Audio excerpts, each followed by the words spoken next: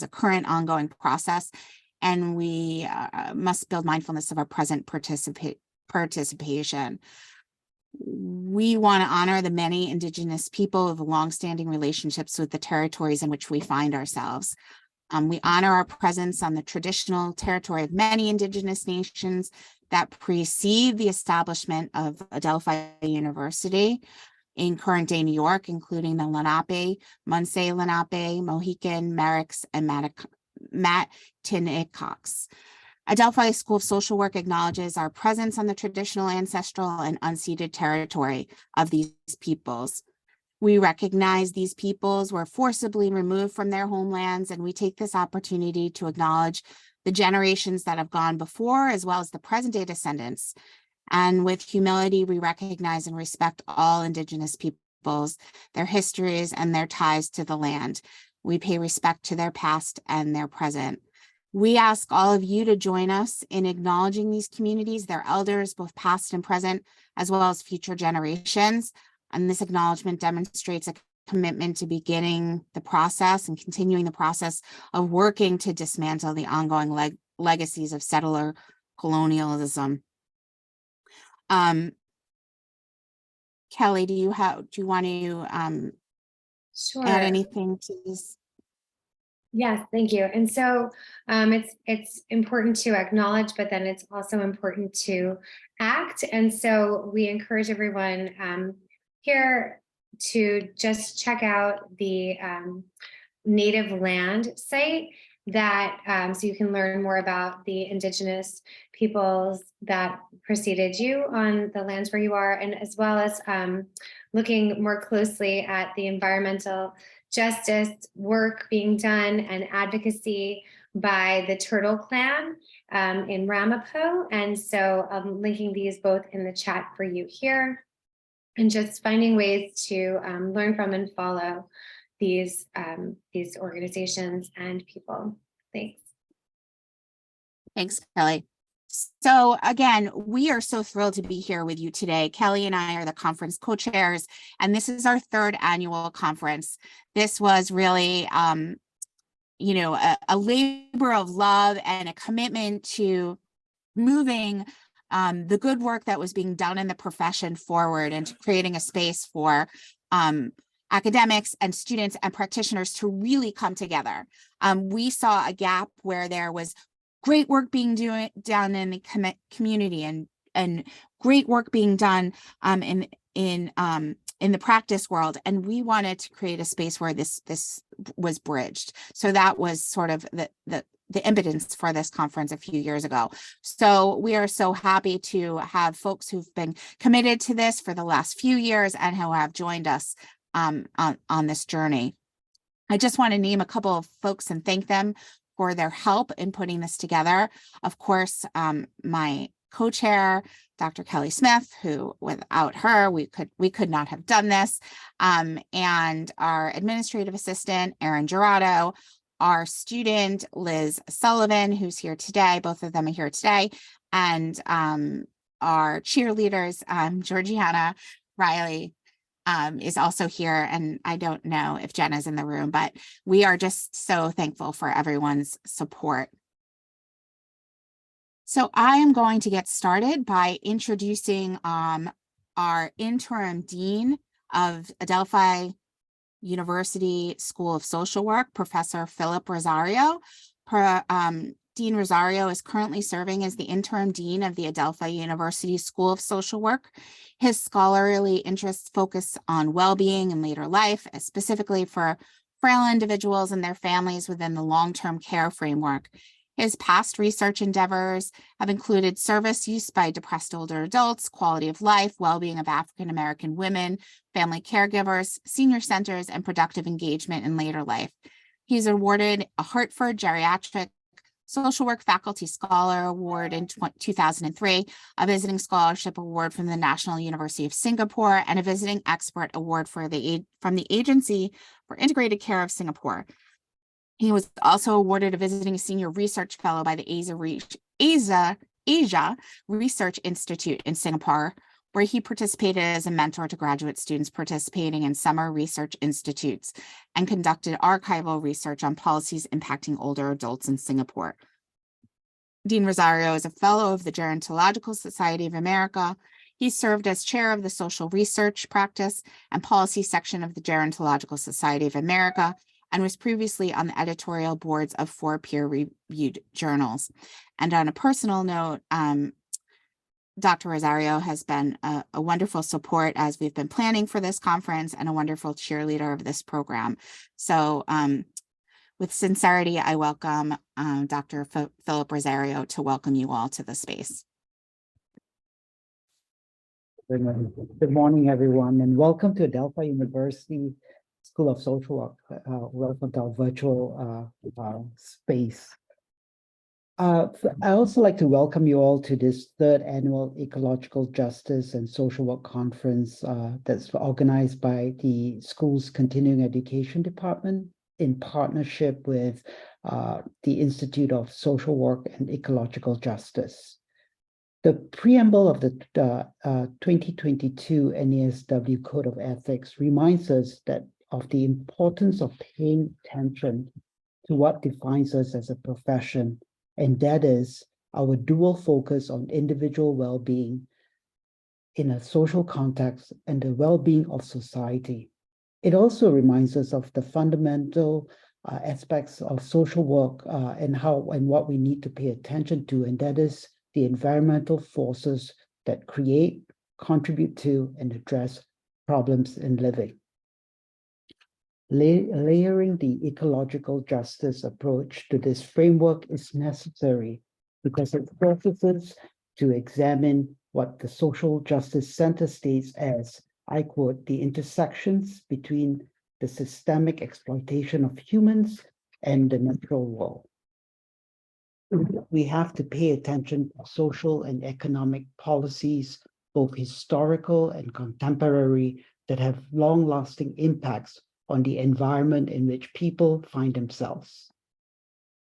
For example, many communities of color continue to live with the impact of redlining policies and restrictive covenants that were aimed to segregate and marginalize.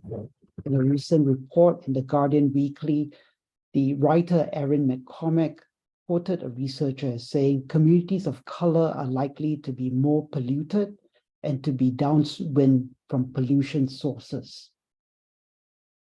The economic exploitation of natural resources have indeed contributed to hazardous living conditions for poor and marginalized communities. For example, people living in Cancer Alley in Louisiana, the stretch of the Mississippi River between New Orleans and Baton Rouge. Further, the lack of government spending and political will to improve public utilities have created public health crises such as widespread lead poisoning in urban areas such as Flint, Michigan, and Newark, New Jersey, to name a couple. I would like to actually acknowledge the thoughtful efforts and hard work of those who organized this conference. Leading the organizing is Ms. Renee Rockcliffe, who is the director of the school's Continuing Education Department, and she collaborated very closely with her partner, Dr. Kelly Smith, the founder and director of the Institute of Social Work and Ecological Justice. And together they were supported by a whole cast of people, including Ms. Erin Gerato and Liz Sullivan, for providing much of the behind-the-scenes administrative support. This conference would not have been possible with their hard work and their efforts in making sure that this runs smoothly. Today's conference is yet another opportunity for us to learn important issues related to ecological justice and the important role that social workers play in promoting it. I know you will be intellectually stimulated and engaged with the subject matter, and I hope you will be able to adopt the new knowledge learned today to advance your research, teaching, and practice, and to bridge that gap that exists, which my colleague Renee spoke about earlier. So I want to thank you all for your participation. I wish you all the best in today's conference, and I hope this will be enriching for you as it was for the organizers to bring this together. Thank you, everyone. Thank you so much, Dean Rosario. We appreciate your kind words this morning. Kelly. Sure. Thank you so much, Dean Rosario. Next up, we have the wonderful Dr. Murali Nair offering us again our opening meditation. Dr. Nair is a close friend and mentor and colleague, and we're so grateful to have you here with us this morning.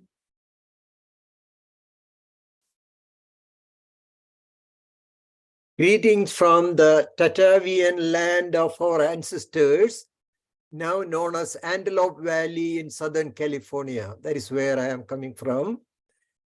And thank you all, and I look forward to attending the entire conference. And this is something, it comes from my heart. And before we start our this 3 minutes mindfulness meditation, I want you to keep in mind your gratefulness to our air. Without air, we talk about all kinds of things. We cannot survive even for a few minutes.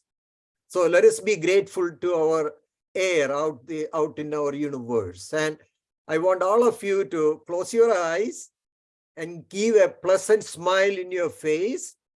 And I want you to do 3 deep breathing. And each time when you inhale and exhale, be grateful to that air coming in and out. And I want you to count up to 3 to inhale very, very slowly, then hold it for a couple of minutes or even a couple of count up to 3 to hold it.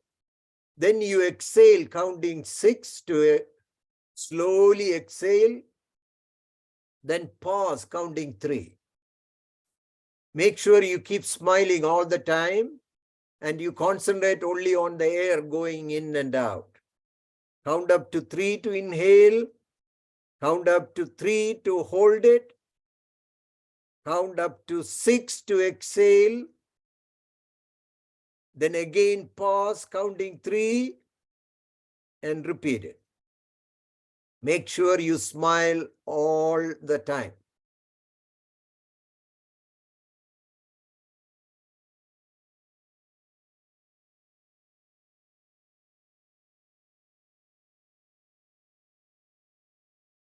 After your 3rd deep breath, please open your eyes and keep on smiling. If we are on ground and we look at our person sitting next to us and smile until they smile back at us.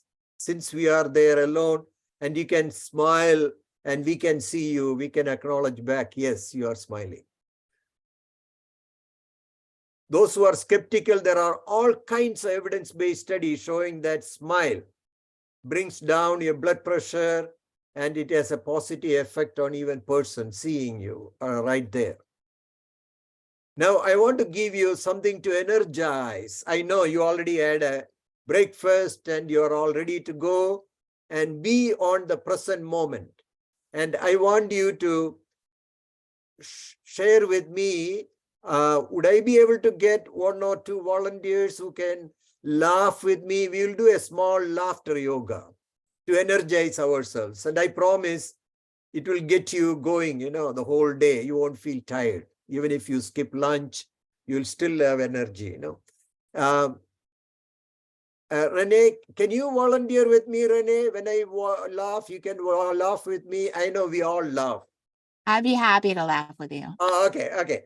And in order to hold your laughter loud, and there are 3 ways. We learn from the animal kingdom, and there is a famous anthropologist from Germany. If you are interested to know more, I'll be glad to give to you. It is part of the decolonization. For thousands of years, we have been doing this, but now we think it is something new. Anyway, whatever is history, and there are 3 types of laughter. And if you are at home, make sure your person sitting next to you or others won't get scared. What is happening? In our culture, when you laugh loud, they think unnecessarily something wrong with you, but that's not true. In animal kingdom, they do it all the time. Renee, the first thing is, Either you could hold your hand behind your head, or you can hold it on your desk, or you can hold it like this to get you some pressure. Then open your mouth widely. Yeah. Then you exhale by bending your neck down, head down as much as possible. While you are coming down, you need to make as much sound as possible. It starts at a high pitch. Then when all the air is gone, it will have no pitch. Let's all do it in unison.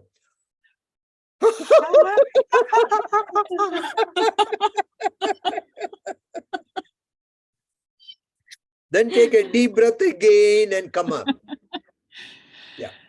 Let's do one more time.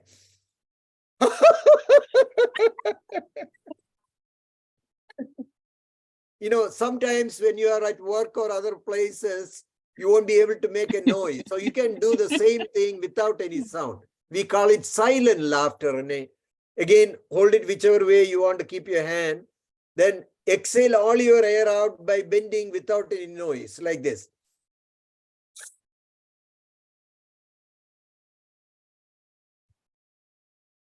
Then you can come up. And the second type is like a monkey, like oh.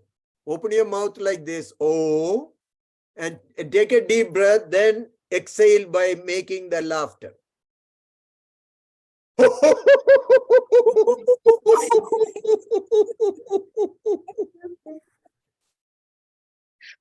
Yeah, the same thing you can do without sound also, like this again. Keep your mouth like this.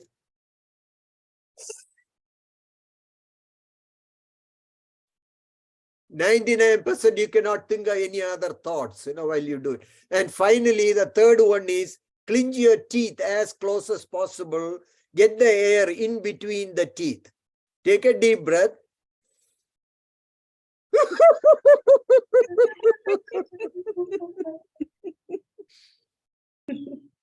You can do the same without any sound. Clench your teeth.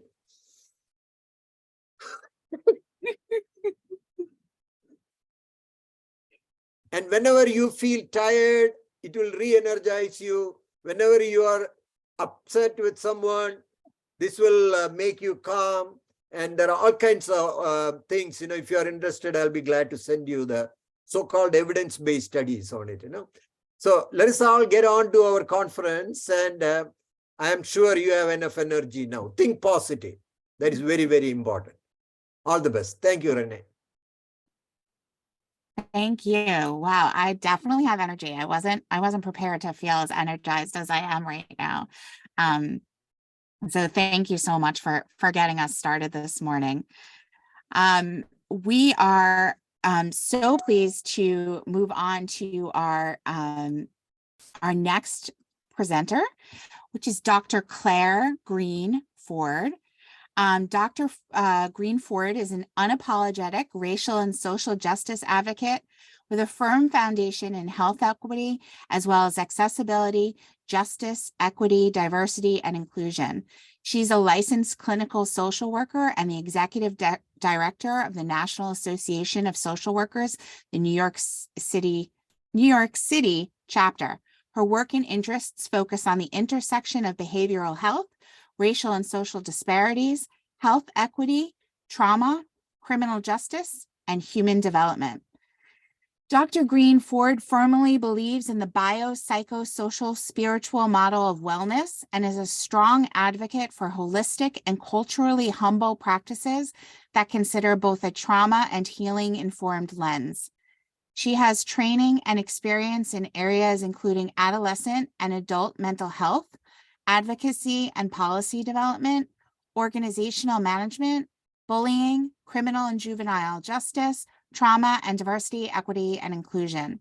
As a consistent advocate for health equity and justice, Dr. Green-Ford is an appointee to the New York State Office of Mental Health Statewide Multicultural Advisory Committee. She was also selected to be included in the database of consultants for inclusion, diversity, equity, and accessibility practitioners for the National Aeronautics and Space Administration, NASA, Astrophysics Division. She is passionate about service and is involved in or a member of many community and professional service organizations, including Zeta Phi Beta Sorority Incorporated and the American Civil Liberties Union. So Dr. Greenford, we're so happy to have you here this morning, and I turn it over to you. Good morning, and thank you so much. I am really appreciative of the opportunity to bring greetings on behalf of NASW New York City, but also to frame this discussion and why it's so important that as social workers, we really work to address environmental racism, to root out causes of inequity and systems of inequality, and also that we go beyond our areas of comfort and firmly root into our profession's history and mandate to be anti-oppressive and to be anti-racist, because we cannot talk about ecological justice or environmental racism, as other people call it, without speaking about the impact to humans, but out also recalling why we get into this profession and what our profession is truly about. And so I thank you so much for this opportunity. And I welcome all of you to join me on this journey of ensuring that social work is not just seen as the baby snatchers. It drives me up a wall every single time people say that to me, because social work is so broad, including what we're talking about right now, right? So when we think about environmental justice, we have to understand the interconnectedness of who we are and who people are, our communities, our systems, our food, what we eat, what we drink, health implications. We are seeing more and more the results of what happens with climate change. While I am from the Caribbean, I'm from Barbados, I love warm temperatures. I have never understood why anybody thinks Christmas should be covered with snow. It should be on a beach and tropical. I also recognize that today it's 70 degrees in April and it shouldn't be. I recognize that in New York, we've hardly had any snow this winter season. So if we need to go just one step to recognize what the implications are for climate change, we're living in it. We are seeing that right now. While I can celebrate the warmth, I'm also terrified by it because it is not normal. We have seen the devastating impacts of tornadoes across this country. We have seen the implications of drought and then floods in California. We have seen the wildfires, the loss of diversity in our environments. We see that people who are living in impoverished communities, who are typically those who are representative of the global majority, are facing physical health issues, mental health needs, food insecurity, water pollution, all of these things. Environmental justice is so deeply connected to our professional mandate to uplift those who are marginalized and communities who are oppressed, to give voice to those who are often silenced. It is deeply rooted in our professional mandate to advocate on behalf of those who people would often ignore. It's deeply rooted in our professional mandate to ensure equity and justice for all. It's deeply rooted in our professional mandate to value the dignity and worth of each individual. And that's where I'm going to center this discussion today. One of the core values of our profession out of the 6 values, and I hope you all know them, is valuing the dignity and worth of each individual. How do we value an individual? Do we value them only on paper, or do we value them in our advocacy? Do we value those who make a lot of money? Do we value those who can give us clout, who give us access to resources that we ourselves deem to be important? Do we value the lives of the thousands and thousands and thousands of people in New York City alone who are living in community housing, who are living in areas that are incredibly heavily polluted? Do we value the dignity and worth of the individuals in New York City alone and in New York State alone who do not have any green space within walking distance of their homes? Yes, in New York City and in New York, there are many places. In Brooklyn, there's Prospect Park. I love Prospect Park. But I also know that there are parts of Brooklyn where you would have to walk a few miles to find any green space.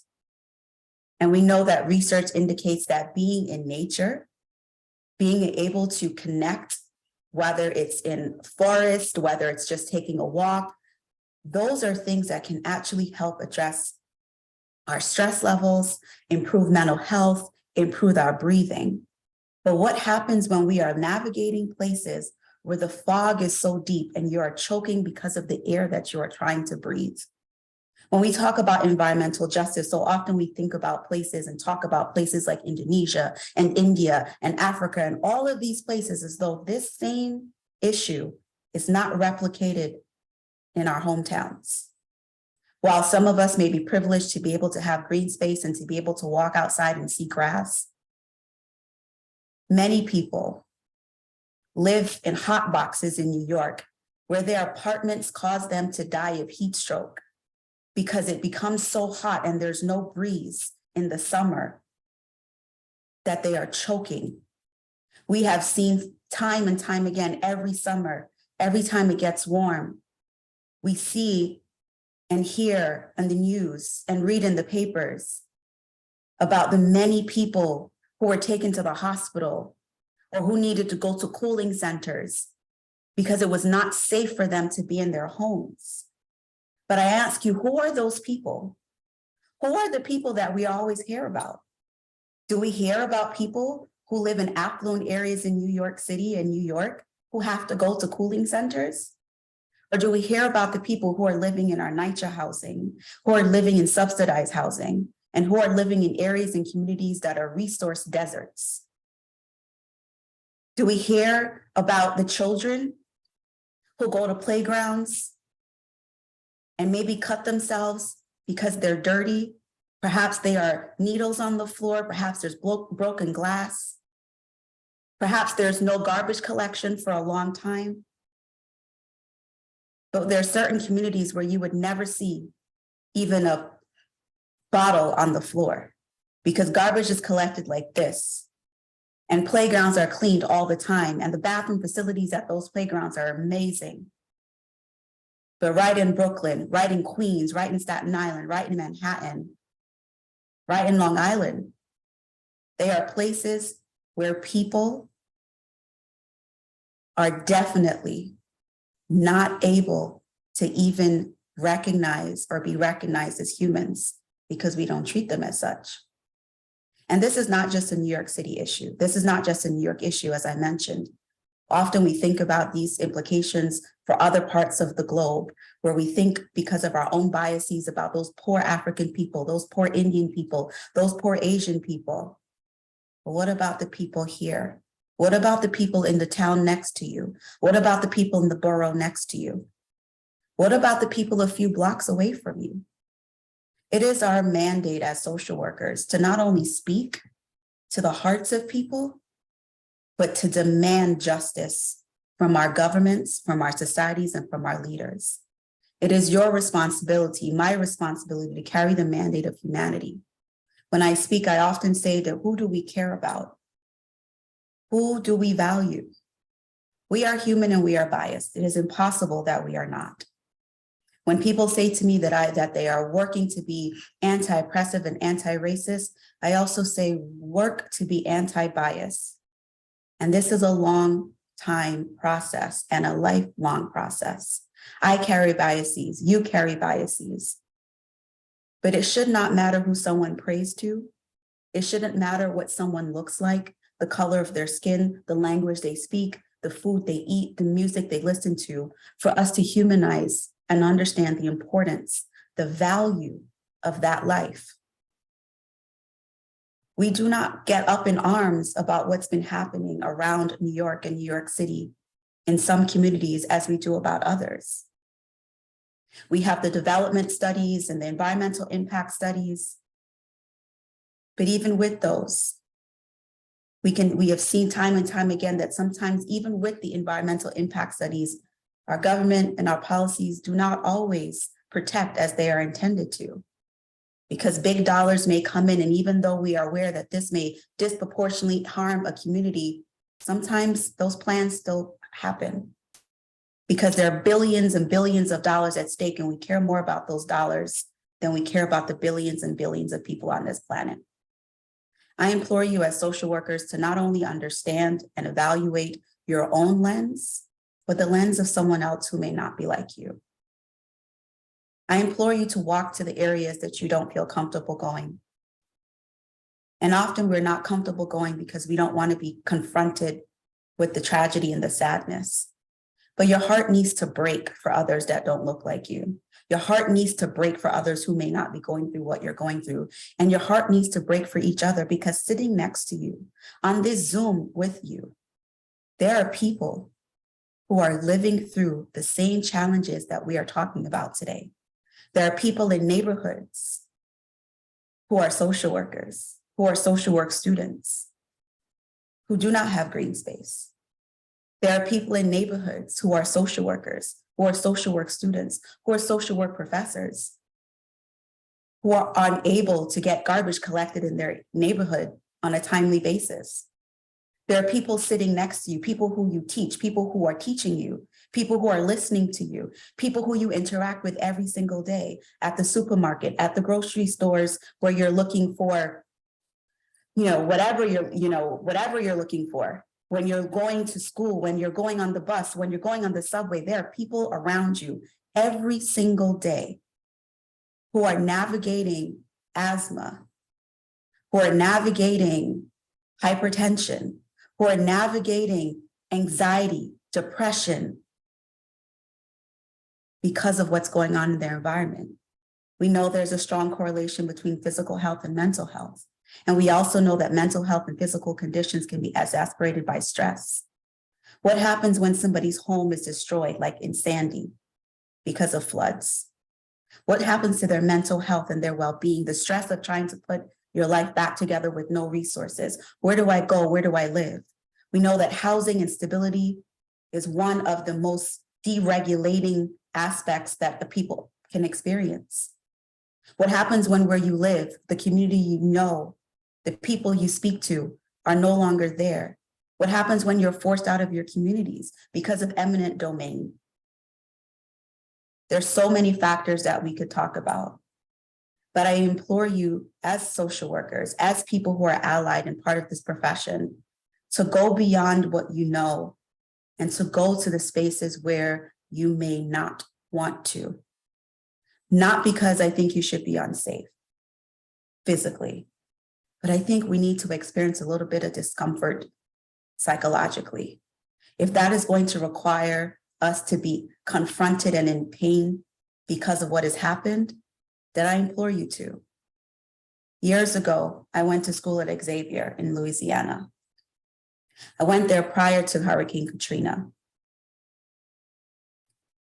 The destruction and the devastation I saw in New Orleans when I went back caused me to cry to the point that I fell on the floor on my knees. Because I couldn't understand at that point why, despite the fact that there was a history of awareness of the level that the town was in versus the sea level, there was a history of awareness about the levees. There was a history of an awareness of what the implications could be should a flood or storm or hurricane happen. And yet nothing was done. Walking through places where I went and got food, where I went with my friends, where I walked down for Mardi Gras, and seeing buildings cut in half, seeing the dealers that I shopped at looking for a pair of shoes, a chunk of the building gone as though a giant had eaten it, seeing houses levied to the ground and knowing that there was a family there, seeing toys on the street, clothes and shoes left, and just the wake of devastation, houses and homes levied to just the concrete floor, did something in me at that time and has continued to. Because I was very well aware then that something was wrong with what was going on. And as my awareness grew, and then as I evolved, and then I went to graduate school, and as I continued in my journey, I got words for what that was. Because while at the time I didn't understand why it happened, I knew it was wrong. I have since come to understand that it was environmental racism. I have since come to understand it was a lack of care for the humans who lived in those areas. I've since come to understand that the ongoing dehumanization and marginalization and oppression of people can mean that entire communities can be wiped out, families can be destroyed, dreams and hopes shattered because of the color of your skin, because of the amount of money in your bank account, because of whether you have private insurance or whether you have public insurance like Medicaid and Medicare. And I've come to recognize the severe and lifelong trauma that is associated with the ongoing experience of dehumanization and harm. Social workers, social work allies, and colleagues, I implore you to also look into what NASW is doing, because NASW is guided by anti-racist, anti-oppressive practices. And our social justice priorities of voting rights, criminal justice, immigration, economic justice, and environmental justice are ones that every chapter across the country is expected to support and lift up. NASW has a federal blueprint of priorities that came out in 2021. Did you ever know that environmental justice is on that list? That NASW is working on federal policies and advocating for federal policies that would work to ensure equity and protection for all people. That NASW has been calling on our legislators and calling on our profession for a very long time to not only advance social work, but advance the mission of social work, which is human rights and protection, social and racial justice, and equity for all. NASW shares the concerns about the global threat of climate injustice, the global threat of environmental racism, and we continue to ask social workers to work with us to address these issues because they impact our profession too. Our commitment to working with people who are underserved, people who are vulnerable, means that we have to be aware about climate change. We have to be aware about environmental racism. We cannot sit on the sidelines and think, oh, somebody else is going to do it. We are the somebody. We have to understand that the environment impacts access to resources and access to it disproportionately has harmful impacts on communities that often are on the fringes of our society. The same communities that social workers are charged to support. In New York City, there's a Mayor's Office of Climate and Environmental Justice. And while there was laws passed in 2017 to ensure environmental equity and issues in New York City are addressed, we have a long way to go. Similarly, in New York State, there were laws passed to protect the environment, the Green Amendments in New York State. But what do these amendments do if they don't have any weight to them? What do these amendments do if they don't have people demanding of their legislatures, of their representatives, of their electeds at the local, city, state, federal level to do better? We have seen the pushback in our society on environmental justice. We have seen big dollars and big lobbyists be able to quell efforts to ensure that emissions are lowered, that we protect spaces. But what does this mean here? It means as a social workers, we are treating and seeing people who maybe because of their experiences, maybe because they don't have food, maybe because the quality of the food they're eating is exasperating underlying medical conditions, are dying younger. What does it mean for the person who's carrying a child who is living in stress, who is living with food insecurity and doesn't have clean water, who's living in a space where they have nowhere of escape? What does that mean for the generations coming and the generations now? Your charge as social workers is not only to uplift communities, but to demand better for communities. So I implore you, as you go out, do not separate environmental justice from all the other areas that we are supposed to be working on. It doesn't matter if you decide to do meso work, micro work, macro work. Justice is woven into all aspects. You cannot be an effective micro practitioner if you do not understand the social conditions impacting how you practice. And you cannot be an effective macro practitioner if you don't understand the individual needs connected. And I submit to you that because we all share this planet and this environment, environmental justice is one among the most pressing needs that we have as a profession and as a world. I charge you to care about the person, to advocate, to speak up, regardless of what they look like, regardless of what you look like, because your advocacy, my advocacy, our advocacy is the thing that will make our world a more just and safe place. Valuing the dignity and worth of each individual is directly connected to our cause to address environmental injustice and environmental racism. Continue the efforts, small or large. Everything counts, everything matters, but it is up to you, it is up to me, it is up to us to ensure the survival of our human race and the thriving of our humanity. I thank you so much for this time. I thank you for the opportunity. And again, I encourage you, go on NASW NYC's website, learn about how you can get involved, become a member, join in our efforts, because together we are stronger. Thank you so much.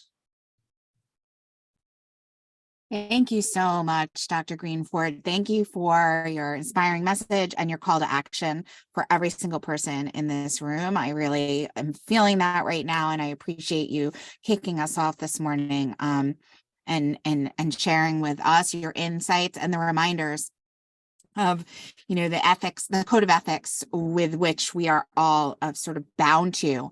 And really which this conference is based on. So again, thank you so much, Dr. Greenford, for your contributions this morning. We are going to move on. Kelly, would you like to introduce our next speaker? Sure, thank you so much. And I appreciate very much the call to action. All right, so next up we have Dr. Yolanda Machado Escudero, an assistant professor in the Department of Sociology, Anthropology, and Social Work at the University of North Florida in Jacksonville. Her research interests include environmental injustice, climate change and migration, disability, socioeconomic development in Latin America, social work education, social welfare policy, and healthcare disparities in Latinx communities. Her pedagogy is informed by critical race and feminist ecology frameworks, focusing on issues affecting Latino families living in vulnerable contexts. Welcome. We are so grateful to have you here with us today, Dr. Machado Escudero. Thank you all for putting this together and for having me this morning. I will not waste your time and just go straight and see if you can. I'm going to share this. Can everybody see it? Awesome. Thank you so much. So yes, I am from the land of the sea and the sun in Puerto Rico, but for the past 16 years, I have been living in different parts of the mainland United States, first in Virginia, then in around Athens, Georgia, and now closer to Florida in the Jacksonville, Georgia state line. So I see a lot of coast, and I felt the need to talk about my experiences in terms of what it is happening, and especially in Puerto Rico with environmental justice issues, and how we can all pitch in to do it at the global level, but also at the local level, what we call glocal, right? So that is me in a nutshell. I come also from a colonial past, first with the Spaniards taking over Puerto Rico for 400 years. And now we are an unincorporated territory of the United States. So Puerto Ricans, for your information, are US citizens, but living in a second class situation because we don't get the same benefits as everybody else does in the mainland. But that is important because it's part of the context that I want to talk to you about, and how things relate to environmental justice and environmental racism. So we live in an archipelago back in the island in the Caribbean, a beautiful land with 3,000 square miles, with 3.2 million people, in the island and 4+ million people in the mainland scattered across all the United States continental area. And we have beautiful sandy beaches and all kinds of sea life surrounding us, a very gorgeous scenery in the area of the mountains in Puerto Rico. We have fresh water. I mean, I call it paradise, and there's a reason for that, because we really live in paradise. At least not me, but I go visit and my family still lives there. So all this came to be because Puerto Rico is a very vulnerable ecosystem, and plural, right? Because there's many ecosystems within such a small island, but we have a lot of issues going on in terms of how environmental degradation is taking upon environmental racism as well. Now we have the names to call what is happening in the island. And one of the large issues that we are facing is displacement. Since Hurricane Maria and Irma, and we're going to talk a little more about it, we have been having people leaving the island for good because they cannot reconstruct, they cannot continue living in those areas that are very dangerous for them. Now, the other thing that is happening in these vulnerable ecosystems is disaster capitalism. And if you have heard from Naomi Klein and others, how this operates is when there's an opportunity, Dr. Green brought it very well, that situations and places that are devastated, other people will take over with more wealth and more benefits, especially from governments, to then displace it, the people that were more socioeconomically vulnerable. So I will bring a couple of examples intersecting them. Bear with me, follow me. Towards the end, we're going to see a little video. We're going to dance and we're going to try to sing in Spanish as well. Let's see how that goes. So this is the example number one. My father and his family live in a coastal area in the south of the island. Used to be a fisherman's village, and this land basically was open to the ocean. But because of unregulated construction and the erosion that is increasing over time, houses are basically falling into the water. My dad's house looked very much like this, not in that situation yet, but within the years, this is going to be what it's going to look like. So you can imagine, right, the heartfelt of people need to move out of here, but they don't want to. This is where they grew up. He's been there all his life. I lived there for a while, and that's what their livelihood looks like. So you think that if they are going to be removed at one point in time, it's going to be open to the ocean, but sadly, no. What is going to happen is that these lands are going to be resold at a better price, at a much convenient price for different groups, companies that will develop some kind of eco-touristic venue. And this happened actually a couple of years ago during the pandemic. I visited Puerto Rico, and one of my aunties was around the beach minding her own business, and she saw a group of people in an event ribbon cut for a new development, and she was like, what is this? She lived there all her life and she had no idea what's going on. What happened is that the only access to the beach was going to be closed to sell it to this group of people, developers that wanted to do containers, metal containers for an Airbnb type of hotel, they call it, ecotouristic hotel. She was uproar and obviously alerted the neighbors. She called the news. She said, this cannot be. This is our only access to the beach, and we use the beach. There used to be a fisherman's village there, but sadly it went away with the hurricanes and the erosion. So what is happening currently with that situation, where all my family has been involved, because course, they don't want to be evicted. They want to stay, but they cannot compete with, wealthy people that want to take them over. So a judge decided that this was an illegal sale and it was allowed to be sold under on illegal circumstances, and they stopped the project.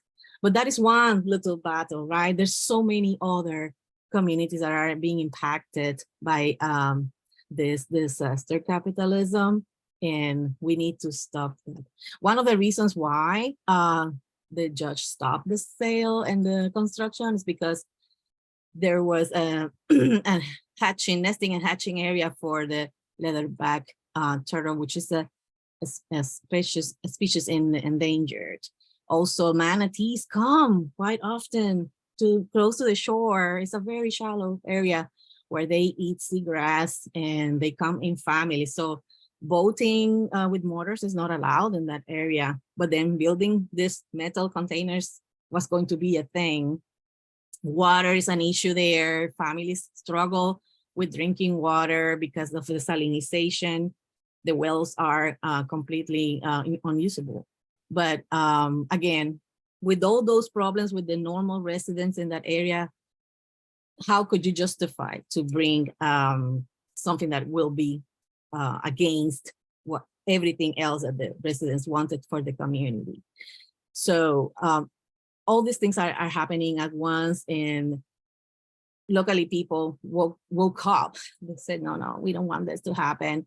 And the people that came to help were community organizers, such as social workers, to spread the word, to enjoy the time together as a community. I participated on some of these meetings, and they were done under a tree, a palm tree, like the one I have right here, right there in the environment, doing their thing, sharing their food, and just being a community as they should have been. But it had to be under this challenge of losing their place, their land, that they came together.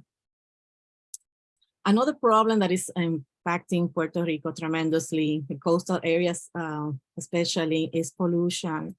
We're an island, and an island that, because of its size, it has problems to produce goods and services, especially food. And 90% of what we consume is imported. So that means that we have to order everything from abroad. It's super expensive because of certain laws that do not allow us to make a business with other countries. We have to do everything through the United States. That comes to the mainland, and then it goes to the island. That represents a lot of traffic, right, of boats and ships, and this creates problems in the coast. We have 3 large ports in Puerto Rico that are the main source of entering everything. Now, the goal would be to reduce that, right? To reduce consumerism, try not to have as much imported goods. That means that change the mentality to then produce more of what we're going to eat. And that needs a whole new agenda on how we see our consumption. But we're talking everything, right? We're talking cars, we're talking materials for construction, we're talking food, everything that we consume. Very recently, and this is not the picture for that example, but there was a ship of ashes from an incinerator that left the island because we don't have enough landfills anymore. Everything is completely covered.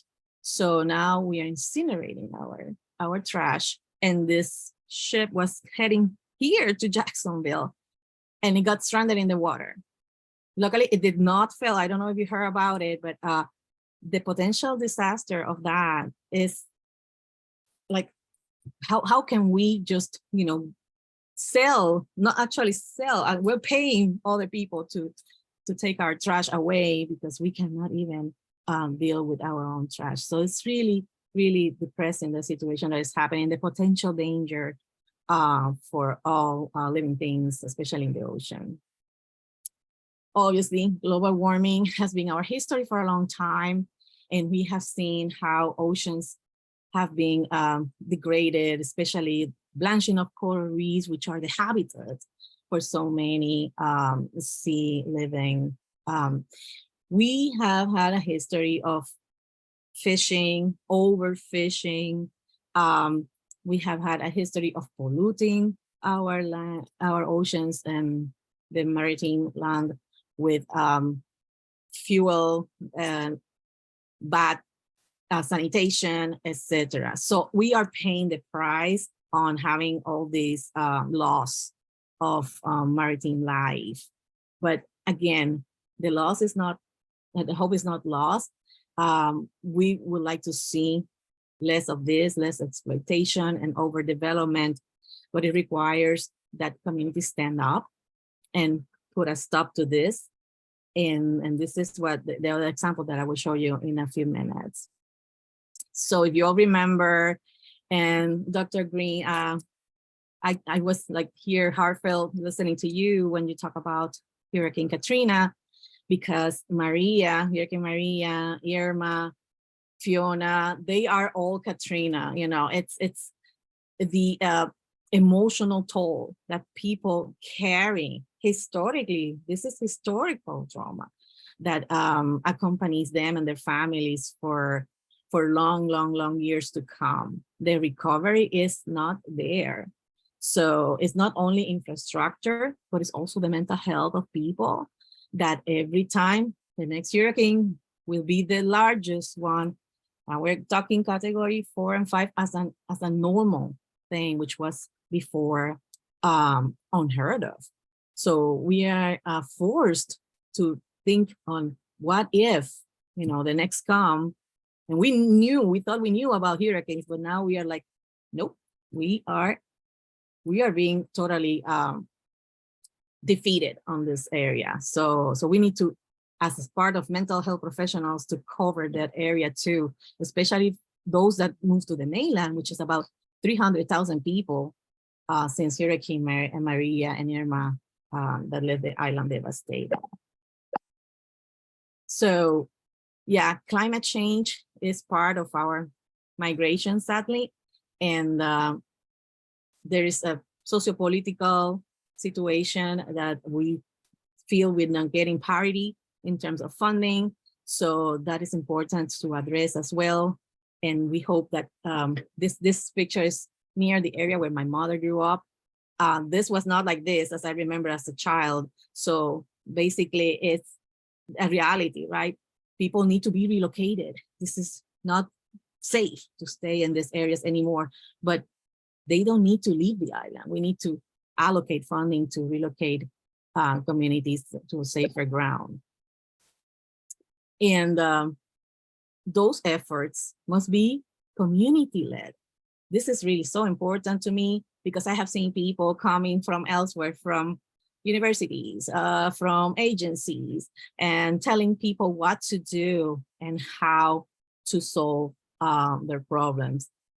I understand that there is an intrinsic knowledge in these communities, and others that can come and should come to help need to be aware and respectful of that knowledge, especially identifying environmental issues needs to come from the community, from the residents. What education efforts shall we provide? It has to always bring consciousness raising and the right to know of what can they do to solve their problem, not necessarily giving the solution to them. Definitely disaster capitalism is environmental racism, must be denounced and dismantled every time you see it. And us as social workers, that solidarity, that engagement and that activism should be there at all levels to be part of the change. And here, this is one of the areas that got destroyed as Hurricane Maria went through. It used to be a very humble community, but a beautiful community. And this is what it is today. And sadly, a lot of people have not been able to sell the land. So some people are going to be expropriated, the land taken from them because they are not doing anything with it. They cannot build, they don't have the money. So if they, if the government in this case could make an effort to bring them to safer ground and then make it available, safer place for the families to stay and not having to leave. And this is what we all would like to see, right? When we think on the tropics and island life, you could imagine anything here, people enjoying, people, everybody, right? No restrictions. You could just own your little business in a local sense to benefit the community. So people are doing that in the town that I told you about, where my father lives. The people in the community decided to name the beach, rename the beach, La Playa del Pueblo, the beach of the people. And it keeps like, the beach belong to us and the beach belong to us. And I'm like, where does this come from? Why are we talking about beaches belonging to the people? Well, there is a law in Puerto Rico established in 1968, where it in fact says the beaches belong to the people. The access to it should not be restricted. Construction should be regulated, but it's like this is more words than actually action. And that's what we want to see different. We would like to see the beaches open, the entities that are responsible to stop this disaster capitalism to take over and not let that happen, and provide opportunities for the community residents to guide the future of these beautiful places. So with that said, I think I have time to watch the video. It's a song, it's called Las Playas son del Pueblo, the beaches belong to the people. I hope you enjoy it. Let's see how this works.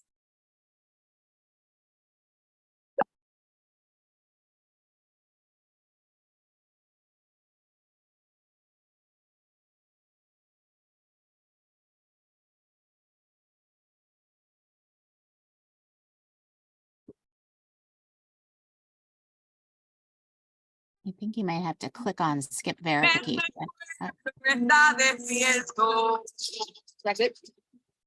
No, we don't see it. Corazón ardiendo, la rabia está acumulada Hold on. por culpa de este gobierno. Se quieren robar las playas, pero las defenderemos. Yo te digo y te repito que las playas son del pueblo. No. Maybe if you put the link in chat, I can probably share it if that. Okay. I'm sorry. Do I need to do something different? I would stop the YouTube. Nope, it's just we couldn't see it or really hear it. Okay, let's do that. And then now try and share your screen to just the YouTube. Okay, let's see. And if not, if you want to share the link with me, I can share it. So. All right, that will hopefully work. Oh, I could put it in another. Yeah, put it in another window. All right, let's see if that works. Thank you. You're welcome. Jean. All right, let's see if we can just copy it.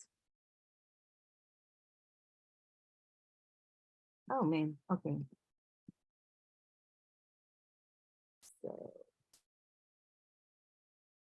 I did the same thing, right? Yeah. Do you want to copy the link and stick it in chat and then I can share it? I'll do that. Hold on. Thank you. And you can stop your share and I'll I'm just. glad that y'all want to see it. It's really good. So Yes, definitely. we just place here escape and No worries. okay. All right, hold on. Now I need to find the presentation. And If you have access to it. Hold on.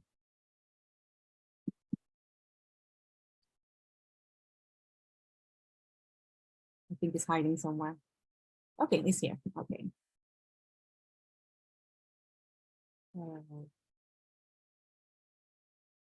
Okay, this is happening.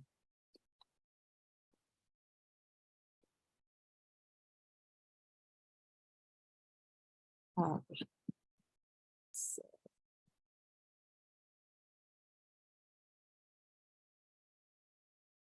people, you're so patient.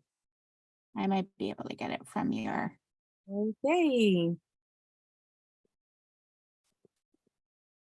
I was able to get it. You were? Yes. So Okay. just Take a share. stop your YouTube for a second. I'll play it. Con There el we go. corazón al viento, la rabieta acumulada. Yolanda, if you want to stop yours for a Uh-huh. second. There you go. And I'll share my screen. Thank you. You're welcome. De este gobierno se quieren robar las playas, pero las defenderemos. Yo te digo y te repito que las playas son del pueblo. Las playas son del pueblo. Las playas son del pueblo. Aquí está el pueblo despierto, luchando por sus derechos. Ya no les permitiremos que se roben lo que es nuestro. Las playas son del pueblo. Las playas son del pueblo. Poco a poco expropiando lo que no le pertenece, construyendo con cemento, destruyendo nuestros bienes. Las playas son del pueblo. Las playas son del pueblo. Y si no nos defendemos, ¿qué futuro les espera a nuevas generaciones? Vamos juntos, reclamemos. Las playas son del pueblo. Las playas son del pueblo. Esta lucha es por ustedes, por Borinquen y su gente. Ya se están multiplicando cientos miles de careyes. Las playas son del pueblo. Las playas son del pueblo. Si tú te robas la playa, que a todos nos pertenece, prepárate para el combate, los recursos se defienden. Las playas son del pueblo. Las playas son del pueblo. Y a todos esos que luchan, que se van multiplicando, solidaridad y respeto por lo que están demostrando. Las playas son del pueblo. Las playas son del pueblo. A los que roban les digo, les vamos a dar candela. Vamos juntos, vamos unidos, porque las costas son nuestras. Las playas son del pueblo. Las playas son del pueblo. Que las playas no se venden, como más yo te lo explico. No busques pa' que no encuentres lo que no se te ha perdido. Las playas son del pueblo. Las playas son del pueblo. ¿Y de quién son las playas? Las playas son del pueblo. ¿Y de quién son las playas? Las playas son del pueblo. Las playas son del pueblo. Las playas son del pueblo. Porque las costas son nuestras. Las playas son del pueblo. Hay que las defenderemos. Las playas son del pueblo. Recursos que son nuestros. Las playas son del pueblo. Las playas son del pueblo. Las playas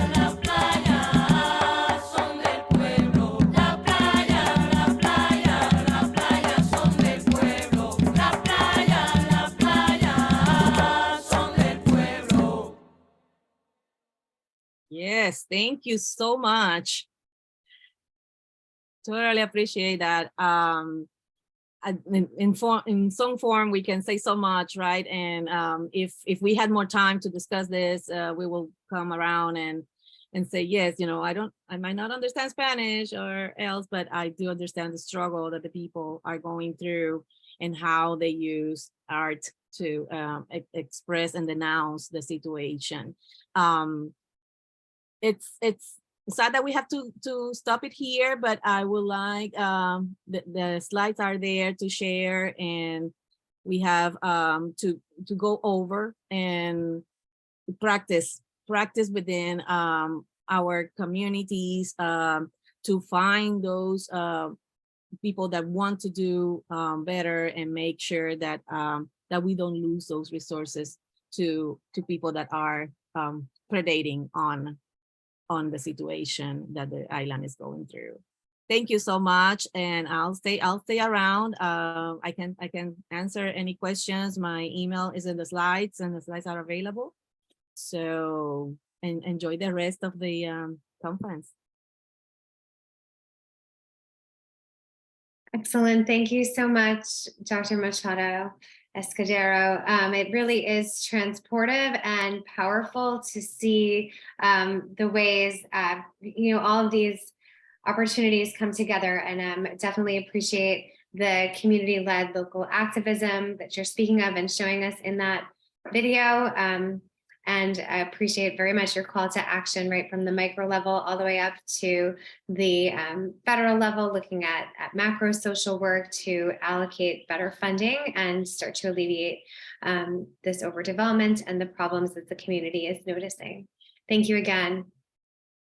Next up, we're very excited to welcome Christy DeRosa.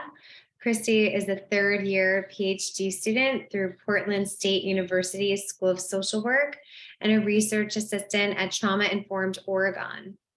She has a background in community mental health as a clinical social worker and has a research interest in disaster resilience, especially how trauma, culture, and natural disasters intersect.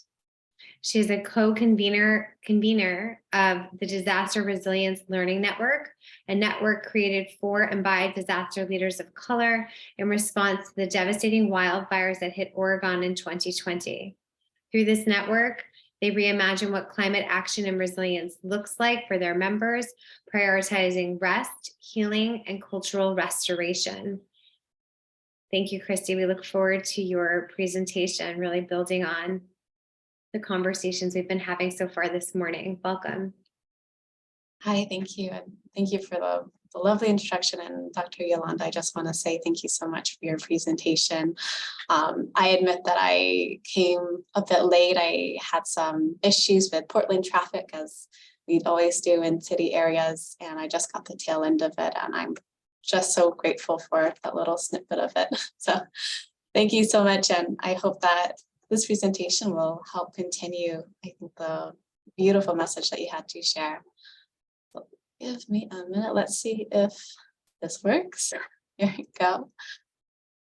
So yes, as Kelly said, I'm one of the co-conveners for the Disaster Resilience Learning Network, and I'm really excited to share a bit of their journey and how this network came to be, and hopefully offer maybe a bit of a model or insight for how these statewide initiatives can come together as fellow social workers, bringing our communities together. I feel social workers, and no matter what role we do, we encounter the effects of disaster work, even if we don't have a background in disaster response. And I feel it's so important for the social work profession to be in places like this, to come together and advocate for and collaborate to develop disaster resilient strategies that are useful and relevant to those most impacted by disasters. We already know from Dr. Yolanda's lecture and literature and recent public health efforts that there needs to be recognition and better engagement of our communities of color in disaster resilience, not only to bring them to the table, but fundamentally redesign disaster strategies. One of the ways that our area has done this is collaborating with community-based organizations, CBOs. I'll be saying CBOs a lot in this, so that stands for community-based organizations. And I hope that lessons learned and how this grew into a network from this pilot can offer an example of how this was put into practice. Let's see. I haven't done presenter slide a long time. Okay, there we go. So a little bit about this network. We started off as a pilot. The Disaster Resilience Learning Collaborative back in the day was created to find and bring together culturally specific and culturally responsive CBOs to help those disproportionately impacted by disasters. And here in Oregon, especially the Latinx and tribal nations of the Pacific Northwest communities. This was originally a 7-week gathering of our CBO leaders to problematize disaster resilience and offer a culturally healing affinity space. In our pilot, we offered education around mental health. We utilized the Prevention Institute's Thrive framework. We had Ruben come and present with us. We used storytelling, strategizing, and at the end of the 7-week programming, we partnered with United Way of Columbia Willamette to fund the ideas that were generated to put into practice. And I want to also note that this wasn't something that was put together quickly. This was a project years in the making after extensive funding, support, and collaboration with the CBOs now in our network. This pilot was directly informed by conversations United Way of Columbia Willamette had with communities of color CBOs in Oregon who were directly impacted by Oregon's 2020 fires, Oregon Health Authority's Environmental Public Health Department, and their Climate Health Resilience Plan, who are vastly involved in this after years of their own research on social resilience and trauma-informed Oregon's work, bringing trauma-informed care to organizations and at the policy level. And I feel it's really important to bring that together because part of this project, we talk about trust a lot. And we also recognize that we move at the speed of trust, and trust is slow. It needs to be earned. It needs to be marinated. And so I want to really emphasize that this project took a long time to bring to fruition. To give you guys a little bit of background of Oregon, the massive wildfires that hit Oregon in September 2020 had a tremendous impact on the health and well-being of communities across our state. Oregon experienced nearly a doubling in acres burned compared to the next worst wildfire season. There was a 100-fold increase in residences damaged or destroyed, and many of them the homes of rural, low-income communities of color. In the immediate aftermath of this disaster, CBOs serving these communities identified profound impacts and gaps in communication, evacuation, shelter, and other systems intended to alert and protect the state's residents from disasters. Our CBOs intentionally or unintentionally became the frontline responders to these disasters, often without support, training, or appropriate resources to do so. And I was actually talking with one of our network members a couple weeks back, who works in Southern Oregon, which is really rural and agricultural based. And she noted that they have over 200 families of color in their area, majority being immigrants and migrant farm workers who still struggle with housing displacement, economic loss, and loss of connection to their communities 3 years later. Another thing to bring to conversation is the word resilience. Resilience is a really controversial discussion, historically embedded in philosophies that have perpetuated oppressive systems that have harmed our low-income communities of color. And so in this pilot, we sought to challenge this notion of resilience, placing power relations, community, and healing at the forefront. But to give you all context to the little bit of background of resilience, there are broadly 3 narratives around resilience actively being used in disaster work. And these are actually screenshots I took a couple weeks ago from government websites and recent government publications. And the challenge of these narratives is that they place attention and strategies towards different things. The most well-known form of resilience is what's colloquially known as bouncing back or engineering resilience. This measures the return rate to equilibrium once a disaster hits. It's kind of like measuring a steel pole's capacity to maintain its shape after being hit by a storm. And this is pretty useful from a builder standpoint, but maybe less useful at a community level, as it diverts attention to restoring order without consideration for the communities that might be unable to return to a pre-disaster state, might not want to return to a deep pre-disaster state, and the actors that contributed to these communities being made more vulnerable than others. This can lead to marketized solutions, prioritizing restoring economy over helping residents stay in their community, and diverted attention away from the emotional impacts of disasters. The second one here is Build Back Better, also more popular. And this kind of came to the resilience narratives when adaptation was recognized as a key characteristic of resilience. The focus here again is to recover as quickly as possible, but with adjustments to what that looks like along the way. But regardless, these two narratives place onus or burden on communities of color and other disproportionately impacted communities. By emphasizing communities of color to adapt and to overcome disasters, rather than the actors that contribute to oppressive forces, resilience really validates racial capitalism that Dr. Yolanda was talking about, that funds those marketized technological solutions and band-aid effects over sociopolitical change and cultural restoration. Now, what's more recent in disaster resilience literature is transformational resilience. And that's kind of been emerging from critical scholars and decolonizing scholars. And it is, as it sounds, the capacity to create fundamentally new systems when ecological, economic, or social structures make the existing systems untenable. And this is the closest to what our pilot hoped to really bring to the table. Culturally led resilience narratives, which we recognize as diverse in meaning, complex, and multiple. We know that building resilience requires much more than strengthening infrastructure and protecting natural resources. So this pilot was really intended to be a space for our statewide community leaders of color to build relationships, to center cultural ways of healing, and within that space, reimagine how disaster response strategies can better serve our communities. So we're going to do a little bit of theory here. This pilot vision was to advance equitable disaster resilience through healing-centered, culturally grounded collaborations and action statewide. And when we were, it took us a year long or so to kind of really put this program together.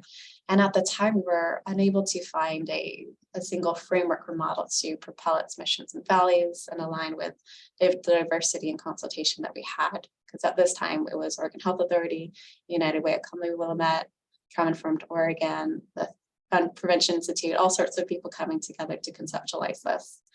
And we really wanted a model that could celebrate our leaders of color in disaster work.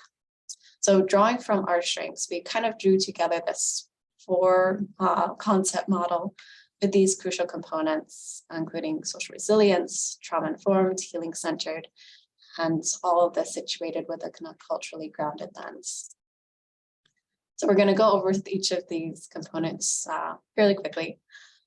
First is the social resilience framework.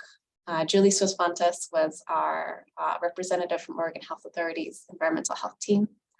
And she is always a big proponent of social resilience, recognizing that social connections are essential to individual and community health.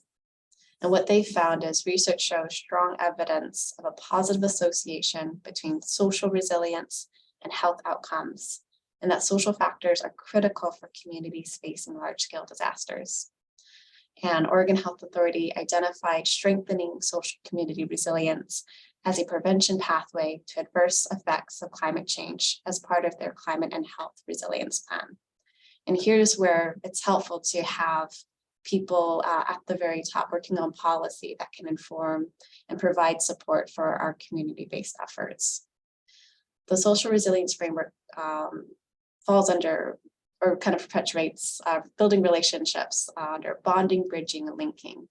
In bonding relationships among people with common social background. So making sure we had representatives from the same organization, the same social background, the same region.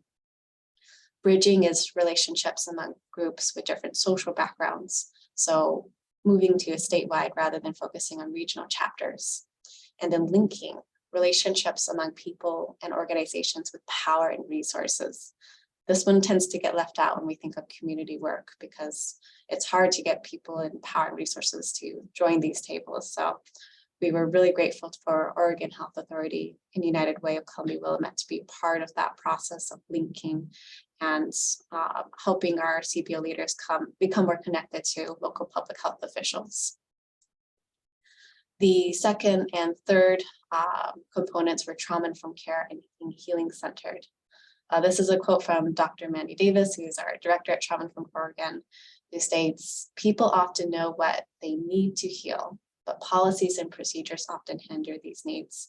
So when we say trauma-informed care, looking at this from an organizational policy perspective.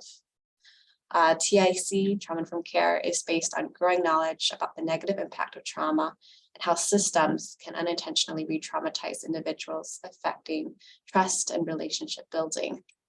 It also centers around the community and the belief that communities have the capacity to overcome trauma's detrimental effects when barriers are removed, and looking at these barriers from a systems perspective of what can we do to buffer these impacts and mitigate the risk of re-traumatization. And then we also had the healing-centered approach, which was based on Jin Wright's work. And Dr. Ruth Nguyen, who was one of our consultants and main facilitators, states we need to consider the unique and diverse experiences of our communities and the power of community healing. And why healing, it's a little bit different than maybe what we traditionally know in social work. That means being explicitly political healing rather than clinical, and healing being a restoration of identity. This is an asset-driven process with well-being defined as what we want rather than what symptoms to overcome. And it includes providers in their own healing, including from our facilitators to our tech support and to our CPO leaders themselves. And this model sought to interweave these practices into its curriculum and delivery through storytelling and a care team and a robust feedback system during its conceptualization, implementation, and conclusion, which was responded to as quickly as possible. Last one, with each of these lenses informed and complemented the framework of this pilot program, the most essential ingredient interwoven into these elements was the community itself. No model can function for community without community. And culturally grounding our work informed how we considered the social resilience framework and our other frameworks. Through these lenses, we sought to challenge dominant narratives about resilience that can enable systemic harm to our communities of color, honor intergenerational trauma and culturally specific forms of trauma our BIPOC leaders experience and were most likely to experience, as well as their ancestral traditional ways of healing. We also trusted in a cultural lens by reflexively questioning how our goals or the goals of these components might not always be compatible with the goals of our members. This ongoing process allowed us to respond to our feedback quickly, as well as shift our objectives and the program throughout, offering a flexible funding, and later grew our pilot into a network. So I want to talk to you guys a little bit about our CBO representatives. This pilot gathered together 14 CBOs across Oregon, each represented by 2 staff.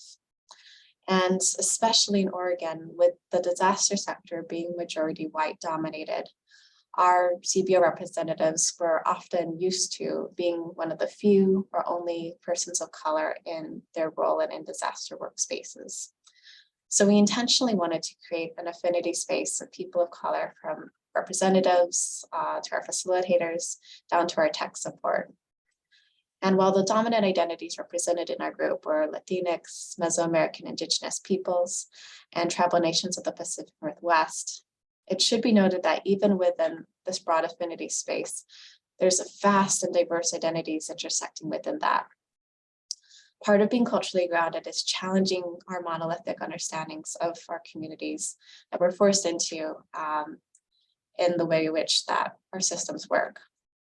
And we asked our representatives what identities are most important to them, and as shown here, which really offers insight to how many intersecting identities that came into this place. So last section of this presentation, to evaluate this program, we conducted a combination of interviews, focus groups, note-taking, and surveys when consulting our partners in the creation of this program, during the program, and after the program itself. And I know I'm really emphasizing feedback, but these feedback opportunities during the program helped us make changes in the moment. By the time the program ended, it significantly changed from what we had expected it to be.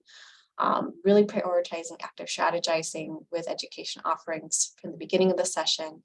And so this program became a collaborative, ongoing space that was really dreamed into collectively versus this is what we have and this is what you're going to get. And through our mutual learning and discussion, I'd like to share with y'all some key themes that we found to be crucial to culturally grounded disaster resilience. And so this first slide here is, first is the need for mental health and wellness in resilience work. As stated previously, mental health and wellness are maybe new concepts to the disaster sector and something to prioritize just as much as emergency shelters and just as much as food and water. During our interviews, many participants emphasized the importance of incorporating heart, healing, self-care, and family, and how communities understand climate change. Common to frontline workers, and especially frontline workers of color, many go from trauma exposure to their jobs to care and trauma exposure in their communities without space, time, and education around mental health. Many observed a lack of knowledge of how mental health or trauma impacts well-being within their communities. And as this quote says here, one participant explained, "At one point I thought I was having a heart attack, but it was just anxiety," doing their work. Another participant reported recognizing years long of depression after participating in this program and explains that since the Almeda wildfires in 2020, they had gone from working in their job, working at home, and never had a space to just sit and recognize how the disaster had impacted them. And discussions around mental health and mental well-being in this program offered participants to really explore their own self-care practices and how that might apply to their work and how that manifests. There was also a lot of strategizing on how mental health could be, which is highly stigmatized, could be brought to their community. And one participant reported actually launching a radio show with a behavioral health specialist in their community that was dedicated to mental health and well-being. And they explained that originally people would call in to ask about mental health issues related to their children because that was safer.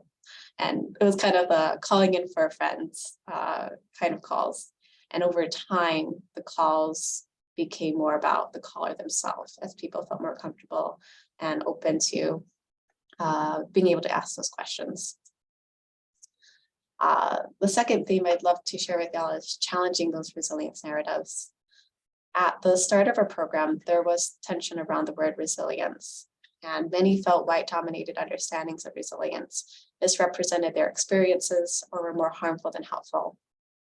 Participants characterized this form of resilience as just kind of like a place to begin, but it doesn't move anywhere, or forced assimilation, or that it minimized the struggle, pain, and trauma that folks might go to be resilient. Through our storytelling and mutual learning, our participants developed collective understandings surrounding resilience, namely the intersections of culture, community, trauma, and healing in resilience. This resilience, which is similar to situated resilience, decenters colonialization at the center of creating knowledge, while expanding to the multiplicity of resilience. This multiplicity allows for there to be more than one understanding and use of resilience based on each participant, rather than forcing a singular interpretation of the word. Some express the importance of bringing back tradition, language, and connection to family, and not letting forced assimilation define them. And as one person said, let others know we are proud of who we are. This form of resilience suggests that as communities collectively work together, they can ignite systematic change, learn and share resources and ideas, and work towards building healthy communities. This narrative also emphasizes that resilience is only the beginning, and there is so much to be learned and to achieve. The final topic that I wanted to share with you guys is climate political will. When discussing differences between white-dominated views of climate change and how climate change was discussed in this curriculum, a participant stated, "This is Latinx climate change." Discussions on climate change is really centered on how our Latinx, Mesoamerican, Indigenous people, and tribal nations of the Pacific Northwest communities are impacted and exacerbated by systematic barriers. Participants raised concerns regarding agricultural workers experiencing health issues or death due to extreme weather conditions or farming practices. Recently, or I should say a few years back in Oregon, there was a lack of recognition that our farm workers had to work in the wildfire smoke despite the extreme health risks that came into place, and the lack of education around wildfire smoke risk encouraged the continued work of our farm workers in Oregon. Some participants also noted that issues of climate change were pitted against tribal rights to land and water within communities of color, rather than the larger systemic issues disproportionately impacting both communities. Participants expressed interest in social resilience as relevant to systematic change and disaster preparedness. And this was envisioned as a force for political and community advocacy, cultural healing, reconnection to land, and resource sharing. For advocacy, some participants felt unity is a greater force rather than individual organizations to dismantle systemic barriers their communities face in these white-dominated spaces.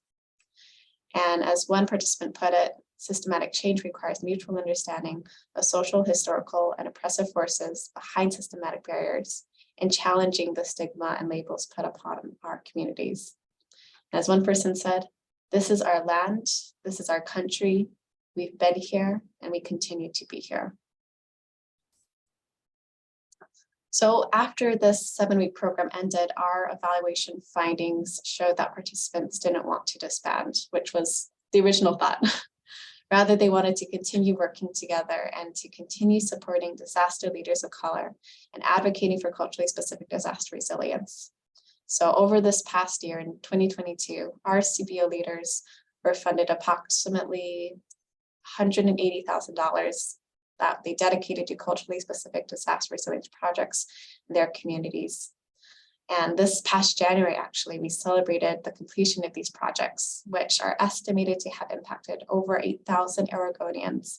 And we recently allocated approximately $200,000 funds to continue these projects or new projects. Our members are growing from participants to leaders. Recently presented a culturally disaster strategy presentation at Oregon's Emergency Management Conference 3 years later, as you can see from this picture. This all started from a recognition of how communities of color are impacted by disasters and a convening of our CBOs into a trauma-informed healing space.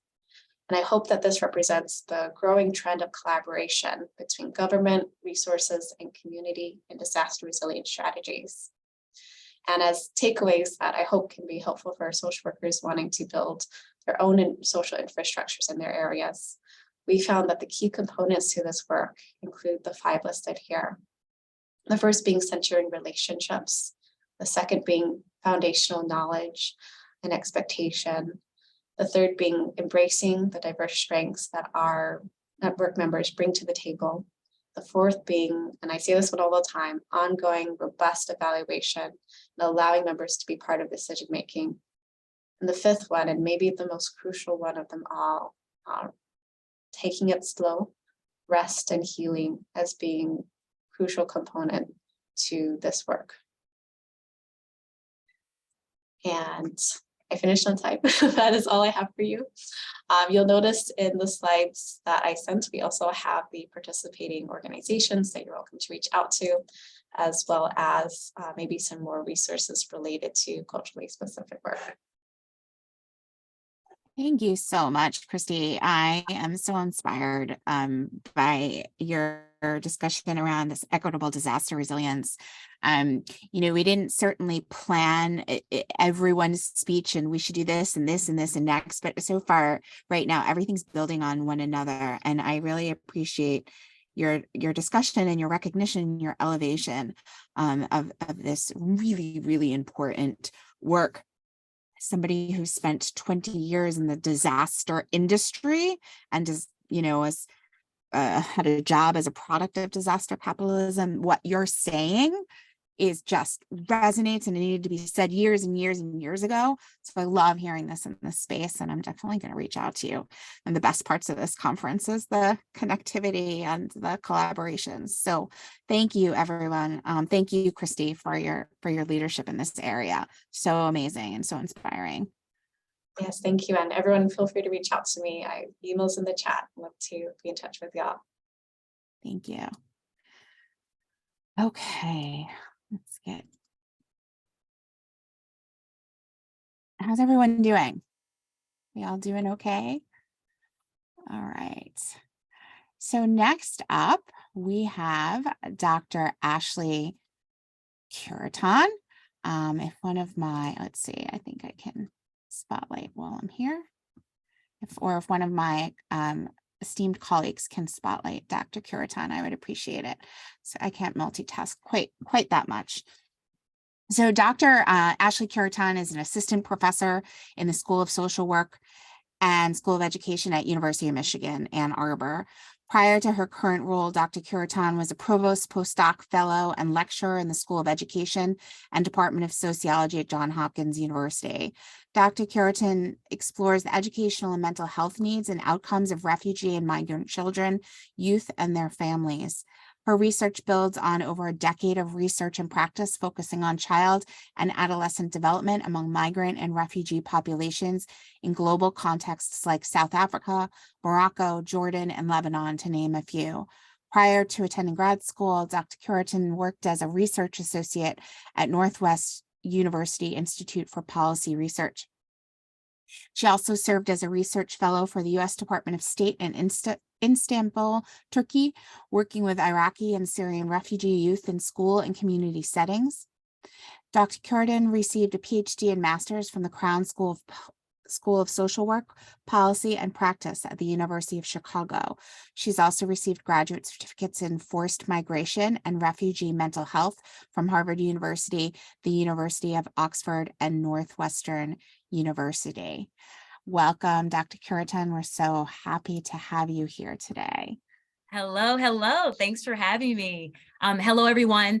I hope you're having a great day so far. I just wrapped up a 3-hour class with master's students. So hey, round 2. All right, so I am going to share my slides and share a little bit about me, even beyond what was shared, and then we'll get right to it. I'm assuming I can access, yes, amazing. Okay, let me just pull this up 1 second.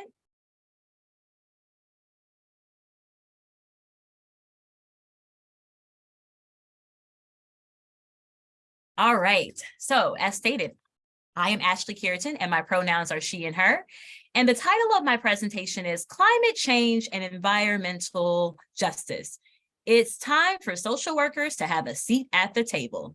And so some of you may be thinking, well, what is your role in environmental justice and climate change? Well, if you were listening to my bio, I do a lot of work with refugees. Unfortunately, many people who are displaced, it's because of climate change, right? And so a lot of the refugees I encounter in the dozens of countries that I've worked in and in the US, they are displaced because of that, and they're still trying to navigate their new lives wherever they are. And so I'll talk about that a bit more, but I wanted to just insert that early on. These are things I didn't start off my career thinking about climate change. Not that it isn't important, but it actually just started to become a very pressing issue that I had to learn about and tackle and still address with the numerous of displaced people I encounter on a consistent basis. And so just a little bit about me. It's already been noted what I focus on, but I definitely wanted to emphasize the environmental component and once again, the role that climate has had on refugees and all of us. And so this map, it indicates some of the places I've worked. I've worked mostly in the Middle East and Sub-Saharan Africa with refugees. Many of them are displaced because of climate, as I stated before. If you know anything about refugee law, though, there isn't a lot of provisions for climate refugees. In fact, they're not a part of the current definition. And so as you can imagine, there are droves of people who are displaced, but they're not receiving a lot of support. And so what do we do with the millions of people who don't have a home? And they're not receiving any support from the UN, for example. And so my research really delves into that a bit more, thinking about family, community-based interventions to support people who are displaced in the US and abroad. I also teach classes on topics related to this. So the class that I just wrapped up is a human rights course. And not surprisingly, we talked about climate change and environmental racism today, and we'll talk about it next week. And so once again, this is a growing passion of mine, one in my research, but also in my teaching. I also teach classes on power in the global context, environmental racism and justice, and refugee and migrant rights as well. And so just to give you a little flavor of what I do while I'm here at Michigan, it really does it overlaps with a lot of the themes that we're covering today. And so I am so excited to be in the room with so many amazing experts, as well as all of you who are committed to the cause. And so I was asked to come to, one, I can share a little bit more about some of the work I'm doing, but also almost like a call to action. So we're learning about all these important issues. If you're here, you're drinking the Kool-Aid. And so I feel like I'm speaking to my people. And so what do we do with it, right? How do we make individual as well as community change so that we can tackle some of the themes that are covered? And so I like to have objectives. It's the educator in me. Why am I here? So the problem, climate change. Once again, I'm assuming most of you are in agreement. Climate change is a real thing. This is not the audience where I have to convince you otherwise. One solution that I am truly passionate about and engaged in here in Detroit is environmental justice movement. And so I'm sure some of you have heard about this movement. It's been ongoing since the 80s. So I'm going to give you a little history about that and what it looks like. And then finally, what are we going to do about it? The other thing that I also want to touch on is a term called climate grief. And so some of you may be familiar with it. It's the sorrow that we're feeling that the world is not doing okay, right? That we're having to confront a lot of changes in our environment, the impact that it's having on our mental and physical health, and what does that grief, how does it manifest itself, and what we can do about it. All right, so climate change. These will only be a few slides because once again, I'm in the room with folks who are drinking the Kool-Aid like me.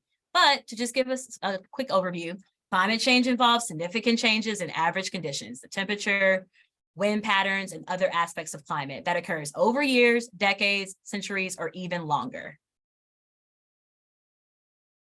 Are you thinking about it? Okay, it thought about it. All right. These trends can be caused by natural variability in climate, as well as human activities that address greenhouse gases to the atmosphere.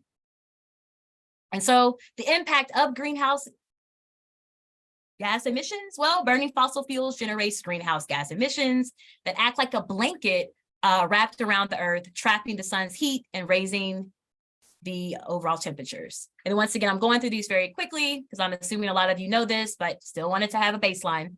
And so examples of greenhouse gas emissions that are causing climate change include carbon dioxide and methane. And so what does that look like for us? Well, the use of gasoline for driving our cars, the use of coal for heating a building, clearing land and forests. So that in turn releases carbon dioxide, and then creating landfills for garbage. So it also releases methane emissions. And so I live in Michigan. Michigan, it gets very cold. Many of you are in the New York area, and so it gets cold there too. And so many times when I say this to my students, they feel fairly helpless. They're like, well, Dr. C, Do you want us to not drive our cars? Should we not turn on the heat? It's very, very cold in Michigan. It snows. What shall we do? And so we have a lot of conversations around how this translates into what we can do as individuals to combat the greenhouse gas emissions, but even more so on a macro level, thinking about policies that can really push back on that. But I always like to note that it is a challenge, right? Because many of the things I noted, we have to have access to in order to engage in our daily lives. And so the growing tension. And so as you all can imagine, because of climate change, there have been many, many risks, many events that have happened that have impacted all of us directly. And so there have been an increase in droughts and floods and storms that lead to disaster of displacement. Bookmark that because I'm going to come back to it, but that's where I fall and what I tend to focus on. There have been wildfires that consume our lands, ocean coral bleaching, loss of oxygen and blue carbon, intense tropical cyclones activity that are associated with large economic impacts, extreme heat that's had deadly impacts on so many people, an estimated 821 million people who are undernourished, and this is based on data in 2017, and then food insecurity. These are just a few of the impacts of climate change. And then as I stated before, where I tend to reside is with climate refugees. So just to give you some data, and I'm a researcher and data makes me very, very happy. Since 2008, over 25 million people have been displaced because of weather disasters each year. Now, let me step back. So for those of you who may not be immersed in the world of refugees, and that's okay. According to the UNHCR, so the United Nations High Commissioner for Refugees, there are about 89 million people who are displaced all over the world. Of that, there's about 26 million who identify as a refugee as designated by the UNHCR. Now, I'm not going to go down a rabbit hole here, but I could, and I would if I had more time. But essentially what that means is there's a ton of people who have been given the definition of a refugee as designated by the UNHCR, and they are receiving supports from them. Essentially what that is protection. So they're receiving protection by the UNHCR. And if they resettle in a third country, and that would typically be in Europe or in the US or in Canada or in Australia, they can receive supports in that manner. Well, the current definition of a refugee is someone who has been forced to flee their country of origin due to war or persecution. They have to fall within a category of a political opinion, membership of a particular group, a religion, etc. So there's 5 groups. If they don't fall within that, it is absolutely daunting for them to be given the definition of a refugee. That was created back in 1951. What year is it? 2023.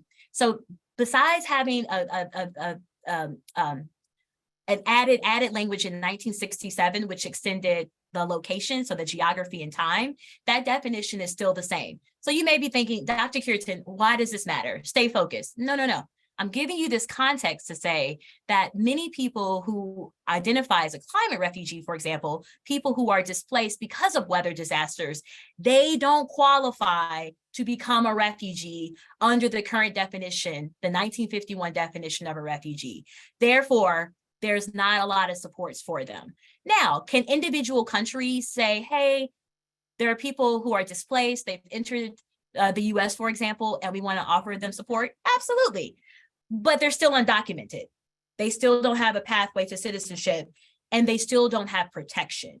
And so they are left, for many people who have to cross the international border, they're stateless. They don't have a place to go, and they don't have any resources. So their lives are in a precarious state. And so what do we do with that?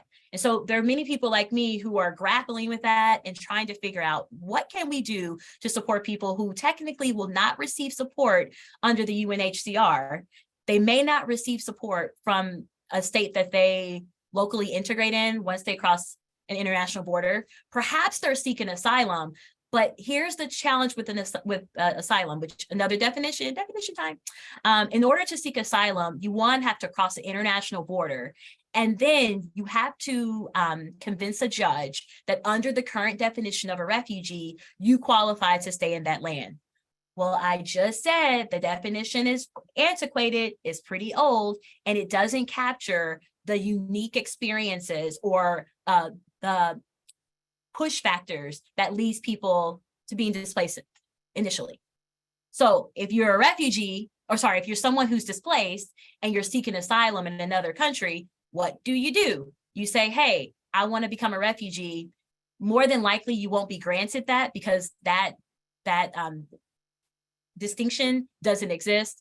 And then you can't seek refuge in a new country. So if you're starting to feel despondent or disheartened by this, I am too. This is the challenge that we're facing with the 25 million people who are reported to be displaced because of weather disasters. And so that's where the work continues.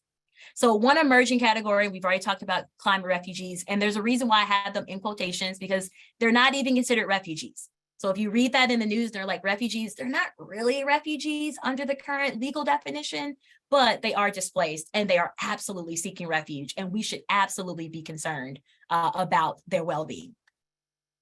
All right, so that was like quick.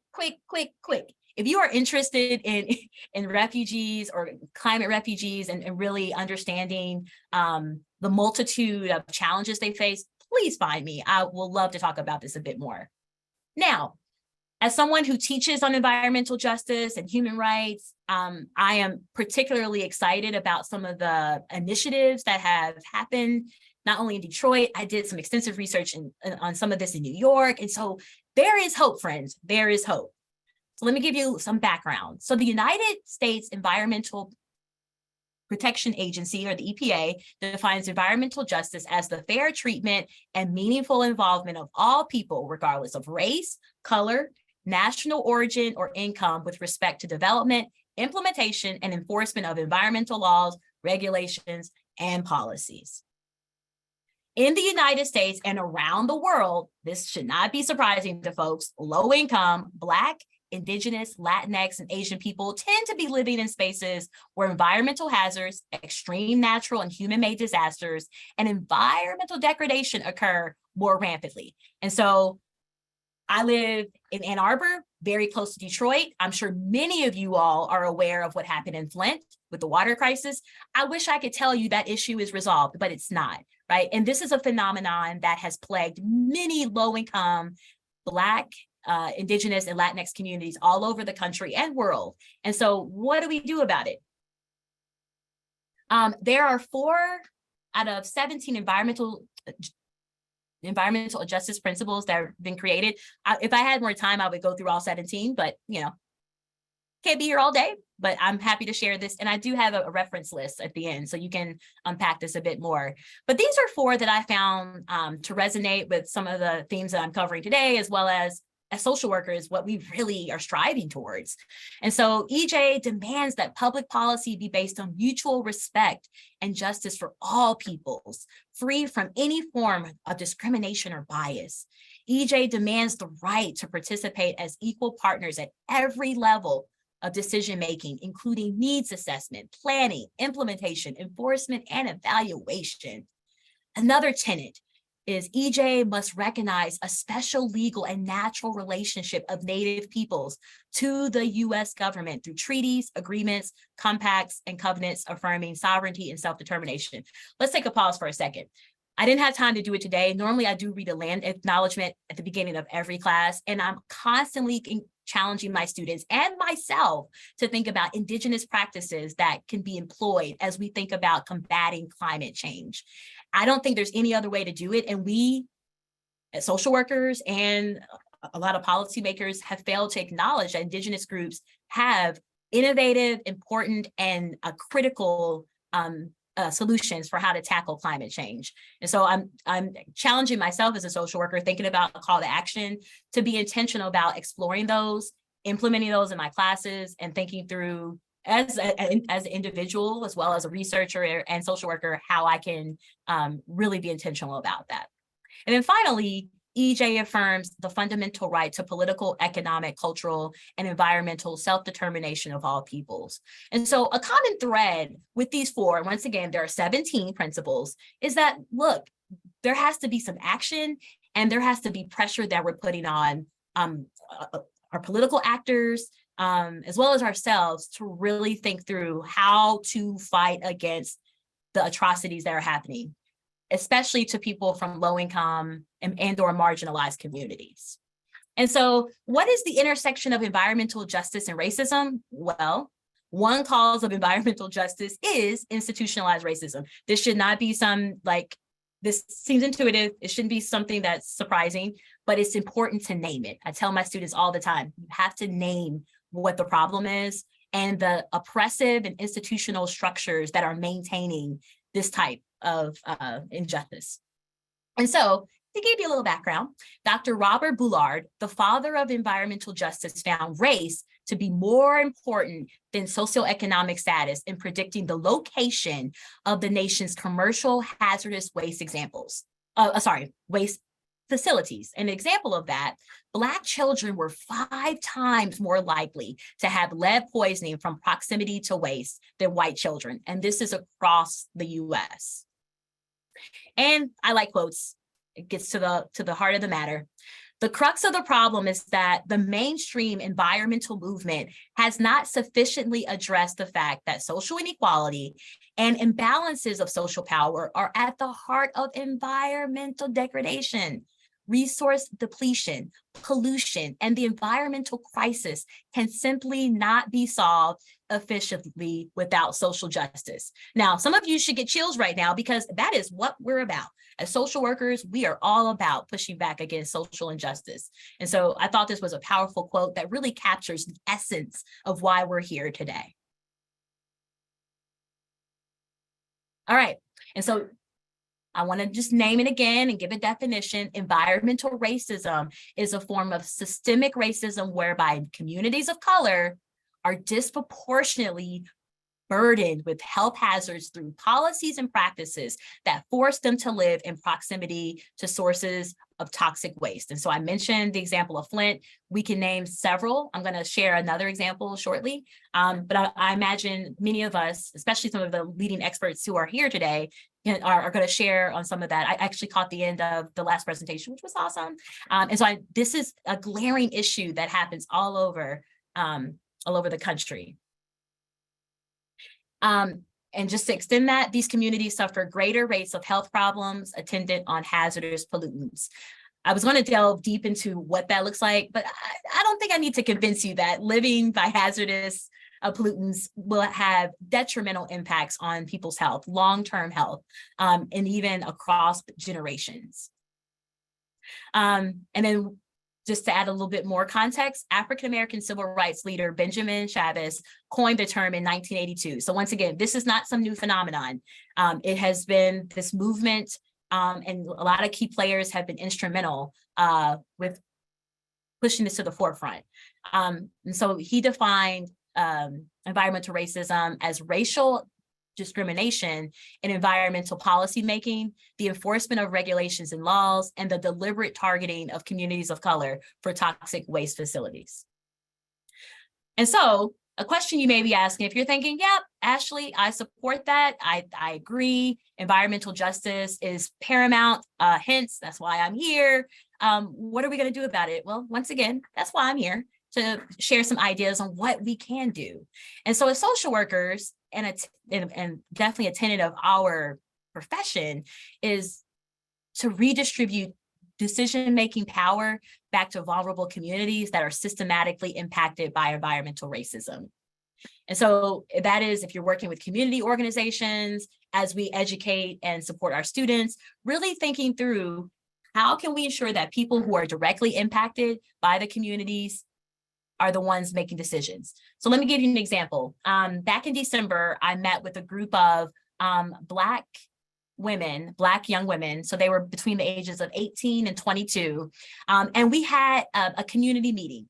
I do this periodically where I attend community meetings all over Detroit. And as someone who's fairly new to the area, I've been here for about 2 years now, I just wanted to learn what were some of the challenges they were facing around environmental justice. And so a lot of them said, well, there's constant flooding. And when that happens, you know, I sleep in the basement and there are a lot of wires all throughout the house. And so I can't sleep there. And so, you know, many times I don't have a bed or I don't have a safe place you know, to sleep or to reside in. And so I sometimes stay with my friends, or I can't drive my car because it's the roads are flooded. And so what do I do? Or I have a sick grandparent, and you know, when there's lots of snow, or there's other weather changes that we didn't plan for, it's difficult for her to get around. And so at that point, after that initial meeting, we spent several weeks afterwards thinking through, well, who can we talk to? Should we write letters to the mayor or to some of the other government officials? How do you want to lead this cause? And so, yes, I could have came in as Dr. Curitan from University of Michigan and said, these are the ways that we can tackle it. But it's much more productive and granting the young people agency, especially those who are living with this every day, to really take a leading role in how they want to push this forward. It's not that they weren't aware that environmental justice is real. They knew it.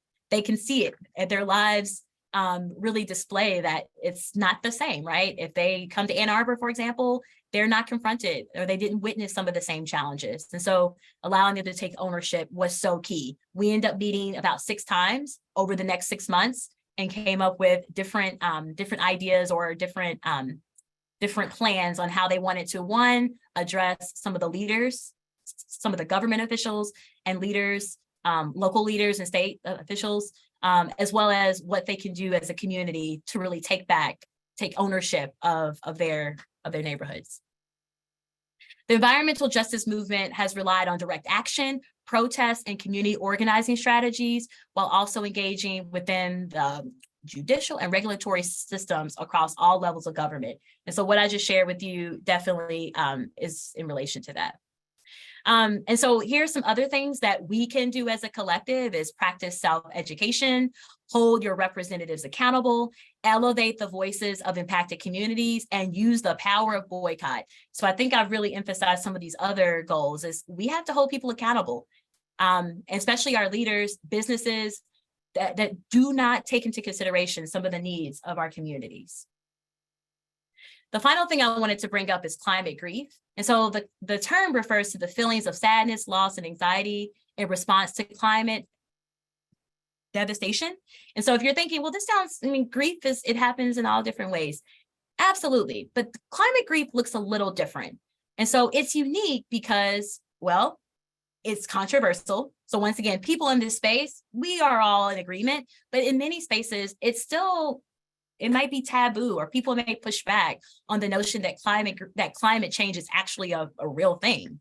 Secondly, it's relentless and it's an ongoing process. And so it's not like tomorrow there's going to be a solution, voila, it's over, right? A lot of the damage has been done. There's still hope, but a lot of it has been done and it's ongoing. And so how can we still maintain our sanity? How can we still feel safe and forge ahead in this movement if we can witness the damage that has been done? Also, it's all encompassing. And so it really does impact all of us. Obviously, it's disproportionate, as I just stated, communities of color, other marginalized groups, low-income communities, they experience it even more so than us. If we leave outside the Western space, like the US, people from other countries are being negatively impacted by it, even more so than us in the States, even though we consume a lot of energy. And so it really does encompass so much, and the anticipated loss. So we're aware of the existing loss. We're aware of people who have been displaced. I kind of spent time on that. But we still know that others will be impacted by it in many ways. And so how do we still forge ahead with that work?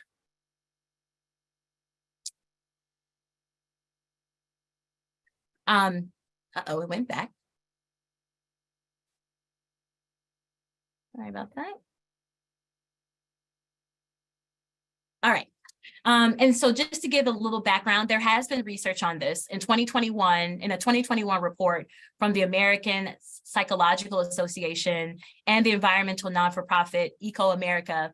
They revealed that 80% of Americans are concerned about climate change. And so you might be in that number, and my hunch is a lot of you are if you're here. And so perhaps you didn't name it as climate grief or anxiety, but if you are feeling if it's feeling some level of anxiety, or if things are a little precarious, you're like, hey, what can we do? You're not alone. More data, about 25% report they are alarmed about the issue, nearly double the percentage by Americans in 2017. And so I imagine if they continue to do these type of reports, this number will continue to increase. Now, when I've engaged in this with young people, the numbers are actually quite higher. So when I was with the group that I named earlier, many of them, I would say all of them, were anxious about the future, right? They're like, what are we going to do? Some of this has transpired and we didn't have a role in it, but now we're confronted with it. And perhaps our parents and grandparents didn't really take it seriously or didn't combat it. What to do next? And so here's a list, the 5 stages of climate grief. This is very similar to other stages of grief that people may experience when they have a loss. And so the first one, but we're applying it to the climate change. The first one, we still have time. Denial. Not a big thing. Time. It's okay. The second one is anger. It's all the fault of the rich. It'd be so easy to just blame the rich. And believe me, I blame them often, right? Or to blame politicians, and they do take some of the blame, right? And so that could be directed to them, and rightfully so, but also what is our role? Are we complicit in this as well? Something we have to kind of reflect on. 3, bargaining. If we just switch to renewable energy, everything will be okay, right? So this one act, it will absolve us of all the issues, or it will reverse some of the impact of climate change. Number 4, depression. We're doomed, right? The world is falling apart. There's no hope. I don't know what else to do. And then finally, acceptance, deep adaptation. And so ideally, because you're here, we don't want to just kind of stay in acceptance, like, well, this is the world and that is what it is. But that we still want to leverage a lot of power and privilege that we have as social workers, as people committed to supporting marginalized communities, that we're going to do our part. And as people who are also directly impacted, right? Some of the issues that we focus on as social workers, we're not directly impacted. Perhaps it's not our experience, but climate change and environmental racism, some of this phenomenon, it really does impact all of us. Hence why we all have to be on board to really address it. And so how to cope with climate grief. Number 1, feel your grief. It's okay to own that. It's okay to say, look, this is very painful. The unknown is very scary. I'm not quite sure what's going to happen. I certainly hope that my efforts will lead towards change, but there's no guarantee it's going to happen. That is grief. And it's okay for it to not be linear, for it to circle back and to feel that. The second one is know you're not alone. And so you might be thinking, like, in the midst of fighting social justice, well, this can happen. It can happen simultaneously. So as we're thinking how to push back against environmental racism and promote environmental justice, know that, once again, feel your grief and know that you're not alone in this fight, but also in your despair of the current state of the world. Number 3, recognize that saving the climate isn't your job. It is important though. So you don't have to take it on full time, but we should all be taking it on to some degree and thinking through ways to be intentional about, 1, our own individual impact or our footprint on the world, but also how we can once again put pressure on others to really push back and really address this. And then 4, find your way of taking climate action. And so I've noted already that there are certain movements. I am definitely involved in certain movements here in the Michigan, Detroit, Ann Arbor area, but thinking through organizations, initiatives. If you're at a university, student groups, right? There's a lot of, at least at University of Michigan, there's a lot of student groups who are tackling this as well. And so connecting with those groups is absolutely imperative to fighting against it.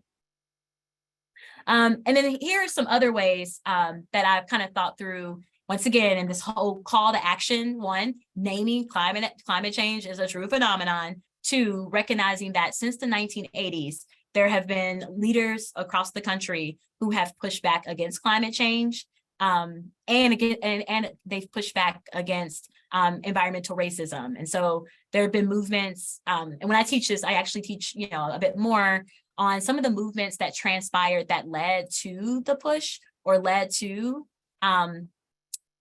more policies around it. And so, for example, in Texas, there were a group of men and women who actually campaigned and protested against trash cans, like a trash facility being in that space next to their housing. And so they protested, and that was how they were able to create change in that area. And so there have been movements, small, but gained some momentum around the country to push back against some of these toxic and very scary pollutants and facilities being implemented in their communities.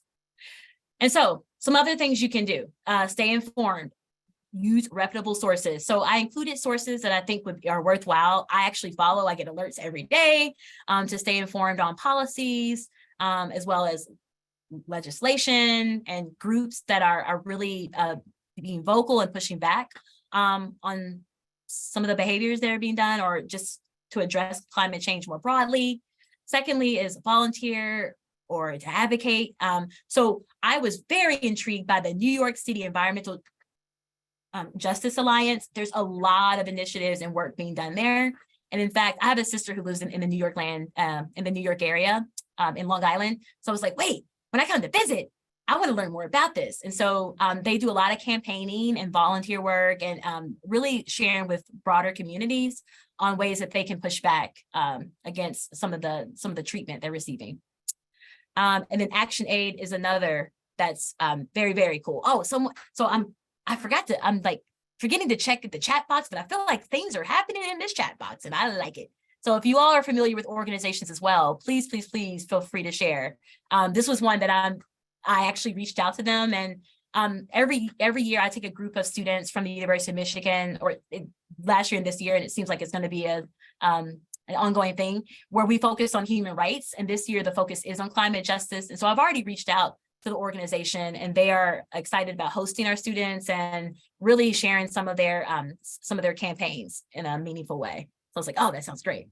Sorry, folks. I don't know why I went ahead. Okay, there we go. Number 3, spend time in nature with your family, or consider planting trees or flowers. As someone who works in Detroit, there aren't a lot of green spaces.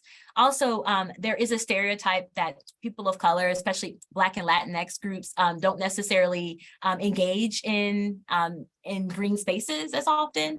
That is a misconception and a stereotype, and it's not true.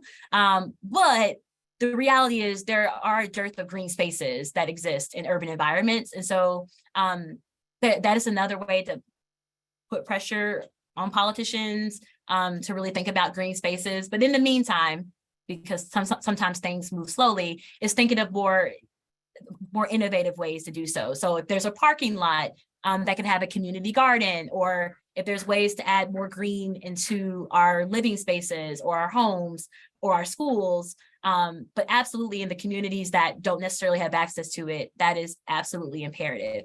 But there's something about connecting to green, connecting to nature that is absolutely important. It's something that I encourage.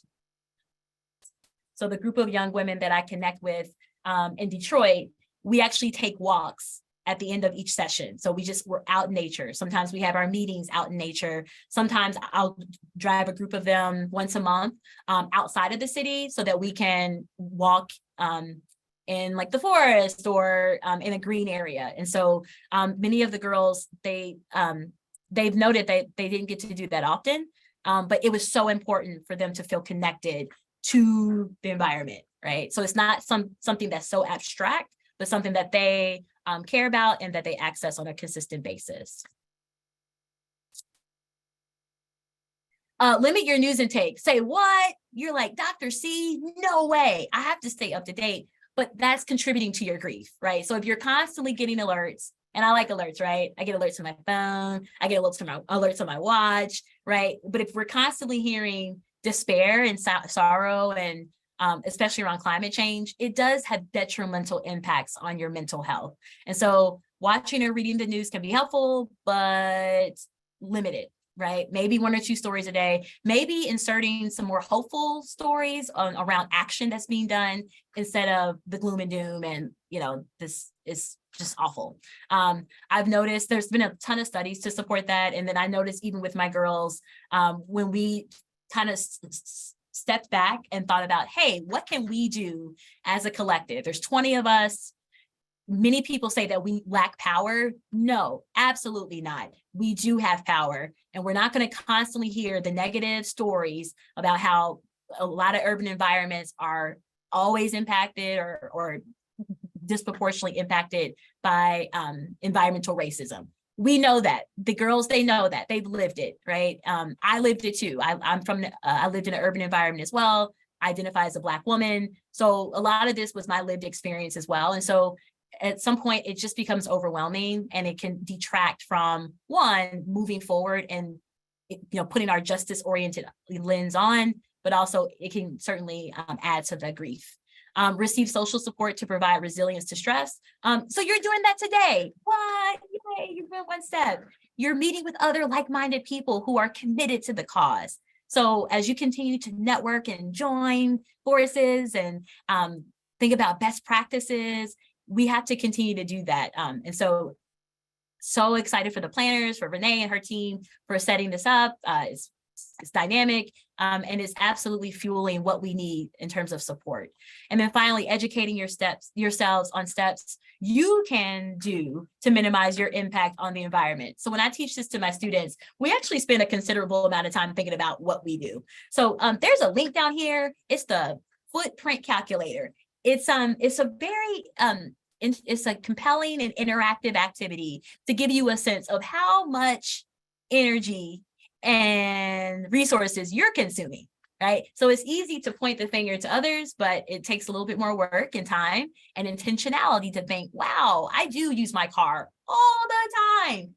Could I use my bike, or could I take the bus to work, or could I walk to that place?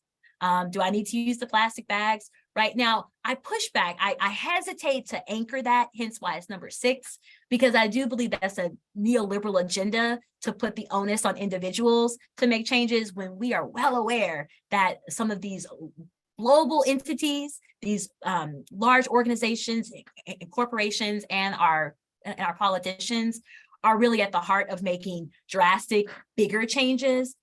But I don't want to absolve us from any role whatsoever. And I do think it's important for us to have some understanding that even our daily behaviors can have an impact. And in fact, I read some of my data. I have a ton of data. I get so excited. Data gets me excited. Where it's about 20%. So 20% of kind of where we are and the emissions and our footprint, it really does impact the environment in a substantial way. And so I do spend time with the young ladies that I connect with, thinking about our daily actions.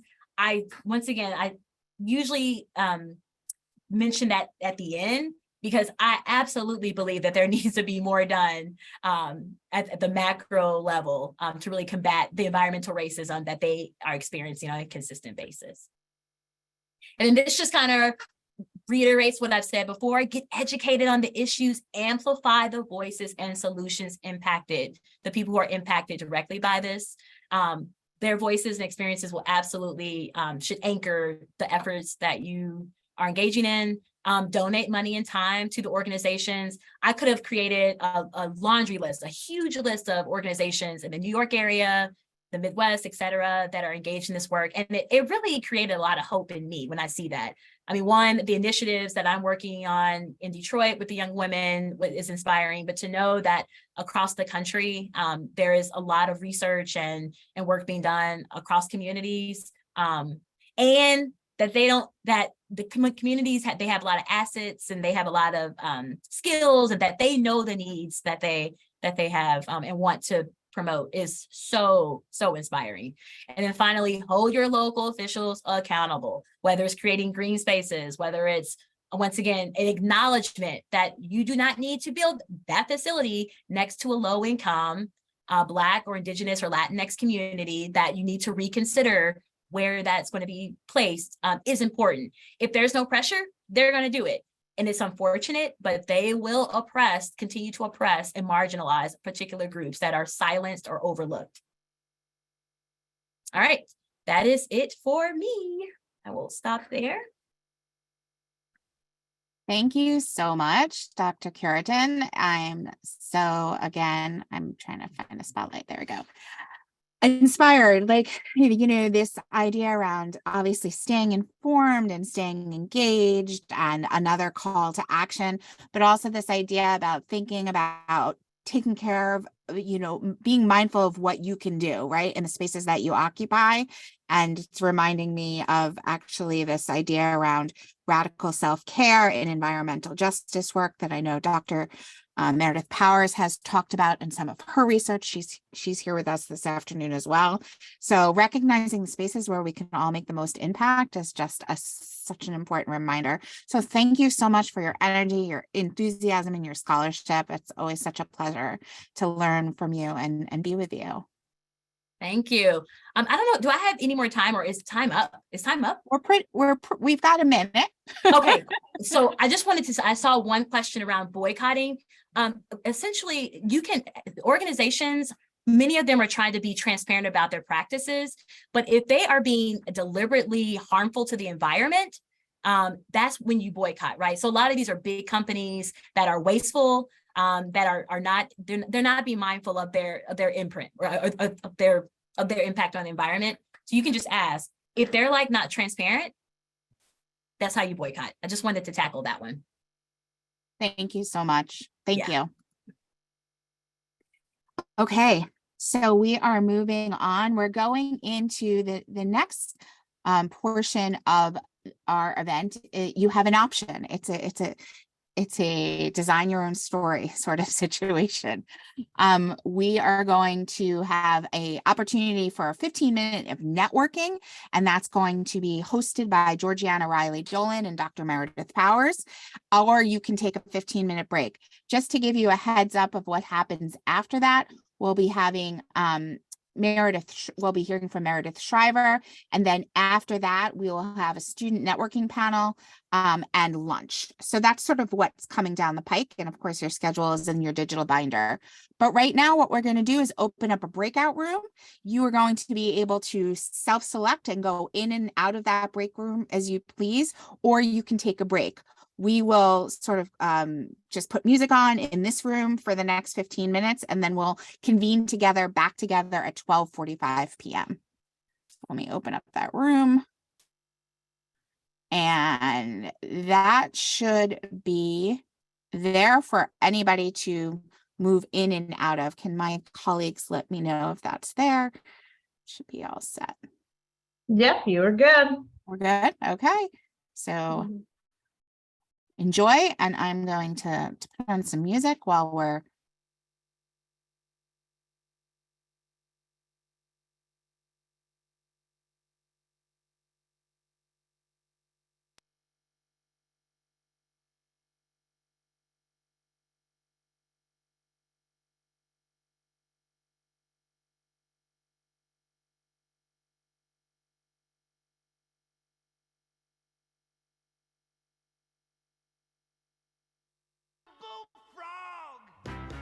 was a good friend of mine. I never understood a single word he said, but I helped him drink his wine. And he always had some mighty fine wine, singing joy to the world. All the boys and girls now, joy to the fishes in the deep blue sea, joy to you and me. If I were the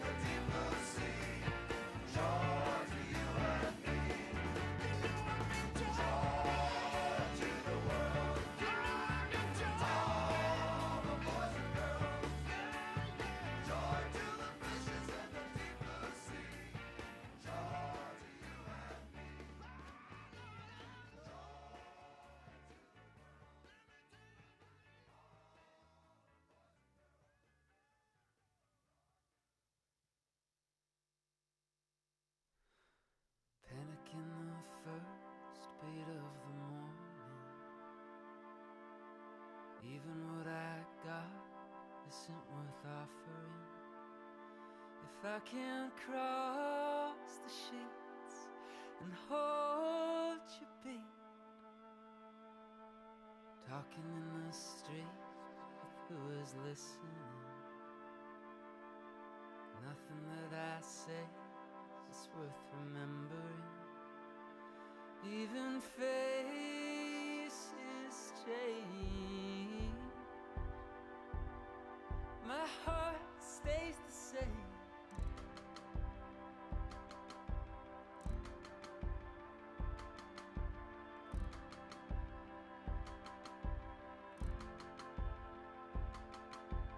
Engine in the sky, won't let the moment go. Following behind, always a second slow. Oh, if I'm far away, am I hearing straight? I'm no voice you want to know. Oh, you've been a forest burning no direction. Caught me sleeping smoke in my protection. Your blackened branches drifting through my water. Are you wrapped up in his arms? I'm rushing faster and faster.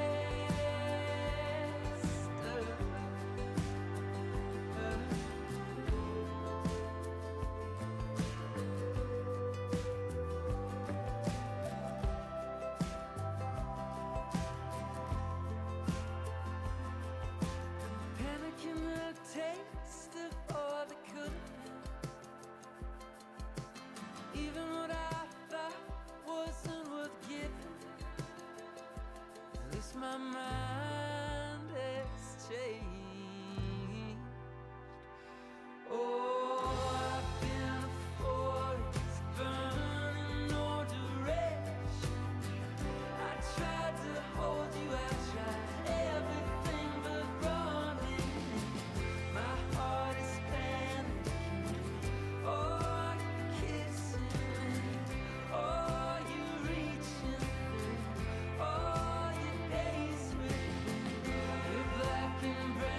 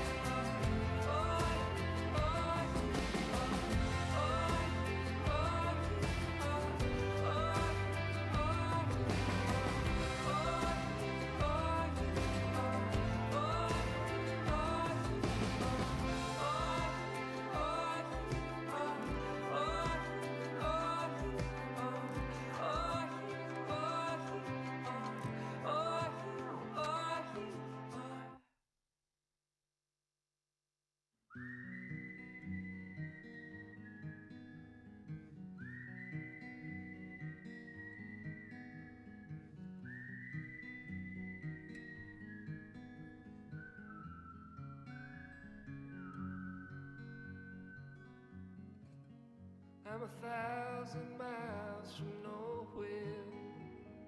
Time don't matter to me, 'cause I'm 1,000 miles from nowhere. And there's no place I'd rather be.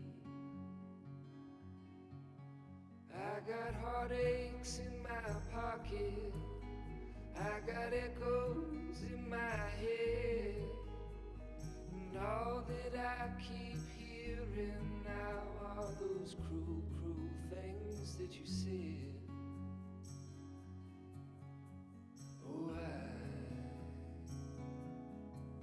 Oh,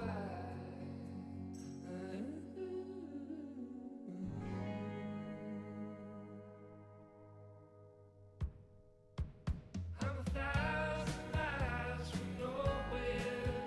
The time don't matter to me, 'cause I'm 1,000 miles from nowhere. There's no place I'd rather be.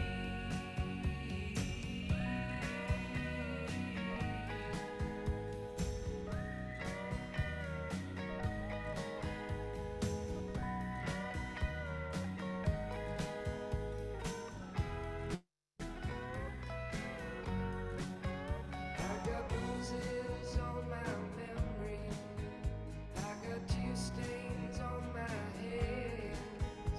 In the mirror there's a vision of what used to be a man. I'm 1,000 miles from nowhere. Time don't matter to me, 'cause I'm 1,000 miles from nowhere. And there's no place I'd rather be.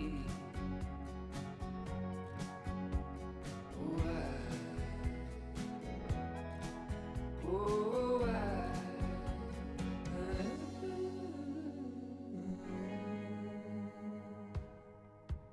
I'm 1,000 miles from nowhere. The time don't matter to me, 'cause I'm 1,000 miles from nowhere. There's no place I'd rather be.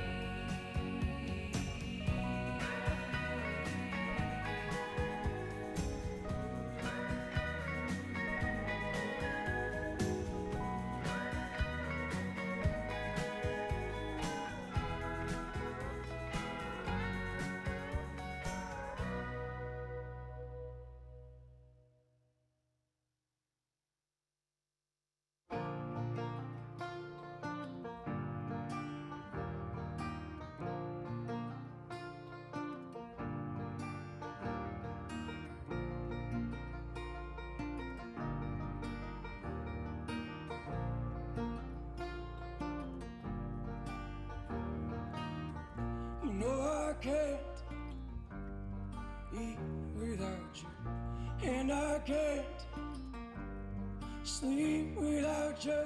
Stay up all night writing songs about you. Take me home, and I spend all my days drinking, so I don't have to spend them thinking. And I know that I won't last long this way.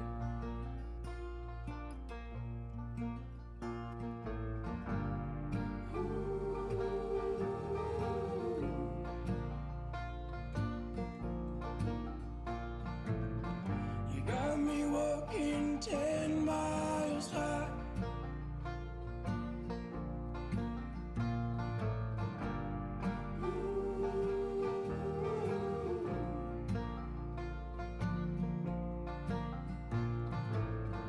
Step off, see if I can fly.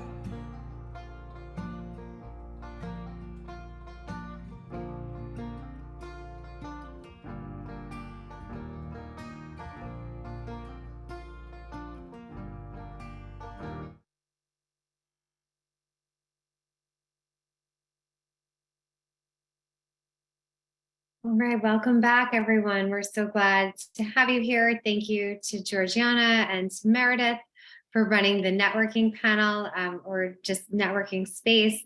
That was one of our main goals for beginning this conference 3 years ago, just to create space to validate each other in this work and come together in collaborative ways to learn from one another and find meaningful connections. So important. And thank you for sharing in that space and helping to facilitate it. Next up, we're excited to welcome Dr. Karen Magruder, an assistant professor of practice at the University of Texas at Arlington School of Social Work, where she created an environmental justice and green social work course. Dr. Magruder holds a certificate in climate change and health from Yale University and is a member of the Climate Reality Leadership Corps and the CSWE Environmental Justice Committee. We're so grateful to welcome you here today. Thank you so much for having me. I'm going to share my screen here. Get started.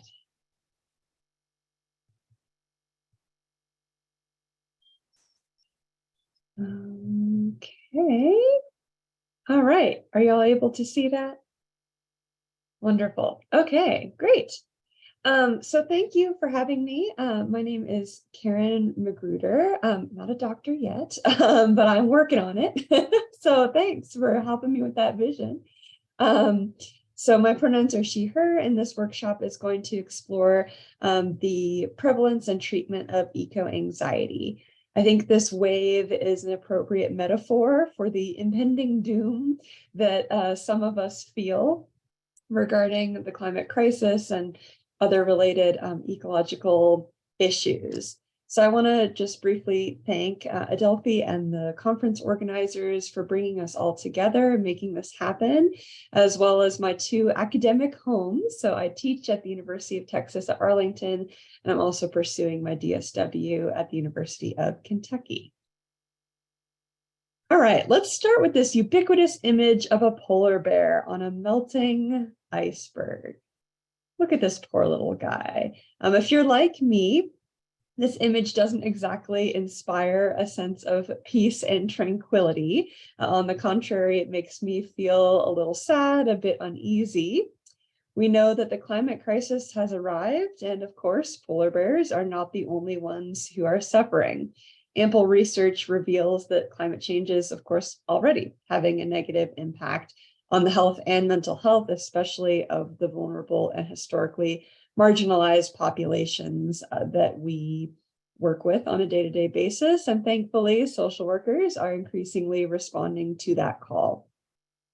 So Oxford defines eco-anxiety. Oh, first I'm going to start with the agenda here. I'm going to define eco-anxiety for y'all. We'll talk a bit about emerging diagnostic criteria and how that all works with the DSM and whatnot.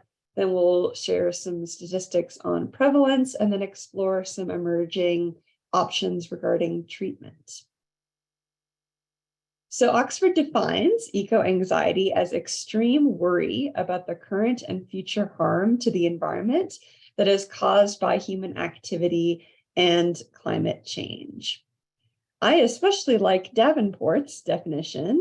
This is from a 2021 Scientific American article, where she said eco-anxiety is a natural response to a threat, and it's a very real threat. So eco-anxiety is, by its nature, future-oriented. It is associated with feeling disturbed, helpless, and frustrated. There's often a sense of despair that's associated with it, and it can be described as subclinical or even reaching, quote, pathological levels, which we'll talk about what that actually means in a moment. So it's not in the DSM. If you look in the TR, right, you're not going to find anything under the anxiety disorders category that is specifically eco-anxiety or even a specifier in an existing disorder. The fact that it's not in the DSM is good news in the sense that it might limit some of the pathologizing, but of course, on the other hand, it also limits options in terms of diagnostics, reimbursement, and some access to care, specializing around this issue specifically. It's usually diagnosed as something else. and I'll talk about some differential diagnoses in a moment. So as more mental health providers are seeing clients that present with issues of eco-anxiety, scholars are working to develop and validate tools that help us reliably measure climate anxiety. Specifically, Clayton and Carazia, I'm not sure how to pronounce that, but they had a real landmark article in 2020 and validating a tool for eco-anxiety. I've personally experienced, eco-anxiety in waves, working as a long-term care ombudsman during Hurricane Harvey in Texas. I really saw that a lot of the long-term care communities, assisted livings, and nursing homes that I worked in were experiencing a lot of issues regarding evacuation from Harvey, and many of the shelters, some of which I volunteered at doing some crisis intervention and resource connection, were ill-equipped to meet the needs of the older adults that were evacuating there. And I felt a lot of fear and anxiety about how is this going to impact clients as these extreme weather events only increase, and how are older adults who are already physiologically vulnerable to heat going to handle the needed home upgrades and electricity bills for air conditioning in the summer when they're already on fixed incomes. So I was already experiencing it, but that would not be diagnosable if I went to a mental health care provider. So some of the other things that we see as clinicians typically with what we would consider to be eco-anxiety could include sleeplessness, intense worry, anxiety, preoccupation about climate or ecological related issues, ever-present concern for your children, grandchildren, or future generations more broadly, feelings of guilt over your own contributions and carbon footprint, or not enough, working towards solutions, eating disturbances, eating too much or too little, having a hard time concentrating on other things, particularly in children. You might see regressive behaviors, even obsessive compulsive elements here. And self-harm can also be a big issue, relying on coping with substances. So the emergence of substance use disorders that are connected to fears and worries about the climate or environmental racism, and impaired daily functioning as well. These are all kind of a cluster, I will say, of symptoms that can point to eco-anxiety when it has that focus on environmental issues. There's a few different things that folks talk about or might see, and I wanted to just lay out some of the differences here. So I've been talking about eco-anxiety specifically, whereas climate anxiety is a subset or a subtype of eco-anxiety that is going to be focused specifically on climate change, climate-related issues. So there are other environmental issues like environmental racism, the disposal of toxic waste, and so forth, that are ecological in nature, but not necessarily as specifically related to climate change. And so climate anxiety is that subset. Eco-grief is more past-oriented, as one of our fabulous earlier presenters talked about. It tends to be more grieving what has already happened, whereas eco-anxiety is looking to the future with that trepidation. You might also have a specific phobia, and for those of us that are working in a clinical setting, you'll be familiar with the DSM criteria around specific phobia, that there needs to be this disproportionate fear to the stimulus. Whereas and I think many other people would argue that eco-anxiety in some ways can be well-founded. It might impact someone's daily functioning to the point where it's not helpful or adaptive, but I think it's up for debate as to whether that really is disproportionate or not to have that fear response. And then seasonal affective disorder is more related to changes in seasons or sunlight exposure, whereas an eco-anxiety is not tied to the seasons. So looking a little bit at prevalence, when I typically present about environmental issues, whether it be in the classroom or in the community, I try to avoid these doom and gloom images like this. It can lead to a sense of increased fear for paralysis. But I think the focus of this talk being eco-anxiety really gives it a bit of a different tone. And I think this captures the crisis nature that a lot of people with eco-anxiety feel when they think about these issues.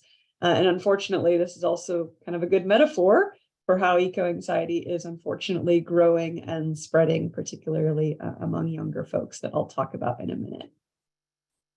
So the lack of inclusion in the DSM could lead to eco-anxiety being misdiagnosed, especially in mental health settings where there need to be those codings for reimbursement.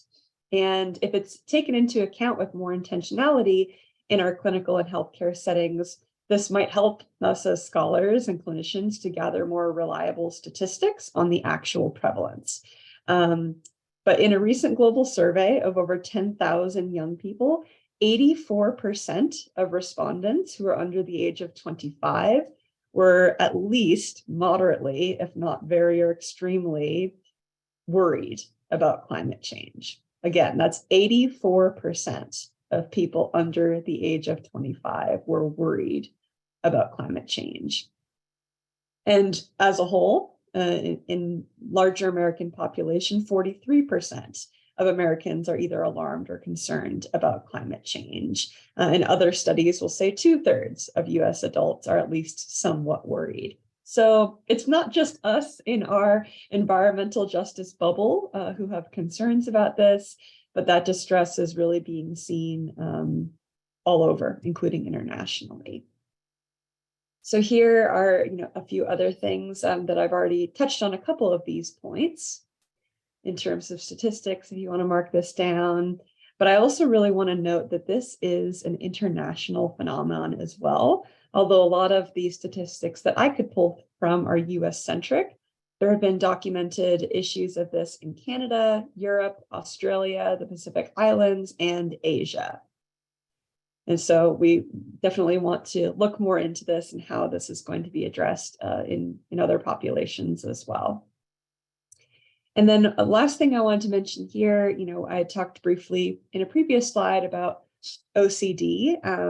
And there's actually been studies that 1/3 of individuals who have an obsessive compulsive disorder incorporate energy saving rationale into their compulsions of things like checking that faucets are turned off or checking that lights are turned off.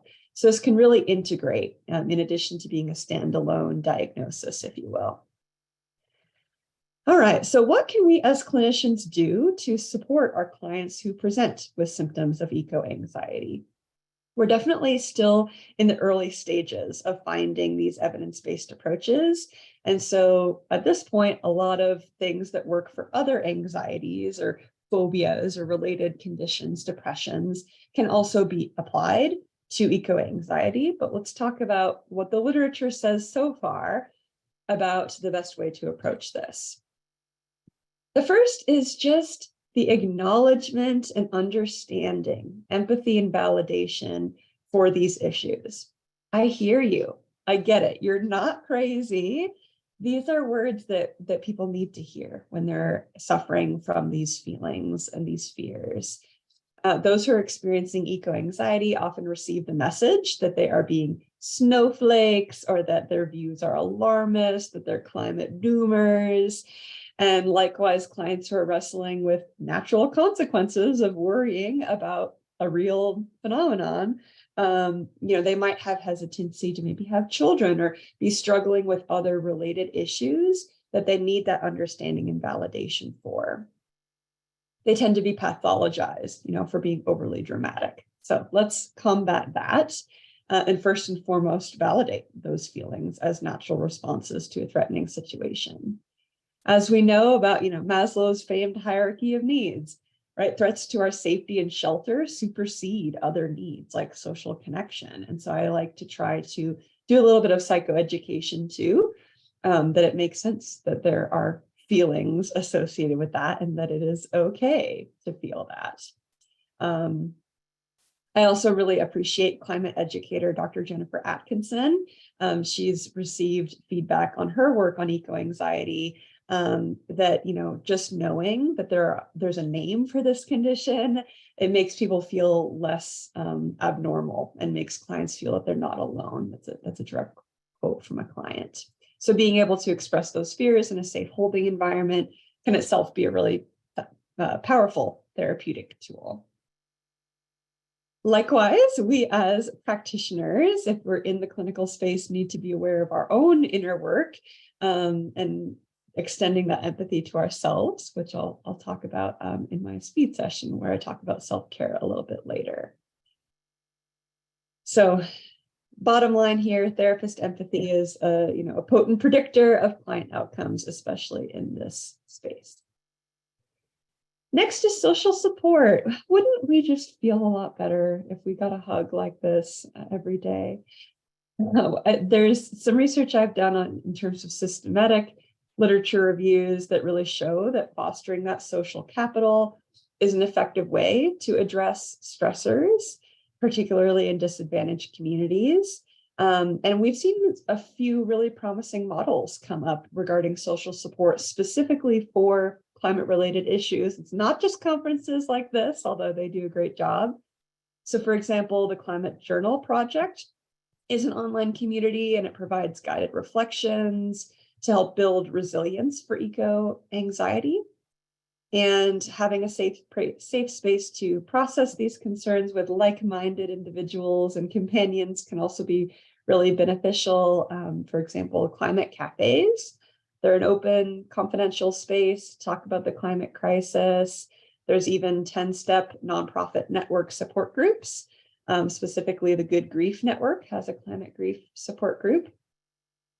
So to wrap up this slide, my question to you is, want to be friends? This is my official invitation for us. I'm surrounded by an amazing group of intelligent and caring, hardworking environmental justice warriors. And I'm just going to say my virtual door is open if you need some encouragement or a corny joke. And I'm sure some of y'all can put in the chat if you're also, open to having that safe space to talk and encourage with each other. Another promising treatment is cognitive interventions. They have been very useful, similar to how CBT has been used and is in evidence-based practices for treating generalized anxiety disorders. They can also be applied specifically to this issue. And so there's been a few tools that have come up, like there's a worksheet I can share that helps you map your eco grief by Davenport. And similarly, we want to work through those 5 stages of grief. One of my colleagues mentioned that in a previous presentation as well. So I agree, I echo that. Another cognitive focus of clinical attention could be addressing moral injury. So forgiving ourselves and others for contributing to greenhouse gas emissions. We can also apply some other therapeutic modalities like acceptance and commitment therapy, particularly if there's things beyond our control, right, that we can't change. How do we address that? As well as existential approaches and trauma work that target eco-anxiety specifically. And then there's also a number of authors who write on this who talk about the importance of cultivating gratitude as a coping mechanism. So given that those with eco-anxiety often have trouble sleeping or difficulty enjoying social situations or interference with working and studying, behavioral interventions obviously hold some good promise for addressing these issues specifically. And so, for example, we want to pursue activities that are pleasurable, enjoyable to us, get us in that flow state, but also avoid things that are going to be unhelpful, like watching the news or other things that may feed into those anxieties in an unhelpful way. So we want to avoid that overexposure with traumatizing images and media, keep that at a manageable level. Another action step that could help minimize feelings of vulnerability would be to develop a climate safety plan, which can enhance our self-perceptions of resilience and mental preparedness. Parents can even put together self-soothing kits for kiddos who are struggling with this.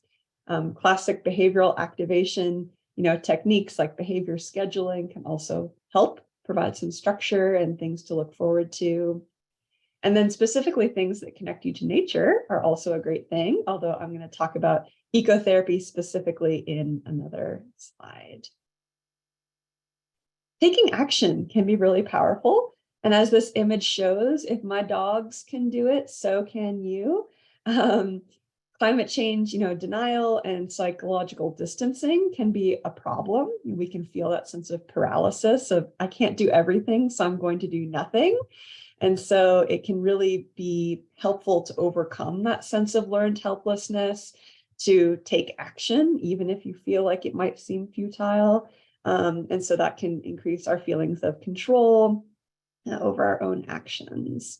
And so the eco-anxiety client might really benefit from that practical motivator and say, okay, this anxiety is filling a function for you, right? It's telling you that you want to do something about it. And so let's say, thank you, brain, for responding to this threat. Let me do some things. I'm going to do what's in my control. And that's it. I can do something, but I do not have to do everything. Let me say that again, because even I need to hear that. I can do something, but I don't have to do everything. So being able to, do things like planting trees, doing policy advocacy, joining a political march. I mean, you all know, right, that there are things that we can do both to reduce our individual carbon footprints as well as to empower others and amplify voices, but you don't have to reinvent the wheel. That's the great news about it, and something that I tell my students a lot, is that you can be a first follower, right? You can join the dance and you can join existing organizations that are already doing great work in the fight by finding out what's happening locally. Although I'm preaching to the choir here, because I'm sure you all are already doing many different amazing things related to this. Okay, I said I would come back to ecotherapy, and here we are. So we want to just, find ways to basically make sure that we are connecting with nature in a positive way. Eco-anxiety can make us feel fearful, to feel like there are, problems and have this negative association with nature. And so if we can have a more soothing connection to natural environments, restoring that can really help us to restore a sense of agency, instill hope, and continue our connection and our commitment, reminding that world that we love, right? And this, I think, can also help us guard against an overzealous or unsustainable response that leads to burnout. So while it is great to take action, we also need to fill our cup and do things that are helping us as well. So there's quite a need for further research here. We want to look at what are some additional evidence-based approaches. Even if I go back to ecotherapy here, there are so many great things happening in the sphere that people maybe don't know about, or that there's not enough clinicians trained in this, and we really want to have that spiritual connection to our outdoor settings. How does horticulture or wilderness excursions, or even mindfulness-based nature meditations, how can those be shared, not just in the ivory tower, but with the broader community as well? I think finding out more about how we can tailor existing evidence-based interventions to ecotherapy and doing studies on that efficacy can really help those of us who have a heart and want to address these issues, but don't really know how to start. That's very important. So those that are in the clinical space, let's find out more about what the prevalence really looks like, how we're going to have better screening and diagnosis of this, and how we're actually going to treat this. I also think it's incredibly important to keep that DEI focus in mind. So we already know that there are disproportionate impacts, that communities that are already vulnerable, marginalized, and face, discrimination are disproportionately impacted by the climate crisis and other ecological issues, right? And so what does that mean for eco-anxiety? We know that eco-grief is disproportionate, thinking specifically about Indigenous communities and so forth. But a lot of the research on eco-anxiety is looking pretty much either at young populations or not being specific to a certain, racial or group or whatnot. I've seen in my experience and with those that I work with that it tends to, I see it presented a lot more among women, but I couldn't find any statistics that verify or disprove that. So we need to basically find out a lot more about this and then amplify the work that has already been done. Well, this has been pretty depressing. If time permitted, I would love to lead you all through another, centering meditation. I know we had a lovely practice earlier, but I think that this cute cat picture will hopefully at least suffice for now, that the importance, again, is to do that self-care. I think of our brains and our energies as a sustainable resource as well that we don't want to deplete. And so while we focus on renewable energy, we also want to make sure that our internal energy, our passions, are likewise a renewable resource, one that doesn't get completely depleted. And so when I think about sustainability in our world, I use that also as a reminder to have sustainability in myself. And so while I want to say yes to things that matter, there's also permission to say no when there are things that are going to stretch us too far, because I want to be a sustainable and renewable resource in this fight for environmental justice.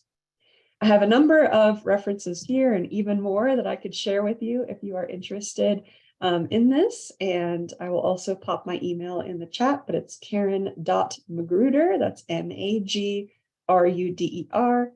@uta.edu.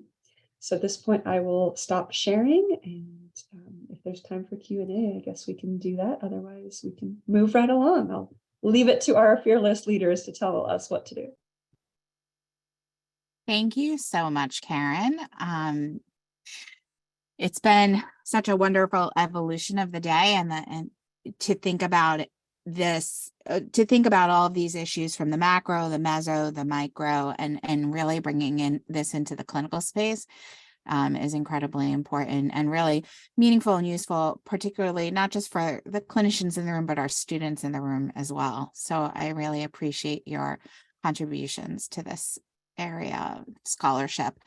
And I wanted to let everyone here know, I mean, I think most of you do, but some of our guests were invited today, but many of our guests responded to our call for proposals and are a result of that, of being here today. So these are voices we might not necessarily have identified ourselves because we didn't know you.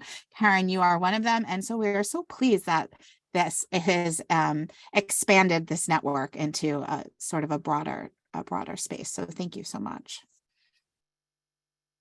Kelly, I will turn it over to you. Okay, thank you, Karen. Great discussion, and I always appreciate that centering of self-care, and thank you for sharing that. While we can do some, we don't have to do all. I'm going to be reminding myself that as well, and hoping that within these collaborations, I know that we will continue moving forward. And so next up, we have a choice available for you. And so we're really fortunate for the second year in a row to have Dr. Claire Luce running a student networking panel. This is a really wonderful opportunity. We have a lot of students who come to the conference and are curious about how to engage in social work and ecological justice. And so I'd like to particularly thank Sarah Rochelle and Taylor Coates for joining us and joining Claire in the conversation. So just like last time, you're welcome to join in a breakout room with those speakers, or you're welcome to take a break and hopefully, no matter which you choose, you continue to stay restored and caring for yourself while we're in this space together. All right, thank you all. Thanks, Kelly. So we've opened up the breakout rooms. We'll close them in a half an hour and choose your own story, whether you're networking or going to get some lunch or some fresh air. Thank you, everybody.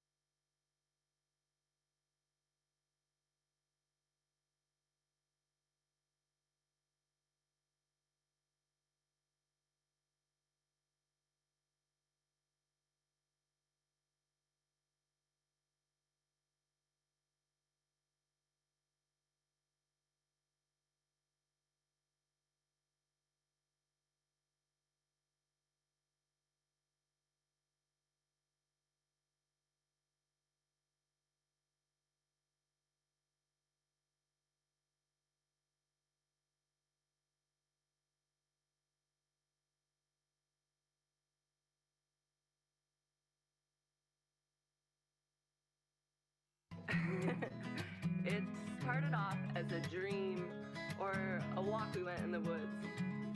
In the moon of the budding trees, I was gifted new eyes to see all of the shifting shape and ways you can be. Wake the dreams into realities. Wake the dreams into realities. Sunset diamonds trickle down our cheeks. The language of no words is how we speak. Pachamama spinning firelight and a little bear singing by the fireside. Out of the city with the wind on our necks. Check, that's us whistling up on your neck. Moonlit diamonds sparkle into my mouth. Feels like hunger and it tastes like salt.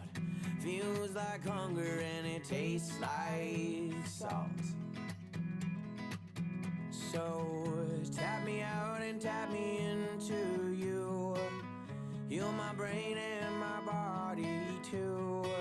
Balance my chemistry, hydrate these cells, cause the body talks and meditation helps. The body talks and meditation helps.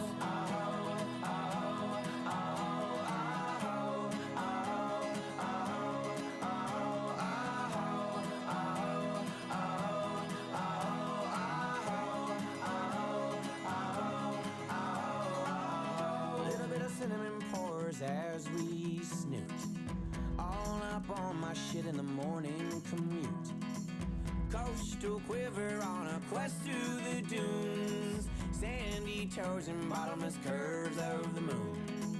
Heavy lifting for Pele's children. Hand of the goddess soaking cliffs keep building. Plate is full but appetite has dwindled. I feel a little sick so I keep the fire kindled. You the pillar steadfast light of bravery. And I the dimly burning candle still shaking. Riddle fear quiver my bones so easy. Well you're the guru now so visualize healing. Yeah you're the guru now so visualize leaving. Let her go for she can no longer feed you. And many children need that monarch creature. Just barely missed you, I was finally ready. But you were long gone, too much heavy history. Yeah, you were long gone, too much heavy history. Let go of blame, that shit will never serve me. Bless other men, investigate your mystery. So tap me out and tap me into you. Heal my brain and my body too. Balance my chemistry, hydrate these cells, cause the body talks and meditation helps. The body talks and meditation helps.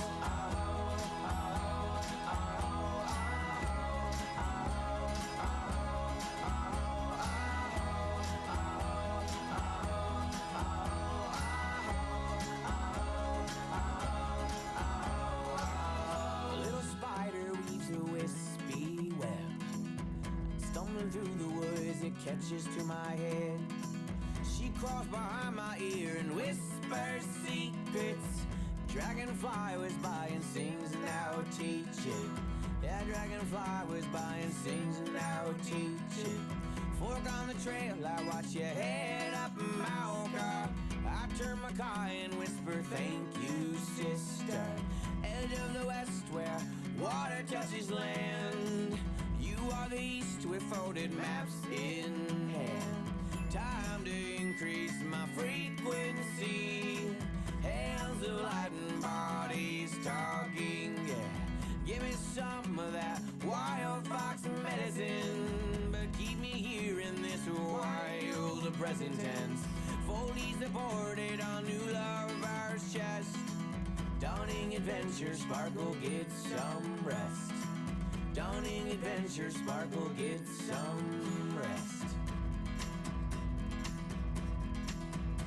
So tap me out and tap me into you. Heal my brain and my body too. Balance my chemistry, hydrate these cells, cause the body talks and meditation helps. The body talks and meditation helps.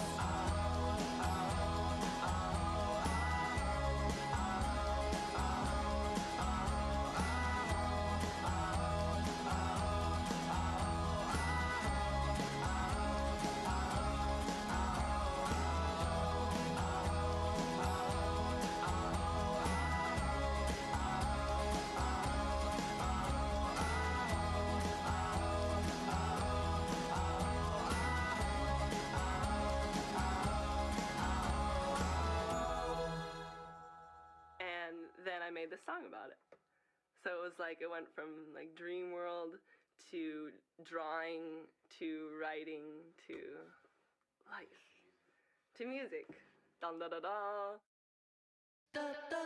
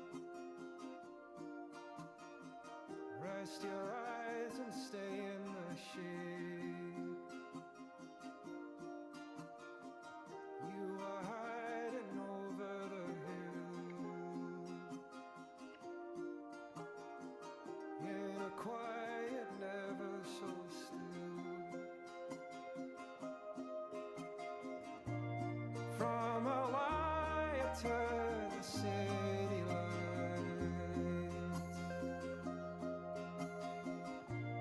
Somebody told me to believe in better times. From Hawaii to the city lights. Somebody told me to believe, to believe.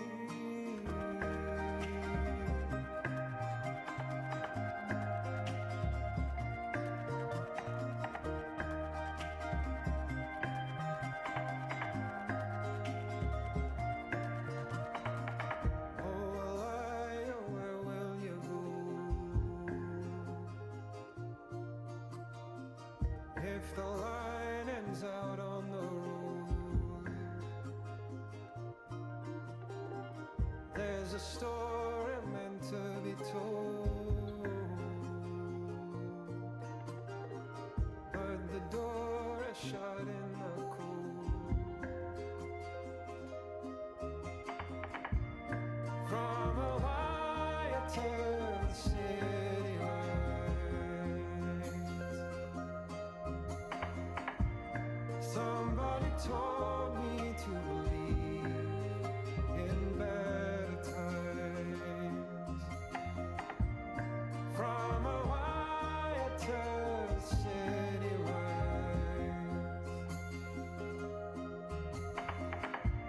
Somebody told me to believe, to believe.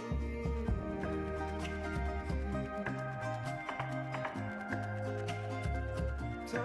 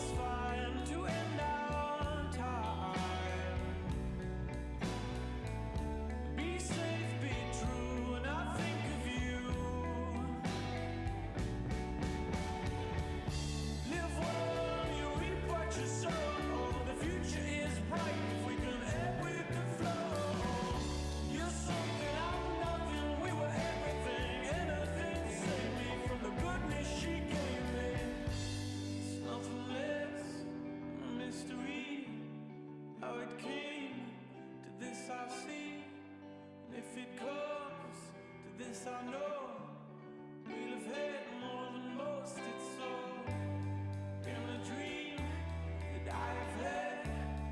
We departed and did what we had started, and I pray it doesn't come to that. If it does, thanks for the love we had. Live well, you reap what you sow. The future is bright if we can ebb with the flow. You're something, I'm nothing. We were everything, anything. Save me from the goodness she gave me. Live well, you reap what you sow. The future is bright if we can ebb with the flow. You're something, I'm nothing. We were everything, anything. Save me from the goodness she gave me. Yeah, 4 actually. Okay. Okay, so I kind of want to tell the story of this song. It started off as a dream or a walk we went in the woods. In the moon of the budding trees, I was gifted new eyes to see all of the shifting shape and ways you can be. Wake the dreams into realities. Wake the dreams into realities. Sunset diamonds trickle down our cheeks. The language of no words is how we speak. Part your mama spinning firelight, and a little bear singing by the fireside. Out of the city with the wind on our necks. Check, that's us whistling up on your neck. Moonlit diamonds sparkle into my mouth. Feels like hunger and it tastes like salt. Feels like hunger and it tastes like salt. So tap me out and tap me into you. Heal my brain and my body too. Balance my chemistry, hydrate these cells, 'cause the body talks and meditation helps. The body talks and meditation helps.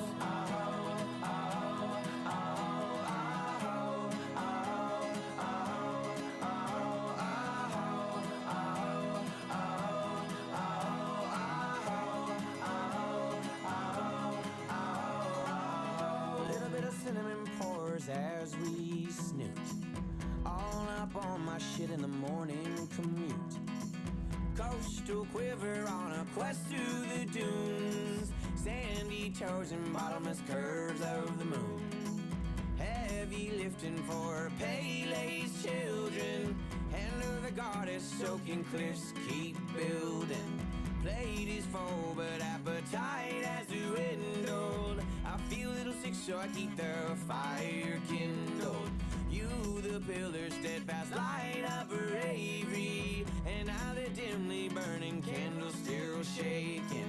Riddle fear, quiver my bones so easy. Well, you're the guru now, so visualize healing. Yeah, you're the guru now, so visualize leaving. Let her go, for she can no longer feed you. And many children need that monarch creature. Just barely missed you, I was finally ready. But you were long gone, too much heavy history. Yeah, you were long gone, too much heavy history. Let go of blame, that shit will never serve me. Bless other men, investigate your mystery. So tap me out and tap me into you. Heal my brain and my body too. Balance my chemistry, hydrate these cells, 'cause the body talks and meditation helps. The body talks and meditation helps.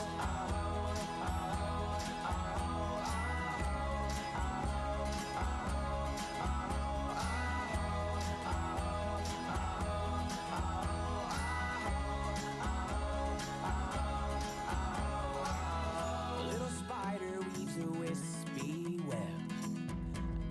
through the woods, it catches to my head. She crawls behind my ear and whispers secrets. Dragonfly whiz by and sings and I'll teach it. Yeah, dragonfly whiz by and sings and I'll teach it. Fork on the trail, I watch you head up my old car. I turn my car and whisper, thank you, sister. Edge of the west where water touches land. You are the east with folded maps in hand. Time to increase my frequency. Hands of light and bodies talking, yeah. Give me some of that wild fox medicine, but keep me here in this wild present tense. Foley supported on new lover's chest.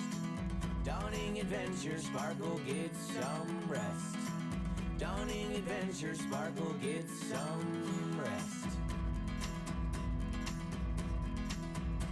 So tap me out and tap me into you.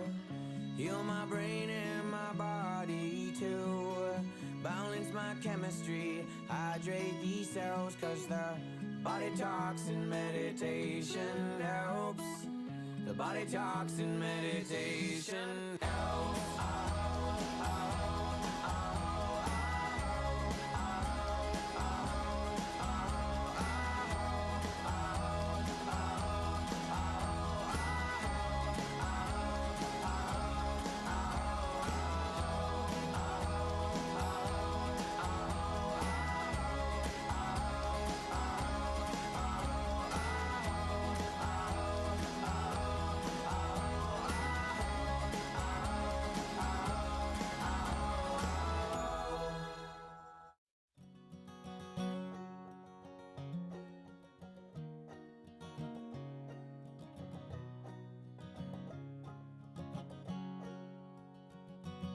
I'm wondering if you'd go wandering with me through the wilderness and woods to where the winds are blowing free, through the darkness of the night, heading toward the morning light.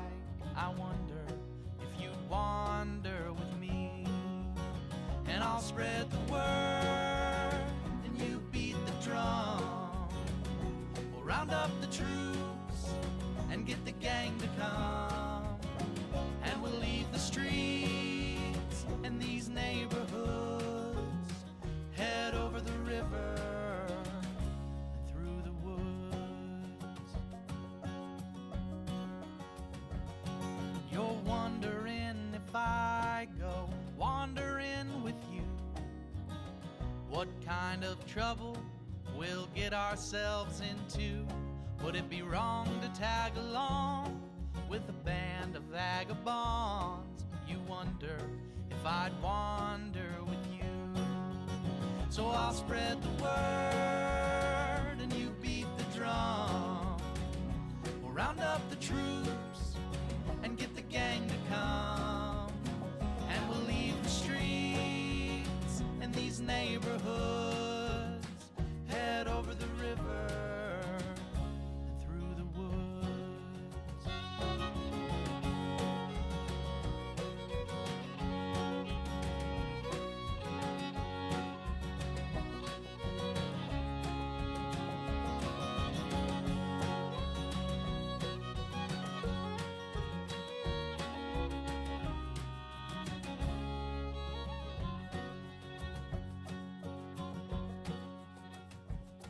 I'm wondering if you'd come wandering my way, if you ever get lost or if the trail leads you astray. The music of the pack can always bring you back. I wonder, can we wander away? And I'll spread the word and you beat the drum.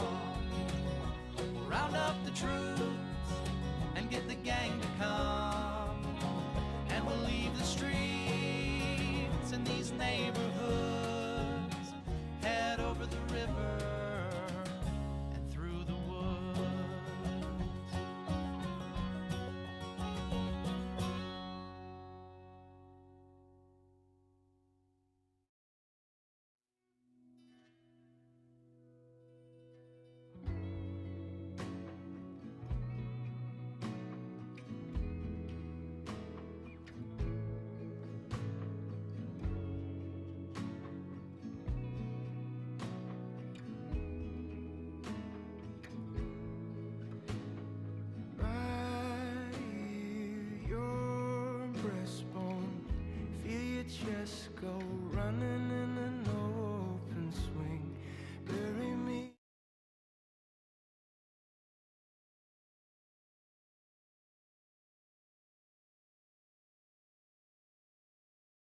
Okay, welcome back, everybody. Welcome back. I hope you had a restorative. Oh, let me close the breakout rooms. We only have half our people here. Sorry, I thought they were closed. Let's wait a few more minutes. Monica, yes, to your question, I will.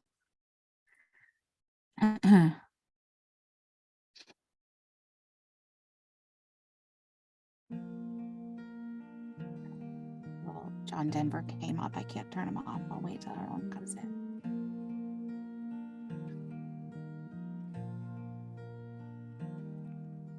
Sunshine on my shoulders makes me happy.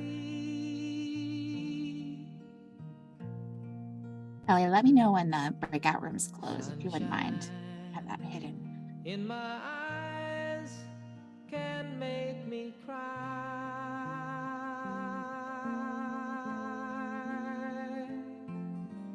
Sunshine on the water looks so lovely. 10 seconds.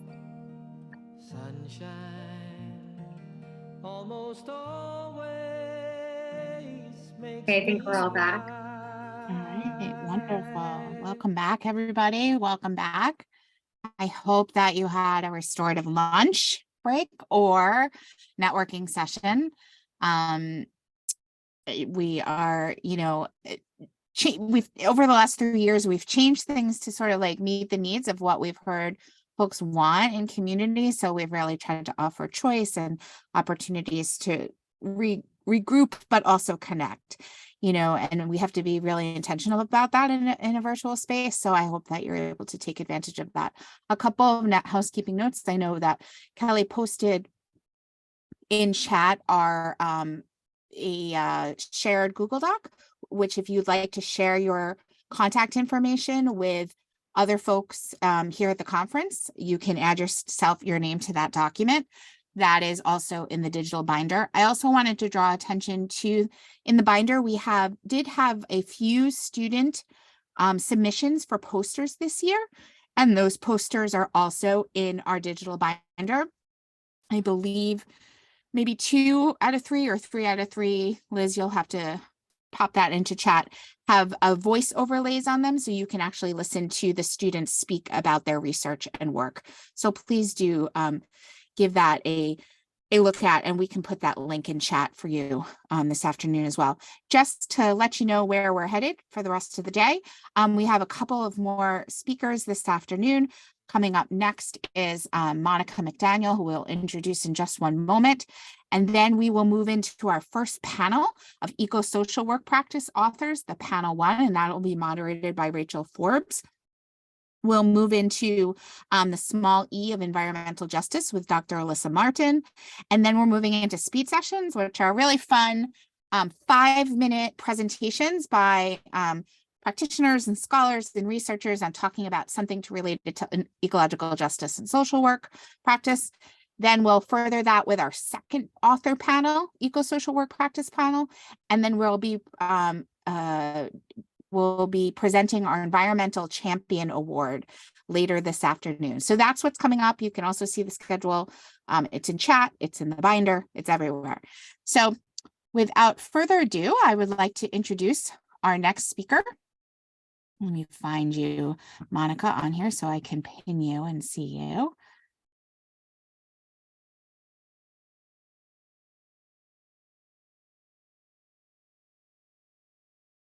Okay, all right, welcome. So Monica McDaniel is the Sustainability Officer at Augsburg University in Minneapolis, Minnesota. She's a dedicated community builder who works in partnership with youth and adults to facilitate co-created action towards positive change. Monica holds an MSW from Augsburg University, where she explored the impacts of social, political, and economic systems of oppression and privilege in public policy and organizational development within food and environmental systems. Just a little thing right there that you're doing. She's a licensed graduate social worker, and prior to coming to Augsburg, Monica held leadership roles at organizations in rural, urban, and suburban communities in Minnesota. She obtained her BA at Linfield University in Oregon and studied at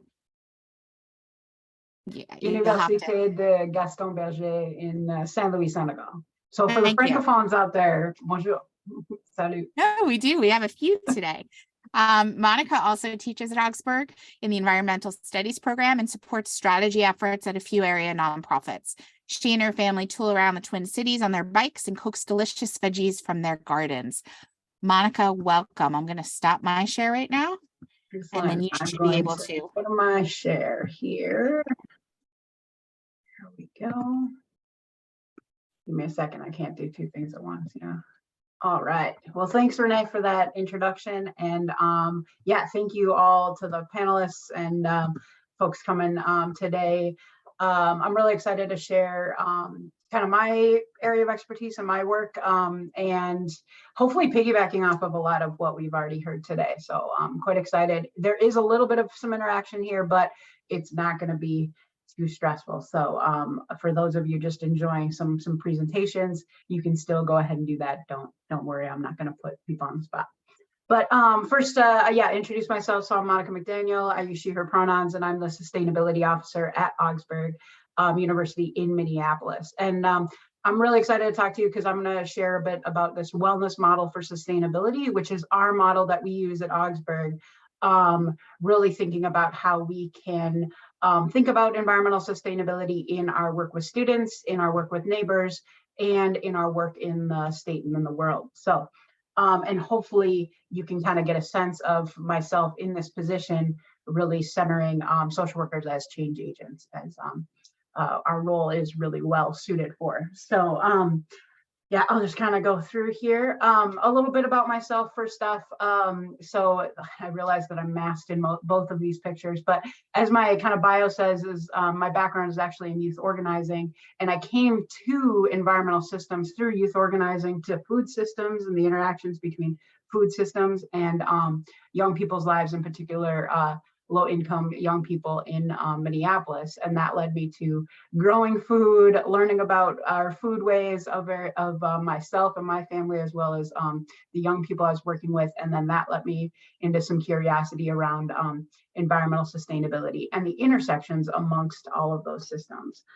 So you can see right there, there's a nice picture of a farm I used to work at where we did sustainable practice growing. I also am a year-round bike commuter. So yes, Minnesota is a very cold state. We have still snow on the ground. We got another couple inches yesterday. And I do enjoy biking at year-round. It's a challenge, but fun. And then I also get to work in my role. I am an administrator. I get to think about, policy at an institutional level, but I also get to tool around, as you can tell, on city transit with awesome students. So quite a fun dynamic role that intersects a lot of the different levels of what we think of in social work, micro, meso, and macro. And that's what I'm going to kind of explore today, and how we think about connecting them. And that quote that's in the scribble down there is a quote by Octavia Butler, but it's in the hand and signature of Adrienne Marie Brown, an excellent advocate, writer, thinker in our age. And the quote is, "There's nothing new under the sun, but there are new suns." And Adrienne Marie Brown is a speculative, Octavia Butler is a speculative fiction writer, and Adrienne Marie Brown really thinks about speculative fiction in terms of the social justice work that she's involved in. And I really appreciated this quote because it took me a few months, embarrassingly, to think about what it actually meant. I was like, oh yeah, think about, yeah, nothing new under the sun, of course, but there's new suns. I'm thinking science fiction. But actually, if you think about scientifically in astronomy, and obviously I'm not an astronomist, so it took me a minute, is there's actually new suns that are born every day in our extended universe, in the galaxy, in the world, in the outer space. And that one, the realization of like how much time it took me to realize that that new suns are created all the time is about kind of what I realize when we have to think about things in new or old ways.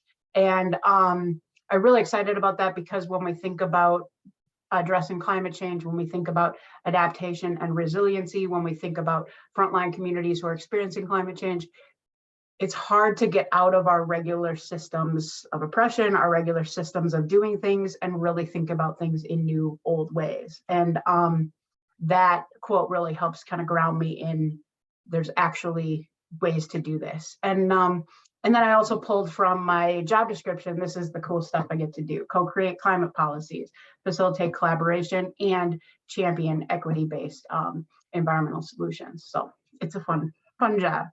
But to ground ourselves, so I am coming to you from Minneapolis. I'm not on the Augsburg University campus right now, but we are situated in Minneapolis on unceded territory of the Dakota people, also the trading ways of the Ojibwe and Ho-Chunk people. That's really grounded in our work and how we think about environmental sustainability, as well as the folks that we work with. And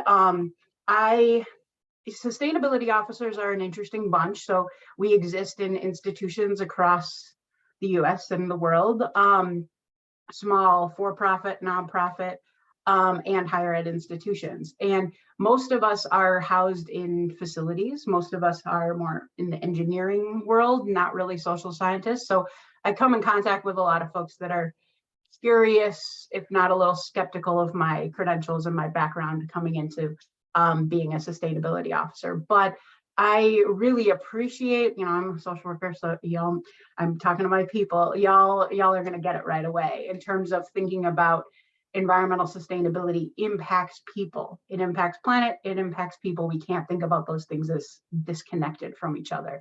So I really think about that and appreciate that I am housed and officed in our civic engagement office. And we focus on civic engagement, leadership development, political action, and participating in our community. So we really think about how our students are engaging in our neighborhood, thinking about how the institution acts as a neighbor, and that really informs then the work and the policies that we think about in terms of environmental sustainability at Augsburg.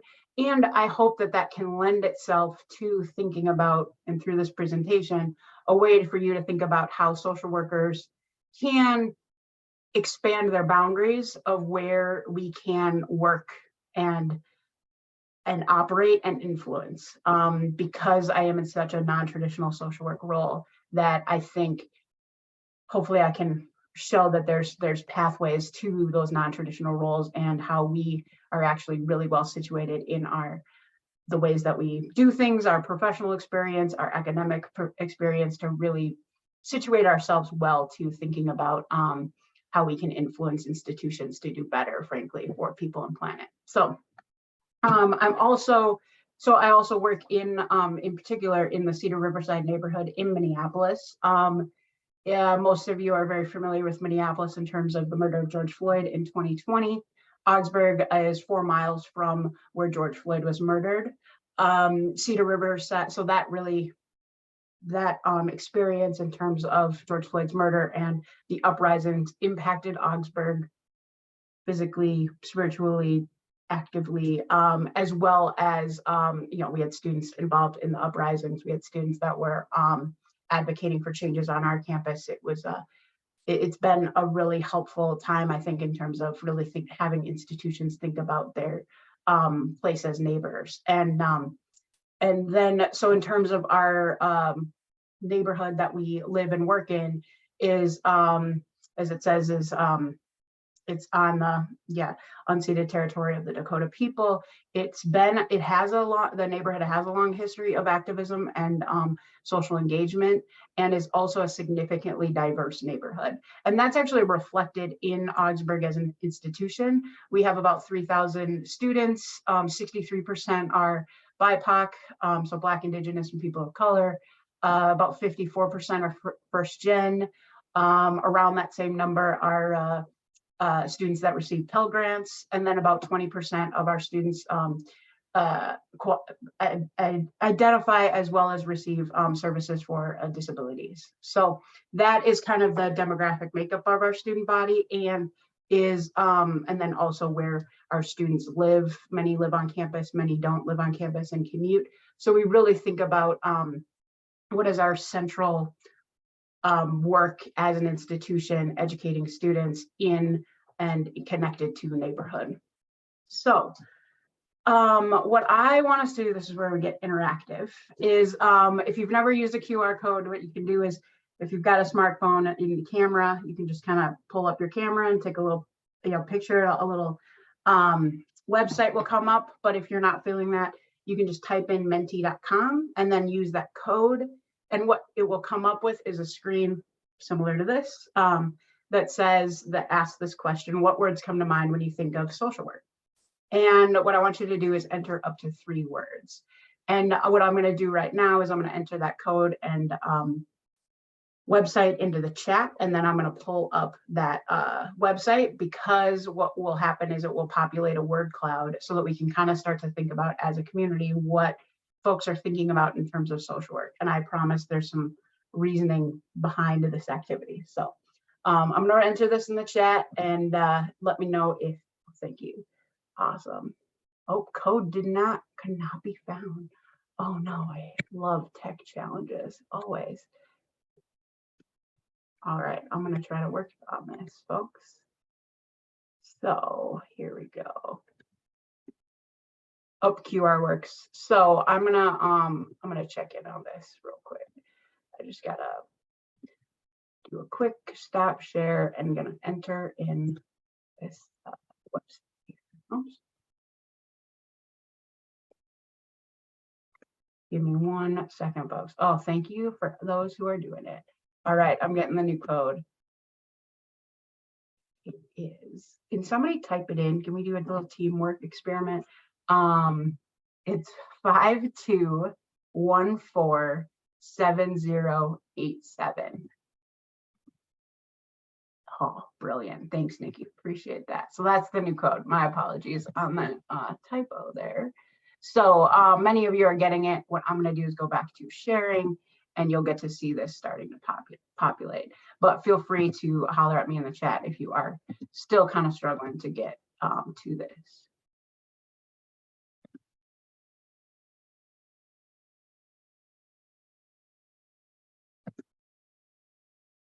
Awesome. It looks like folks are getting it. Cool. So feel free, this will just keep kind of populating. Of course, it takes a minute to like go up to the satellite and pop down. So if you don't see your word up there, it'll come. And so in this, what you're seeing is the bigger words are ones that are used more often. And then the smaller ones are maybe 1 or 2 people have written those. So what I want you to do is as you're typing, or if you're done typing your 3 words, just kind of start to read some of these, and just kind of start to think about what you're seeing, if there's something surprising, if there's something that is standing out to you, if you're like, oh yeah, this totally makes sense, or if some people are like, oh, I don't know if this is us, but this is fun. I'll take a minute also to read things here. Cool. So I'm going to give you about 30 more seconds to just kind of read through, and take a little time. Y'all are coming up with some good words. I do have to shout out paperwork. I'm sure others are. I'm surprised that that's not bigger, actually, but that's a good one. All right. So now what I'm going to do is I'm going to have to do the stop share again, but I'm going to move to our next word cloud here, and we are going to do the same thing, but with, and I'm going to make sure that the code works. So give me a second. What you can start to think about in your mind is the next question. And we're only doing 2 of these. So we did social work. Now, what words come to mind when you think of environmental sustainability? And I'm pretty sure the code's wrong. So I'm going to enter in the code in the chat again. I'll do the whole website here. So, and for those of you already in the site, it's just this next slide. So you should be able to find it fairly easy. But here again, oh, that's the Q&A. Chat's coming up here. Oh no, there we go. All right, here is the one you want to go to for the code. And I'm going to pull it up again, and you can use your QR if folks are into that technology. I know not everyone is, but here's what we're going to do for our next one is what words come to mind for thinking about environmental sustainability. So I'll give you a little bit of time to either through the chat, enter in the code, and again, remember what's on there, code wrong, but in the chat is correct in terms of that website. The QR should be on point. So I'll give you a second to get loaded and back to that website and answering this question, and then I'll pull up our word cloud.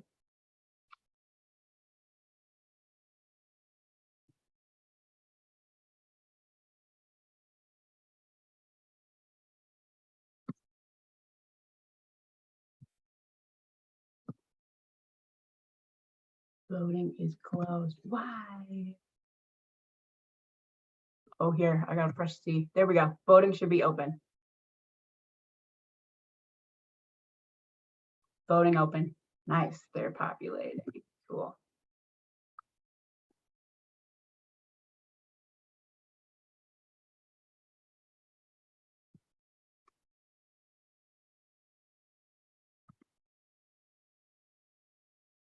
Ooh, there's some good ones here. So as you're, and feel free to enter your 3 words. Obviously, if you can't limit to one, that's totally fine. I'm that type of person. But yeah, populate away, add some words of what you're thinking about, and we'll do another like 30 seconds, and then we'll what we're going to do is compare these 2 word clouds. So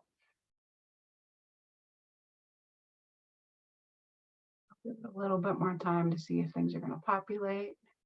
But what I want you to do now is, do the same thing that we did last time with the social work one, is what words are coming to mind, kind of look and seeing what folks are writing up, seeing how you agree, disagree, anything surprising, right on, totally agree with,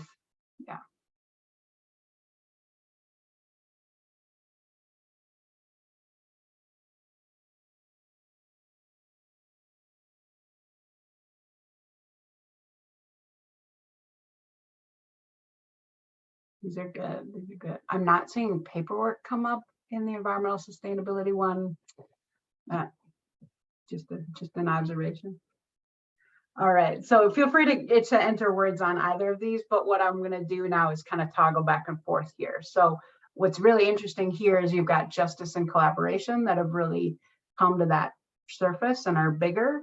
And then on this other one here, which, let's see if I can toggle back. Oh, no, I'm struggling with my technology here. There we go. On the social work one, I'll make this bigger, is we've got justice and advocacy, empowerment, social justice coming up as some bigger ones. So again, I'm going to kind of stay on the social work one. It'd be nice if I could figure out technology-wise side by side, but again, I'm kind of a low-tech millennial, so I apologize about my not ascribing to my generation's awesomeness with technology. But here's a social work one. Collaboration is there, and we saw collaboration in the other one, which is really interesting in terms of, so if you saw that collaboration, there's the collaboration in environmental sustainability. But what as I kind of toggle back and forth, and as you're thinking about things, if you could, a couple brave people either want to come off mute or want to in the chat share what maybe some observations between these 2, and it could be just a word or a sentence.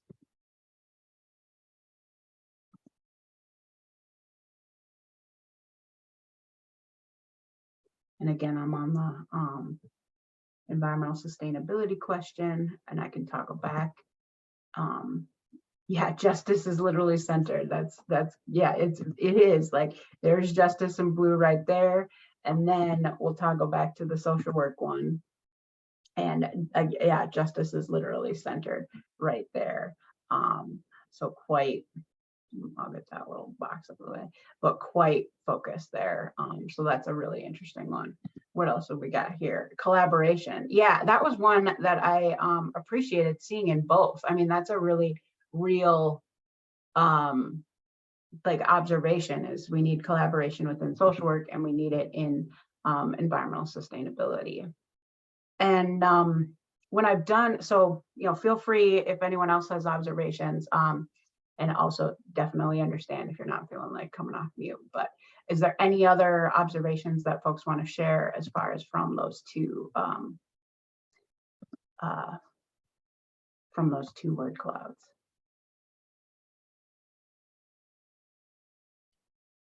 But when I do this in class, it's really interesting to have students share what they think social work is and what they think environmental sustainability is.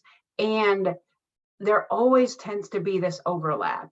And what I really appreciate is there's now, as I've done this over the last couple of years, is there's become much more of a gravitational pull for social workers to see environmental sustainability as part of their work, and not just folks that are, say, in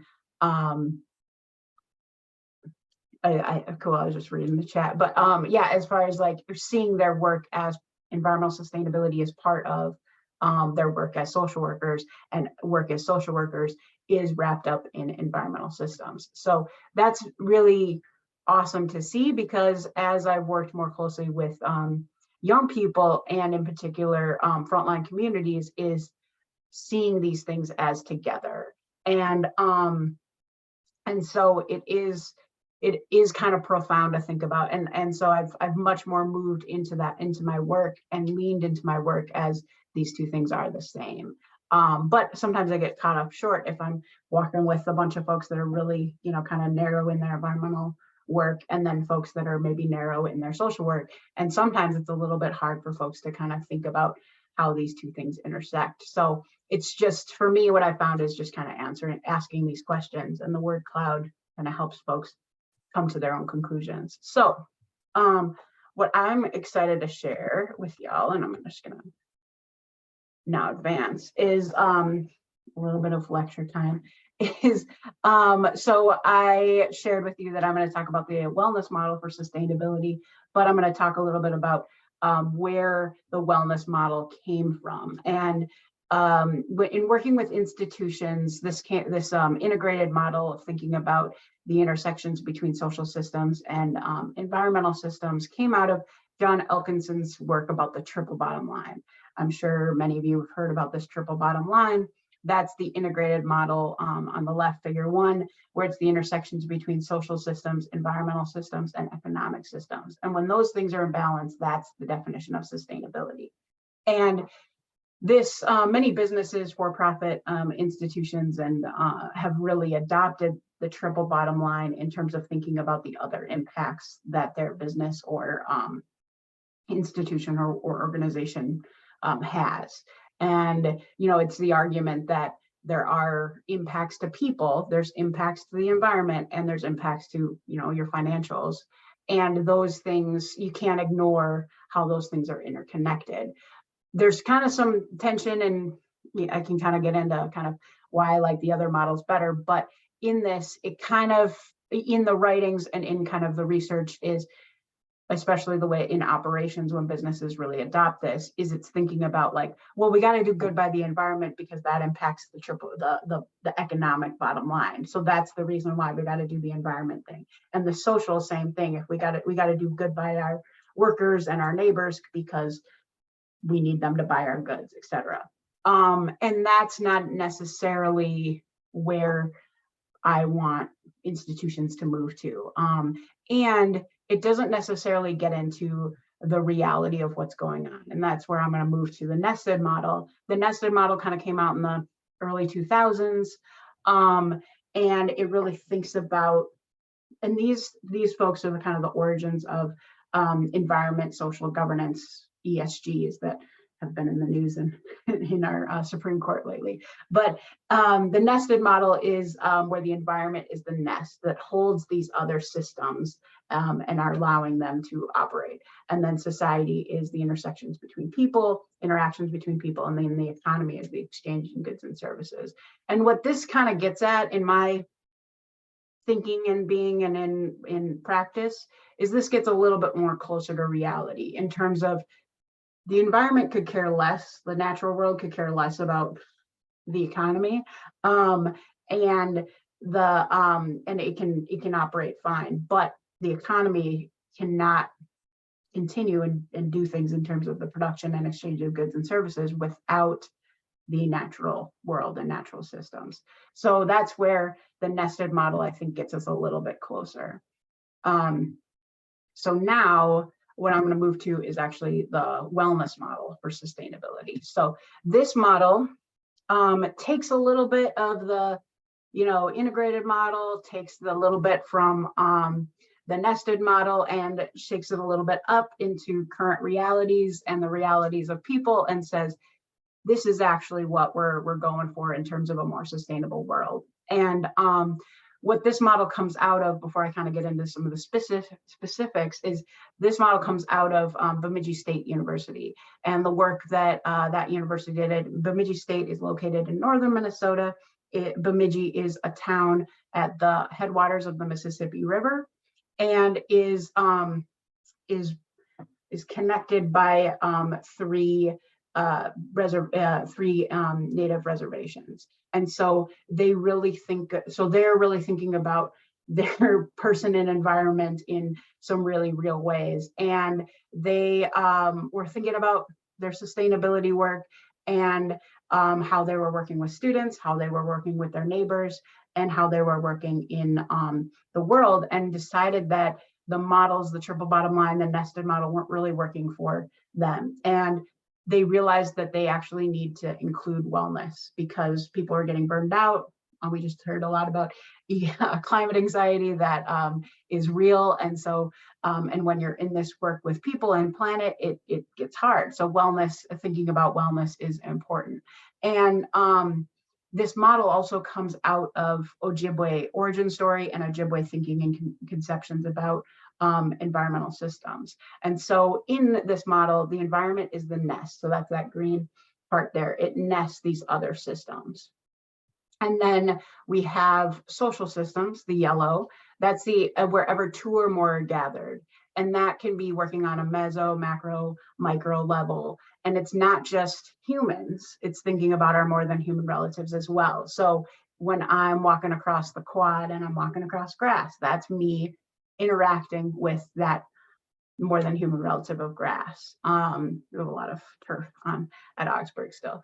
And then economic systems in red is the exchange of goods and services, not just capitalism that we're pretty used to in the US here, but thinking about the exchange of goods and services. So as I'm walking across that quad, it's also about the exchange of gases between me and the trees in order for allowing me to breathe. And so that, and it's also, actions of mutual aid. It's again, not just thinking about human exchanges of goods and services, it's our more than human relatives and interactions between the natural world.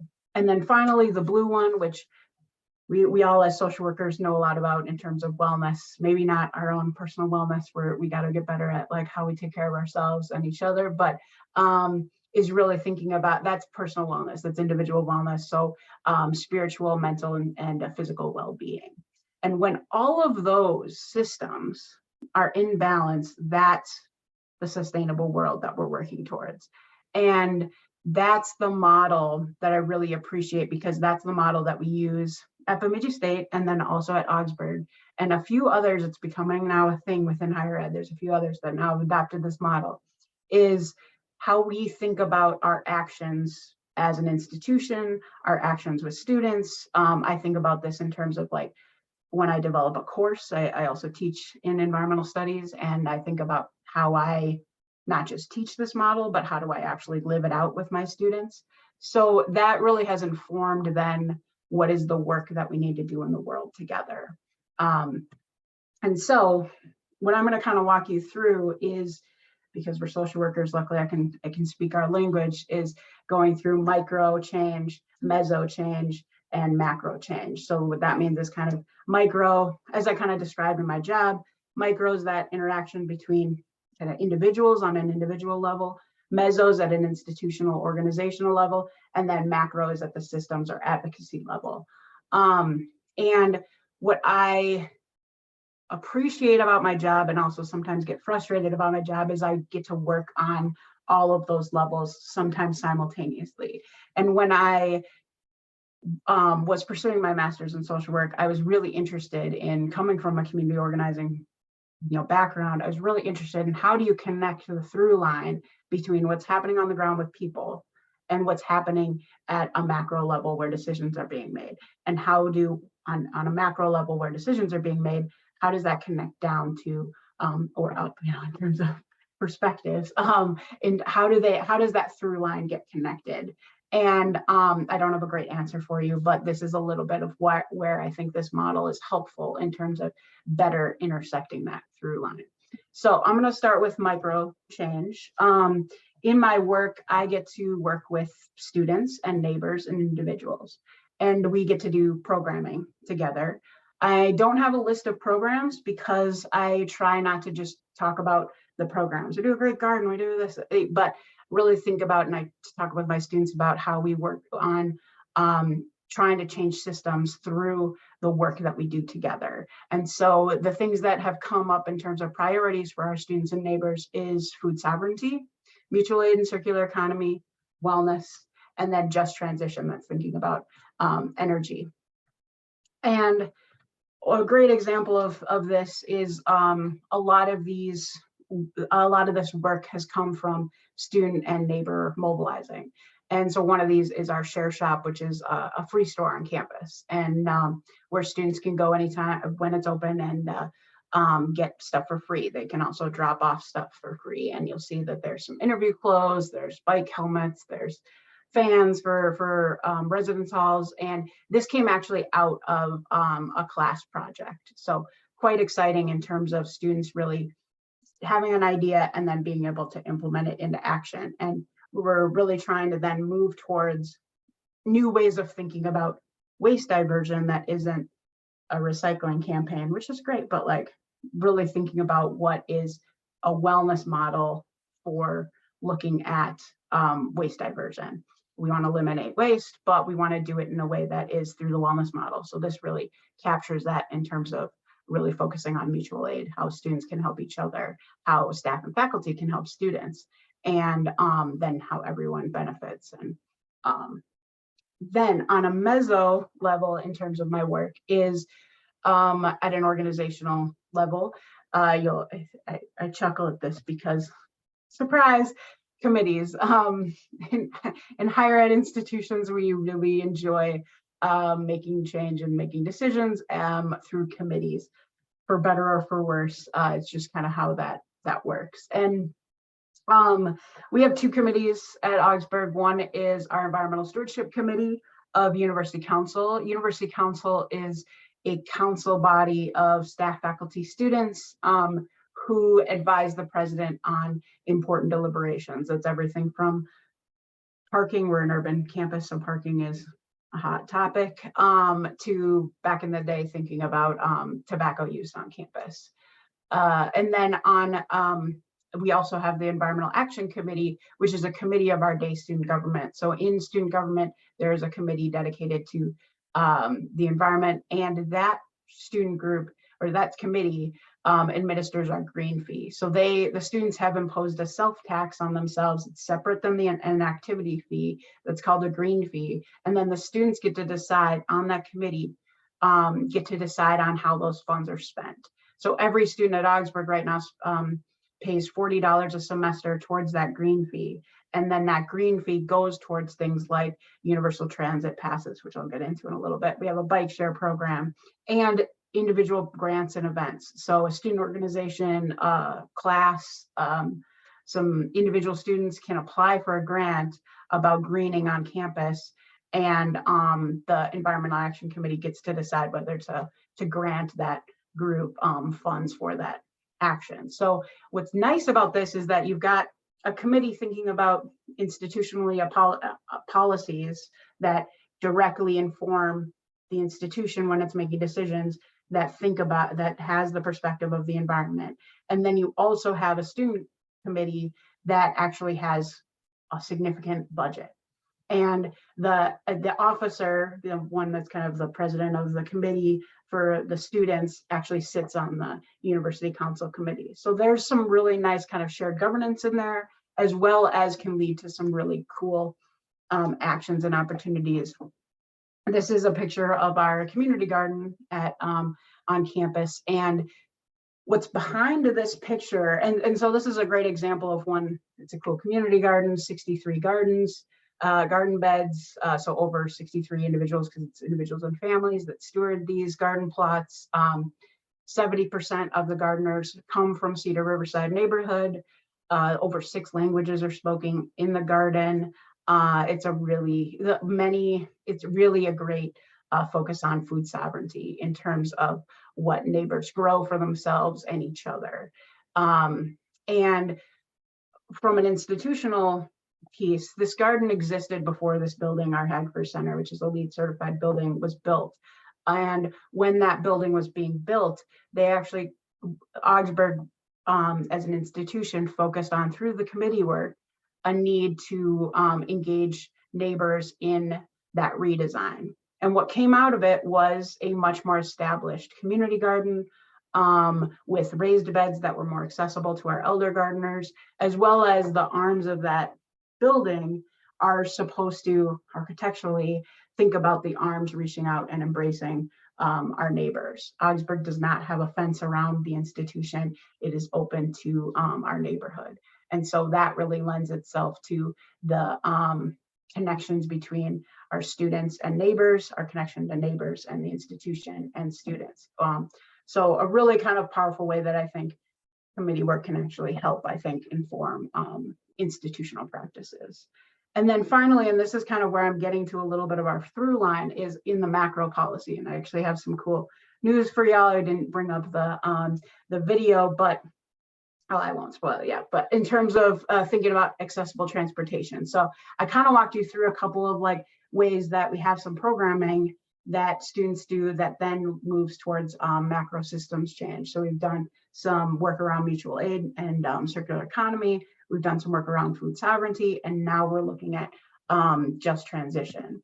And here we are doing this is part of the committee for the student committee that administers the green fee, is they have decided to fund universal transit passes. So every undergraduate student that pays into that green fee gets an all-you-can-ride transit pass, and it's for anywhere, riding city buses throughout the Twin Cities.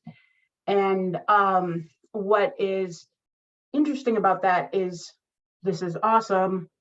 This is a great transit equity piece. And in terms of thinking about this on a city or statewide level, is it intersects with the need for transit.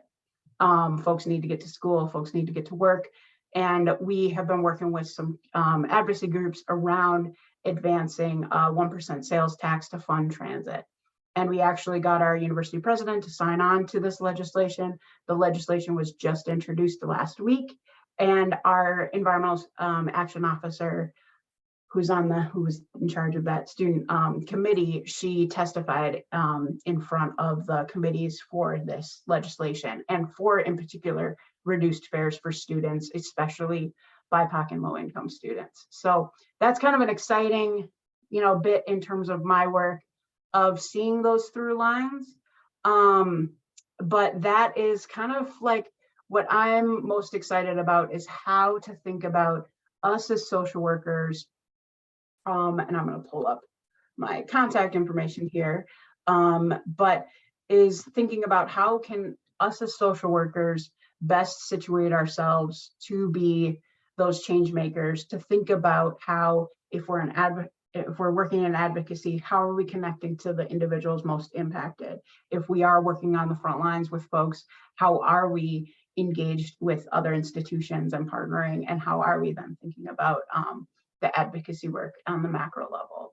And I think my argument is that we can do this. It's also something that if you are existing in institutions, whether of higher ed or for-profit, nonprofit, is who is your sustainability officer if you have one?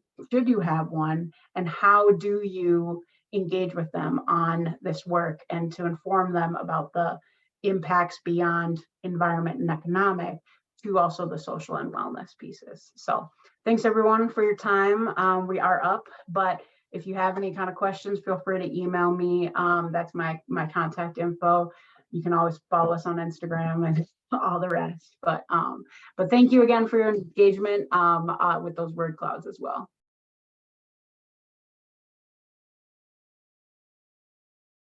Thank Thank you so much, Monica.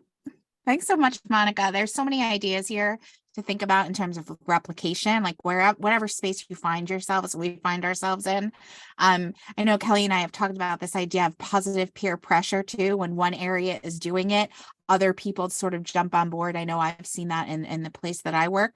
So this was reminding me of that as well, Monica. So it's super exciting. And I appreciate your consideration and thinking about your stewardship and your opportunities and your positionality and how you're able to use that to impact change. Yeah. So Kelly.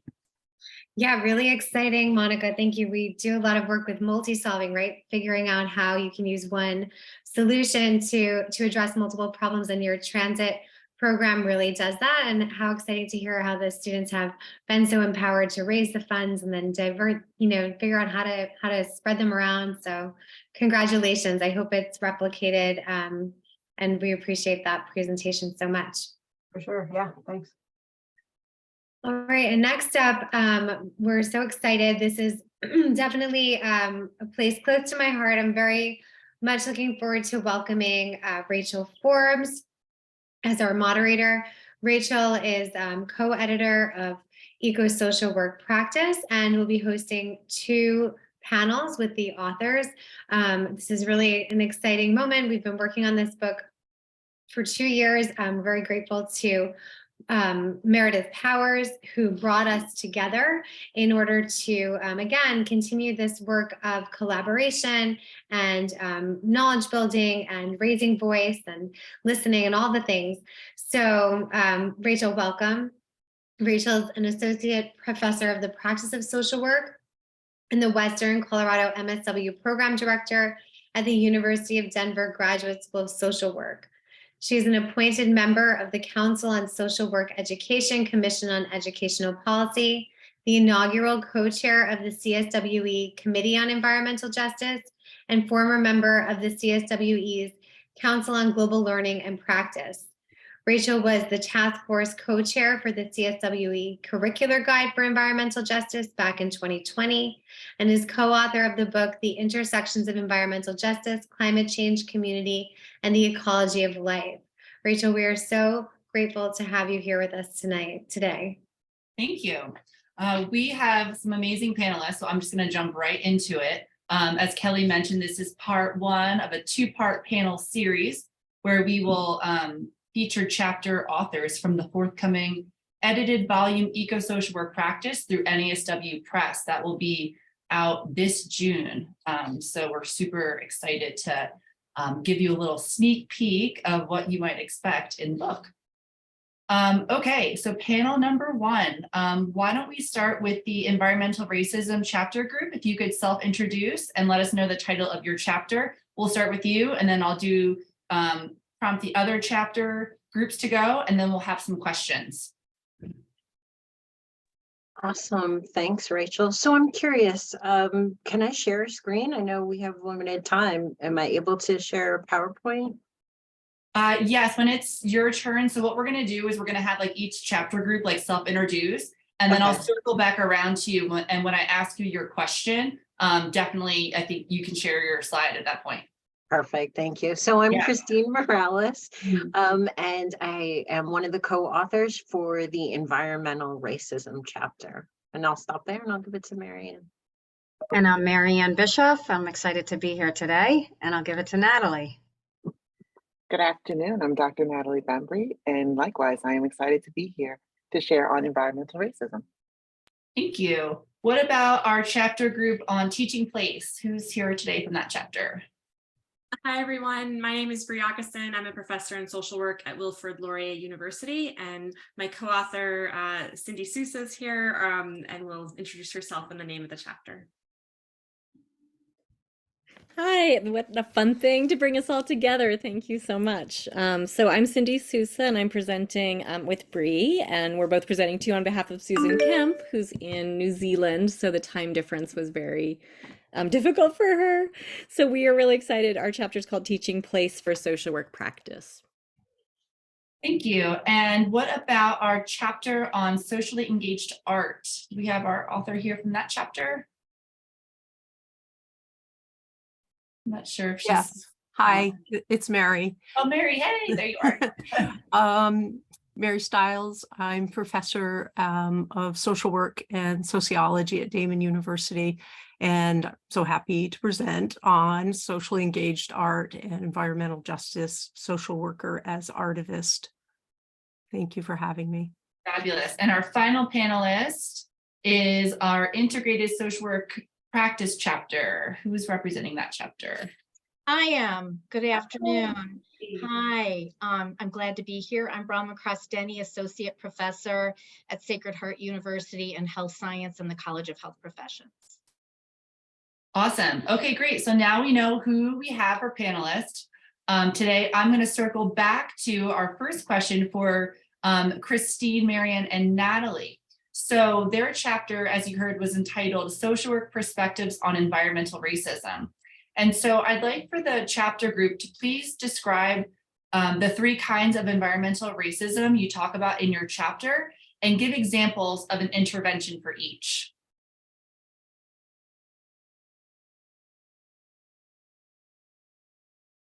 And I believe you're muted, Christine.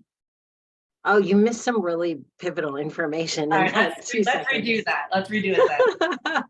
So thank you so much for having us. And so I know I have some visual learners, so I just want to share my screen as we answer your question. And so essentially, I want to begin by talking about Dr. Robert Bullard. So Robert Bullard is known as the father of environmental justice. And I think it's really important to both name and acknowledge his work, he's pictured here. And so he's known for his scholarship and more specifically his role as an expert witness in his wife, attorney Linda Bullard's first lawsuit of its kind against Southwestern Waste Management Corp in Texas, and that was in the 1970s, in which the company's actions exemplified environmental racism. So Bullard's work actually defines environmental racism, and I give the definition here as environmental policy, practice, and directives that negatively affect, whether intentionally or not, individuals, groups, or communities based on color. And so with that, I'll hand it over to Marianne. Okay, I have unmuted. So you're in for a treat. You get a story, and there's a reason for the story, which will become clear to you. So I invite you to relax and listen as I retell Dr. Jones's story from her article entitled Levels of Environmental Racism, a Theoretical Framework and a Gardener's Tale. Try to listen for 3 levels of racism. Okay, here's the story. Imagine a gardener with 2 flower boxes, one that she knows is filled with rich, fertile soil, and the other that she knows is filled with poor, rocky soil. The gardener has 2 packets of seeds for the same type of flower, but one will bear red blossoms and the other will bear pink. The gardener prefers red over pink, so she plants the red seeds in the rich, fertile soil and the pink seeds in the poor, rocky soil. All of the red flowers grow up and flourish, with the fittest growing tall and strong. But in the box with the poor, rocky soil, the weak among the pink seeds don't even sprout at all. And the strongest among them only grows to a middling height. In time, the flowers in these 2 boxes go to seed, dropping their prodigy in the same soil in which they were growing. Year after year, the same thing happens. Finally, the gardener surveys her garden, gazing at the 2 boxes. She says, I was right to prefer red over pink. Look how vibrant and beautiful the red flowers are. So that's the end of the tale. And you may have noticed the institutionalized racism happens with the structure of the flower boxes that year after year keeps the soils separate. The personally mediated racism occurs when the gardener plucks out the pink flower seeds that blow into the rich soil. And the internalized racism happens when a bee comes along to pollinate the pink flowers who reject it, saying, don't bring me any of that pink pollen, I prefer red. So now we're going to apply Jones's model to environmental racism and discuss interventions to mediate it. And I turn it over to Natalie. Thank you, Marianne. Okay, making sure I was unmuted. So I am going to define institutionalized environmental racism and then give you some interventions that could match along with that. So in institutionalized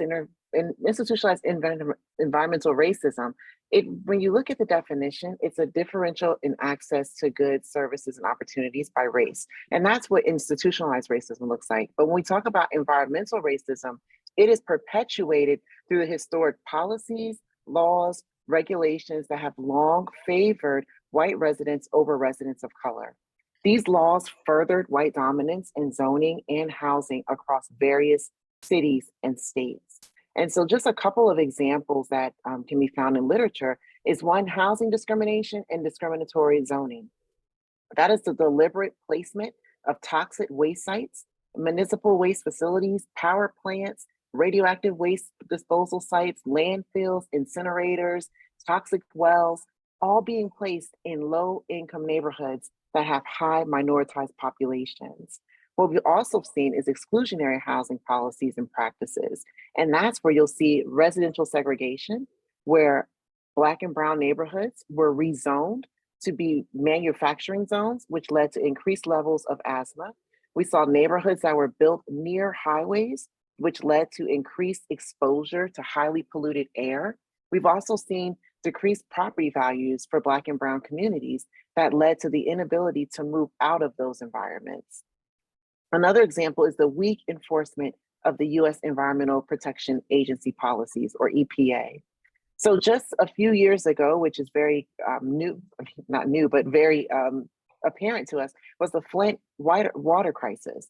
So back in Flint, we saw that it was a direct result of the city, the state, and federal officials who ignored the pleas of the community members when they complained about the discolored water. And no actions were even taking place until doctors began to report that children had high levels of lead. That was more than a year after the initial complaints were made. And then if we think about the Flint water crisis, as we're all familiar with, that has been an ongoing crisis, and it's been over 5 years. There were, back in the 80s, we saw toxic carcinogens were found in well water that caused families to become ill. And then in one town in Tennessee, at least one member of every Black family suffered from some form of cancer due to the toxic carcinogens that were found in the water. So yes, this picture that I have painted before you looks bleak, it looks grim, but there's so much we can do as social workers as well as community members. So first thing we can do in terms of interventions, identify issues in your community or communities near you. In New Jersey, where we are located, all three of us are from Rutgers University, we have a number of sacrifice zones within New Jersey in the state. And so identifying those issues, if it's a close town to you where you can get out there, contact some of those local grassroots organizations, support them, get involved with the work that they're doing. Another space you can intervene is contacting your local and federal legislatures. What do they support? What bills or laws are they entertaining? What are they trying to help move forward?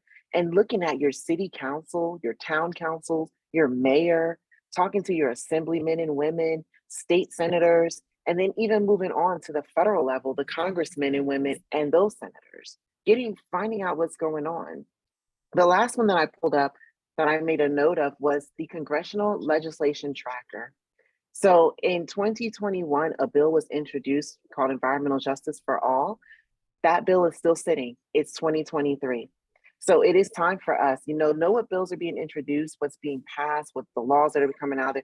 If the bill is lingering, like this environmental justice for all bill that's still lingering in the Senate, contact your representatives, inquire what is happening, what are they doing, where do they stand with this, what's going on with this bill, that we need to have environmental justice for everyone. It shouldn't just be for some select communities. So those are just some examples of institutionalized environmental racism and some interventions we could use.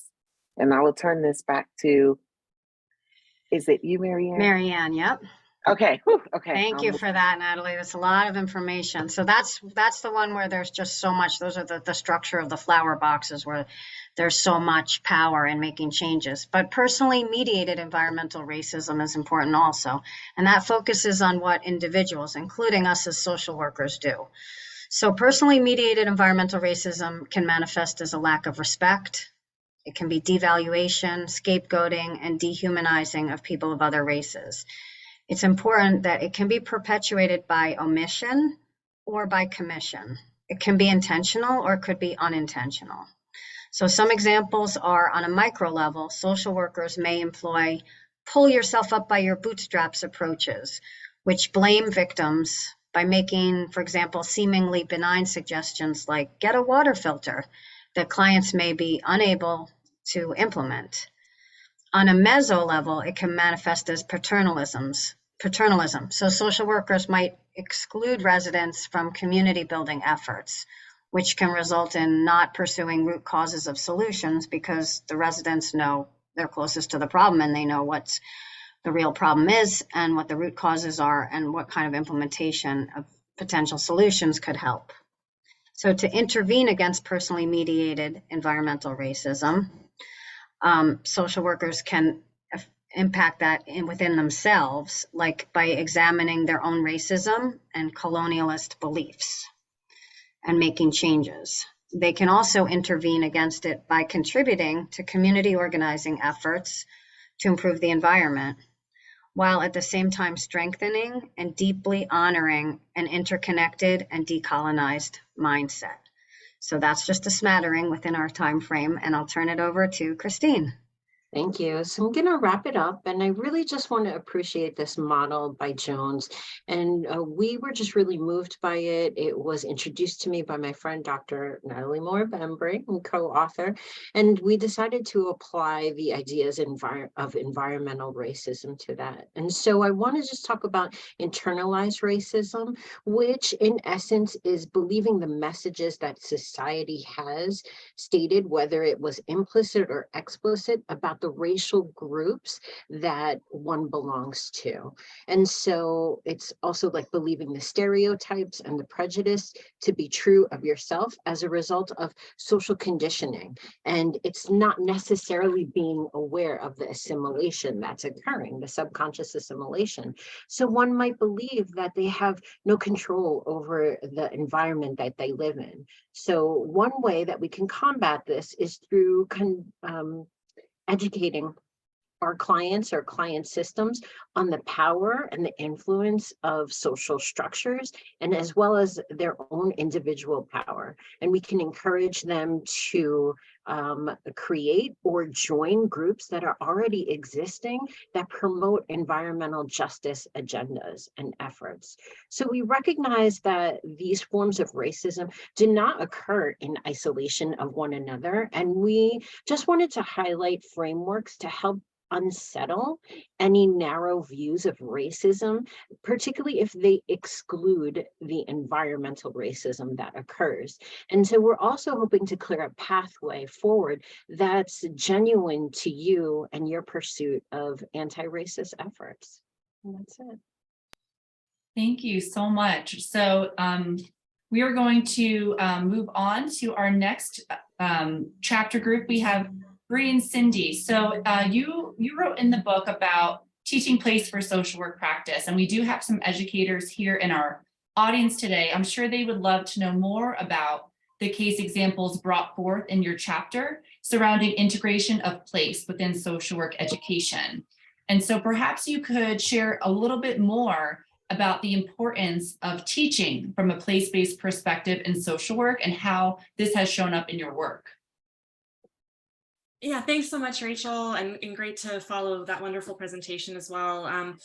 Place is our co-authors on this chapter really believe the importance of place in connecting to environmental justice, but also the worlds and the lives that our populations that we work with as social workers are connected to as well.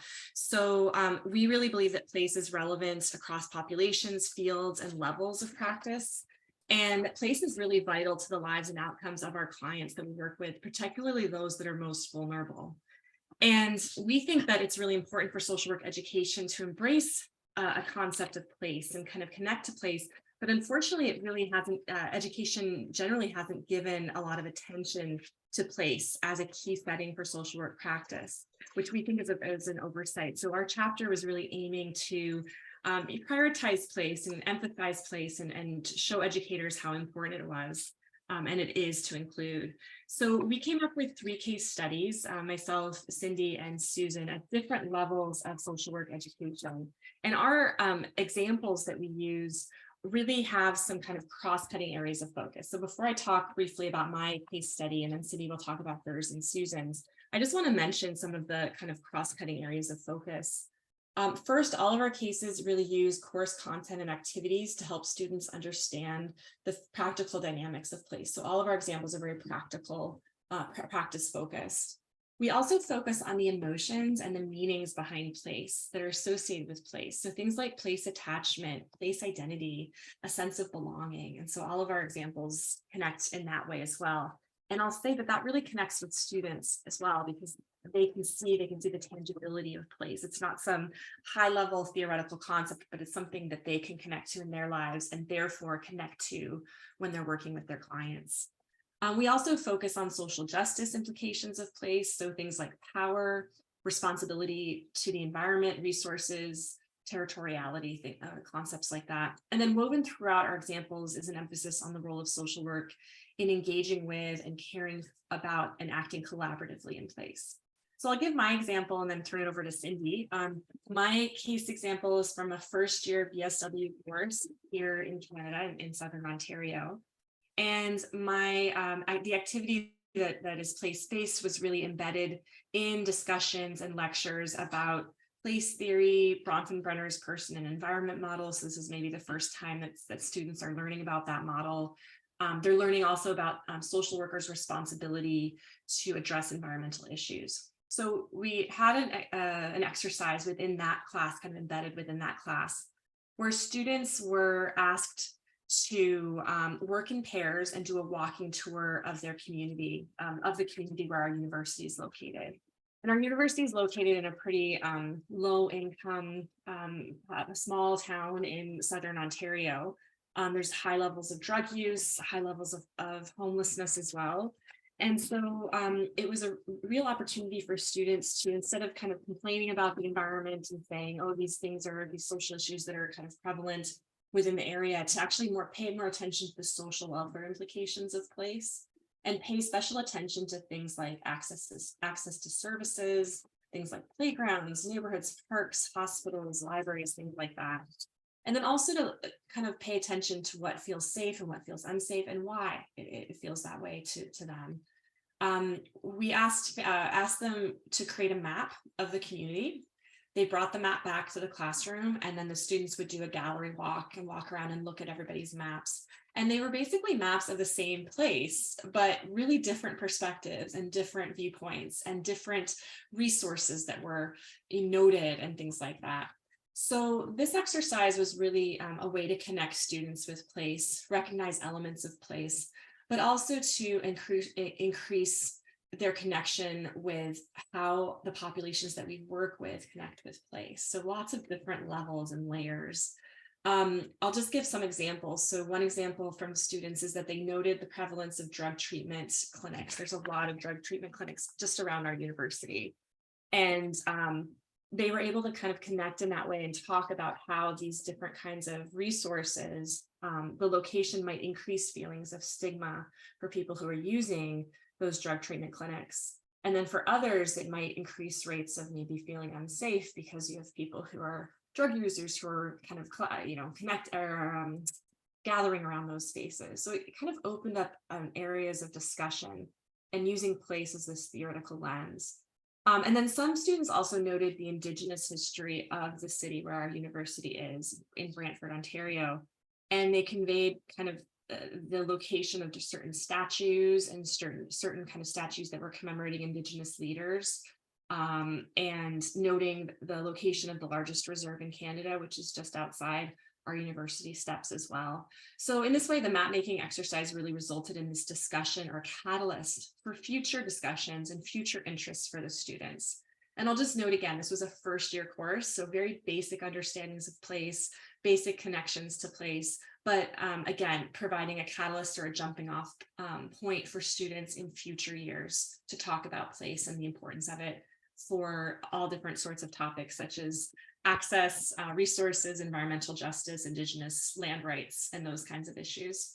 I'll pass it over to Cindy, who's going to talk about her case as well as Susan's. Thanks, Bree. I'll start with Susan's because Susan was actually my professor when I was doing my PhD, and really my catalyst for getting interested in place. And so without Susan's class, my case study would not have existed at all. And sadly, I probably wouldn't have met Bree because through working with Susan, found out about Bree's work and then connected with Bree, and now Bree and I write together, and it's great fun. So I should say so I know Susan's class from, her pedagogical reflection from the chapter, but also because I think I either took it officially as a student or popped in and out of it. So Susan in 2010 mounted an elective at the School of Social Work at the University of Washington in Seattle, focusing on place. And through taking that, I really learned how to work with students to appreciate the multidimensional nature of place. In Susan's part of the chapter, she talks about the aims being to sharpen students' understanding of place and its dimensionality, framed within a critical analysis of power and its workings in and through place.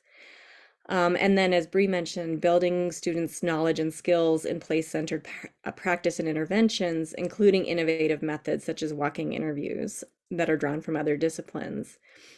And then developing students' ability to incorporate place and placemaking in social work practice across fields and levels of practice. So I should say that then, all three of us have these similar goals of helping students think about place as both an intellectual experience, but also perhaps more importantly as an emotional experience. And in doing that, then getting at the elements of place that have to do with things like belonging and power and collective well-being. So with that as background, I have a couple slides because I also felt like it was most important and probably easiest to talk about my part of the chapter by showing some of the students' work. So I have a couple things that I want to show just with regards to the students' work. So in my part of the chapter, what I focused on was doing was reflection on a 2019 class that I taught. So right before the year before the pandemic. Every year I teach a community needs assessment, and we didn't have room to add a whole elective on place, unfortunately, but I took elements of Susan's class, and especially the commitment to helping students understand the experiential elements of place, and incorporated them into an existing macro course that we have, which is a community engagement and needs assessment course, which is a semester-long course. And they did this class with the Brown and Black Workers Cooperative, which was doing an anti-gentrification campaign. So I'll quickly say a little bit of the framing, and actually there's a plug for Bree's book as well. So Bree recently published a book on extreme domicide. So just to say that what I did learning from Susan's class was to think about these reasons that home is so important to us, including these emotional reasons, but also related to power and belonging and collective continuity. and used that to help my students interrogate both for themselves why place is so important, but also in these local communities in the city of Philadelphia, why gentrification matters so much. So they I had two different groups, but one group in particular really took off with the project. They came up with this really great flyering campaign.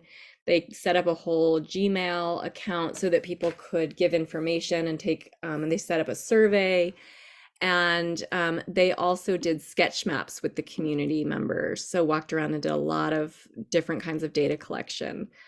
I had to reread their project when I was putting this chapter together because they really did collect 120 surveys from community members, which is astounding for a sort of first level master's social work community needs assessment group to do. And I just wanted to show you some of the ways that they took the theories that we were developing together and used them to develop survey questions and then an argument about the ramifications of gentrification. So they were interested in thinking about the ways that people were being targeted for displacement, especially poor people, even if they were homeowners in a community, were receiving all kinds of pitches and letters asking people if they would sell their homes. And so that was one of the things that they wanted to assess, is that sort of predatory action against place. They also were interested in thinking about affect and sense of community and place attachment. So they asked people how they felt like gentrification affected their life, whether it improved their life, which some people, in fact, in Orange said that it did, and whether it worsened their life. So they asked about belonging, identity, familiarity, and sense of control of life. So very like quick and interesting way that the students really operationalized these ideas of place from the theoretical into the practical. And then this is the last slide. They used, of course, two of the concepts that we use a lot. Solastalgia, which is from Glenn Albrecht. Many of you, I'm sure, have heard of it. It's the idea of homesickness when you're still at home. So you're in the same place, but everything's destroyed or changed around you.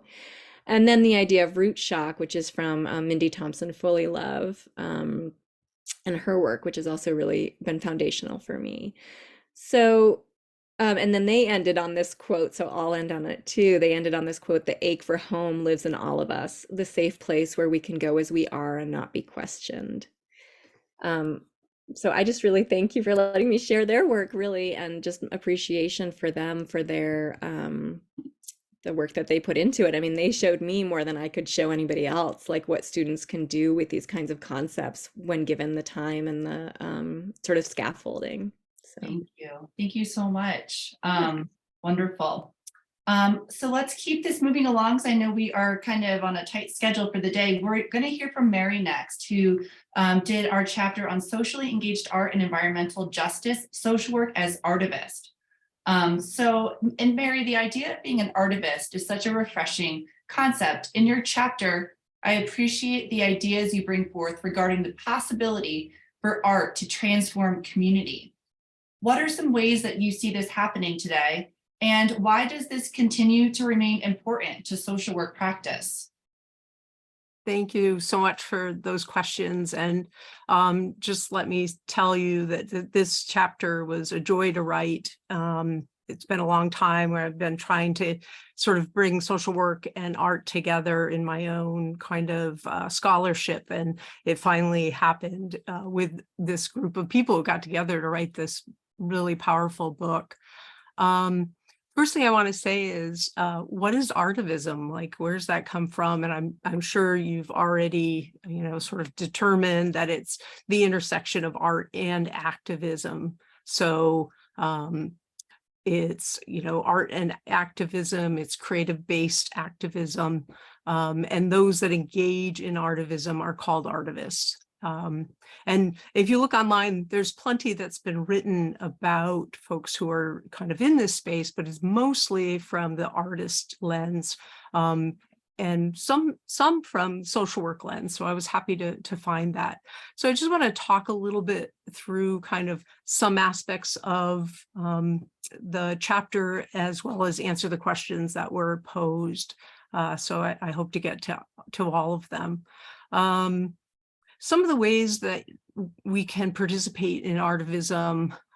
So these include art processes that engage the public as active participants. So socially engaged art, for example, community painted murals, theater, so theater of the oppressed. Some of you might know Bread and Puppet Theater. These are both theater groups that engage the public and the community in the storytelling that happens through the performances that are based on what's going on in that community.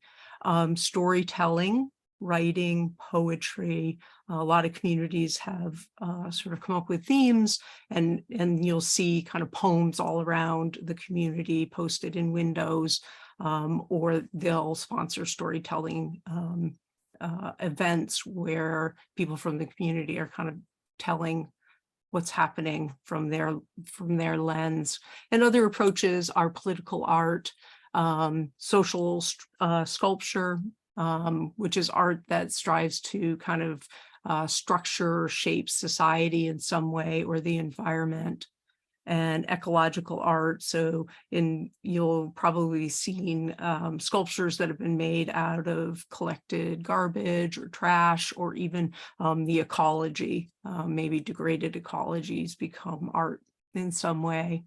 And then art that informs the public about social injustice. So something that you might find in an art museum, for example. And one of the case studies that I presented in the chapter is Operation Sunshine, which was done by an artist at the University of Buffalo, a professor there. And it's an archive of drawings based on Love Canal, which was the first Superfund site in the US. And so these drawings are of the physical Love Canal, so that area, and also the documents that wrote about sort of the pollution that was happening as it was happening, and how it was buried in the documents. She brought it to light by actually writing documents by hand and exhibiting those as artwork. So lots of different ways of presenting, engaging people in that artivism process where they're being informed.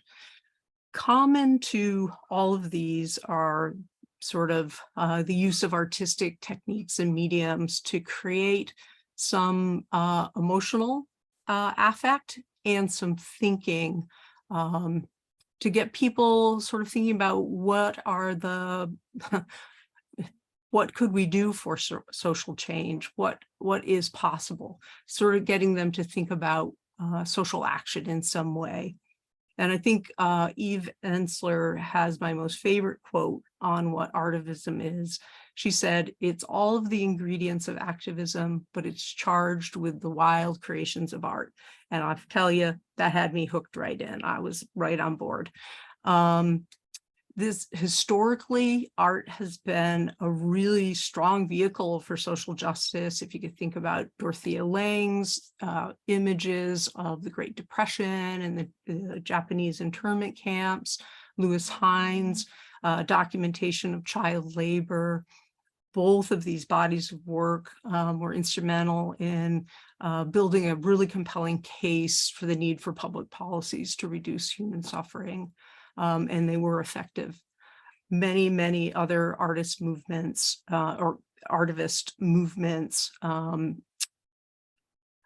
sort of have used this kind of medium. So civil rights movement, the anti-war movement, excuse me, the labor movement, all have used powerful imagery to get people involved, educate. So the question was posed, like, why is it so important right now? Like, you know, why am I thinking about this at this time? I have to say, coming out of, emerging from, whatever terms you want to use, from isolation of the pandemic, as well as this sort of collective reality of climate grief that weighs so heavily right now. We really need approaches that help people feel connected to others. I think it's super, super important at this point. And socially engaged approaches do provide an opportunity for transformative experience, stimulating creative solutions, instilling compassionate regard for others. And I think most importantly, empowering socially excluded groups. That is, the reason why now is now. It can be a really, really powerful way to engage. The other thing that I was reading about and really liked this notion is that socially engaged methods can kind of provide this way of balancing activism, art, and real life. If you think about it, most people don't have the bandwidth to be engaged in activism on top of everything else that they're doing. But if the structure is there, and the invitation is there, and the community is there, and it's engaging and empowering, it really can give people the opportunity to bring that balance into their life. Like, I can be involved in something that's really important to my community and really important to the world, and also do all of the other things that I have to do. So I like that notion that it fills out your life in some way without taking from your life in some way. And I think actually gives. So these social processes of socially engaged art are really helpful for stimulating kind of new insights and knowledge about participatory processes and connections to community. A lot of people, may have not really done anything that's community-based, and maybe not done anything that's participatory in this way. So, and what I think what they find when they do that is they're very supported. This is really meaningful, I think, for environmental issues, because it gives people a sense of being supported in their efforts to make changes, to learn about what's going on. It's very complex issues, really hard to make decisions that, we can make a series of decisions and almost, it's like, this decision could be bad for the environment, this decision could be good for the environment, or less bad for the environment. It's good to be able to kind of make those decisions collectively with others, with that feeling, that support. It brings some confidence. And I'm not necessarily talking about individual decisions, I'm talking about community-based decisions, right? Like, what are we going to do for energy in our town? What about those kinds of decisions? So those more meso macro level concerns. When participation in artivism is kind of empowering and strength-based, it really can promote that sense of community and belonging, and that may increase and sustain participation in that process. And I think right now we really need people to be sustained and in their kind of work that they're going to do in this area. Just to give you an idea of an example that I presented in the chapter, a case study, this was Pedro Reyes' example of a social sculpture artivism. So he engaged the public to donate guns in exchange for appliances or electronics. And this was in an area that had the highest amount of gun death in Mexico. So it was a real social issue. They were able to collect 1,527 guns, and they melted those down and they made them into the same number of shovels. They sent the shovels all to art institutions and in public schools, where children and adults planted the same number of trees. And so it had this like rippling effect of bringing more and more people in. It really was this kind of act of destruction and transformation. participation, protest, destruction, and then transformation. And engagement, right? This engaged multiple communities in this process. So how might social workers be involved in artivism? Is it a real big stretch? I don't think it is. I think a lot of our social work roles really fit well with artivism. So some of the ways that we might engage in this are sort of as an artist. I'm actually a working artist myself, and so do a lot of social justice artwork. So as an artist engaged in that process, as a community organizer in remediation of lands or creative space making. There's another case study that really is focused on that. As a broker, bringing artists and others together for participatory or socially engaged art programs or activities. As an educator, exposing social work students to artivism. As a researcher, developing logic models or other ways of evaluating kind of the impact of artivism projects. And then another way is as a curator of a social justice art gallery. I myself have taken on that role at my university, where I initiated a social justice art gallery in the building that social work and sociology are held in. And we've had 2 exhibits this year, right? The current exhibit is called Toyology, and it really focuses on the harm of environmental toxins around buffalo. It's really, really interesting exhibit.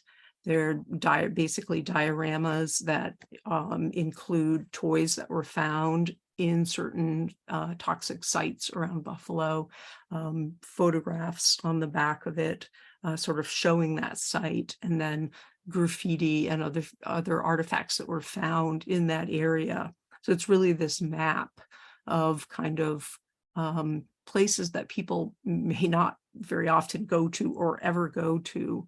When we do the shows, there's an artist talk, and the last artist talk that we had, she talked about her artwork and her process, but she also talked about solutions and sort of things that are going on in the community to remediate some of those sites.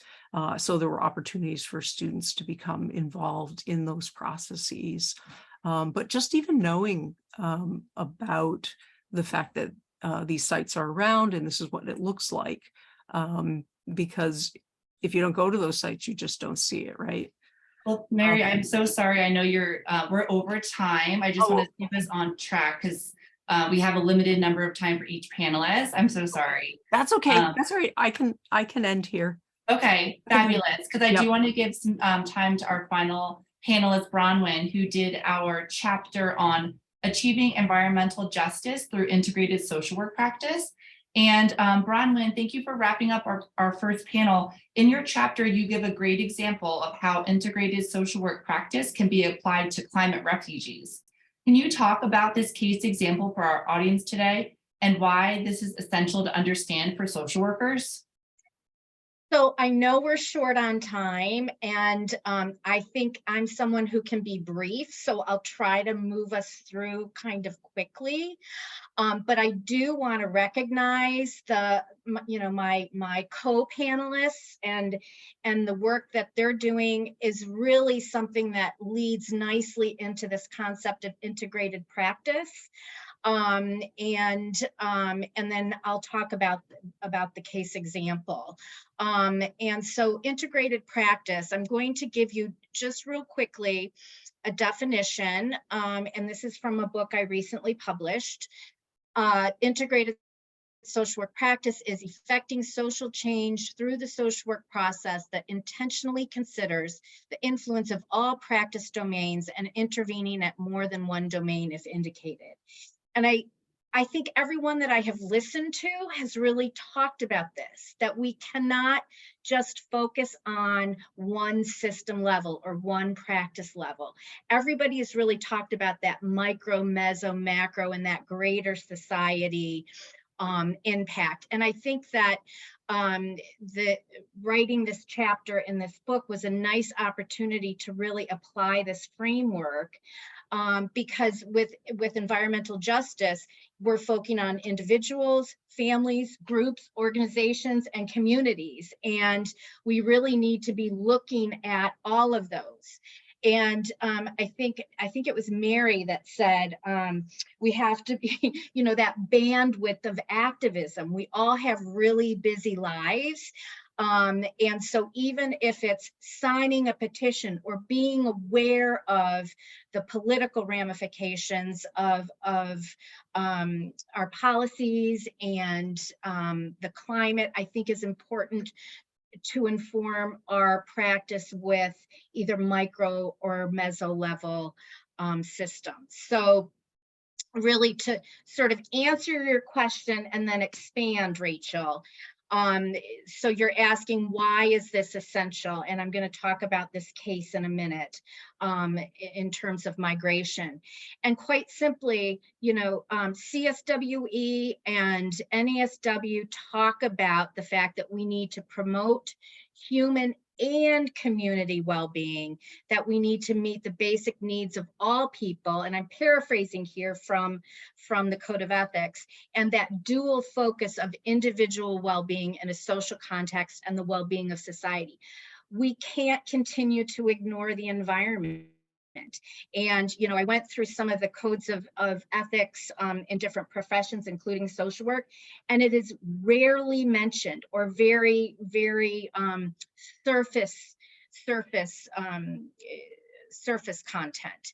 And so I talked about when we are looking at a refugee family. And so we know, and I'm not going to get into the details of this for the sake of time, but we know that climate change creates refugees.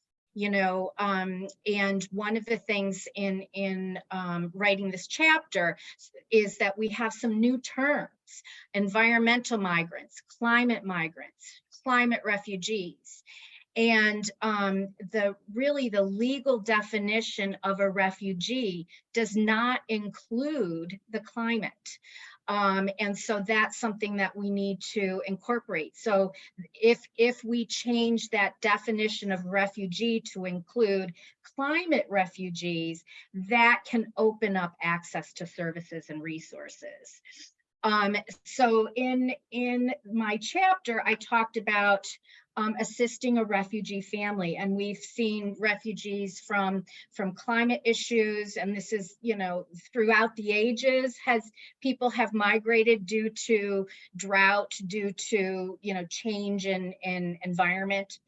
And so in order to assist a refugee family, not only do we have to look at what the family's immediate needs are in terms of those basic needs of housing, so shelter, food, water, clean water, clothing. We have to look at those very basic needs, while also considering what are some of the impacts on the community, and what are some of the different policies that we can use to make change. So it's this working simultaneously. And so when I talk about integrated social work practice, I talk about integrating intentionally. So assessing and providing needed services while also advocating for policy change. So what I just said in terms of a new definition of refugee can open up accessible services. What skills and knowledge do we need to have? Is there cultural understanding or trauma-informed care, and also advocacy?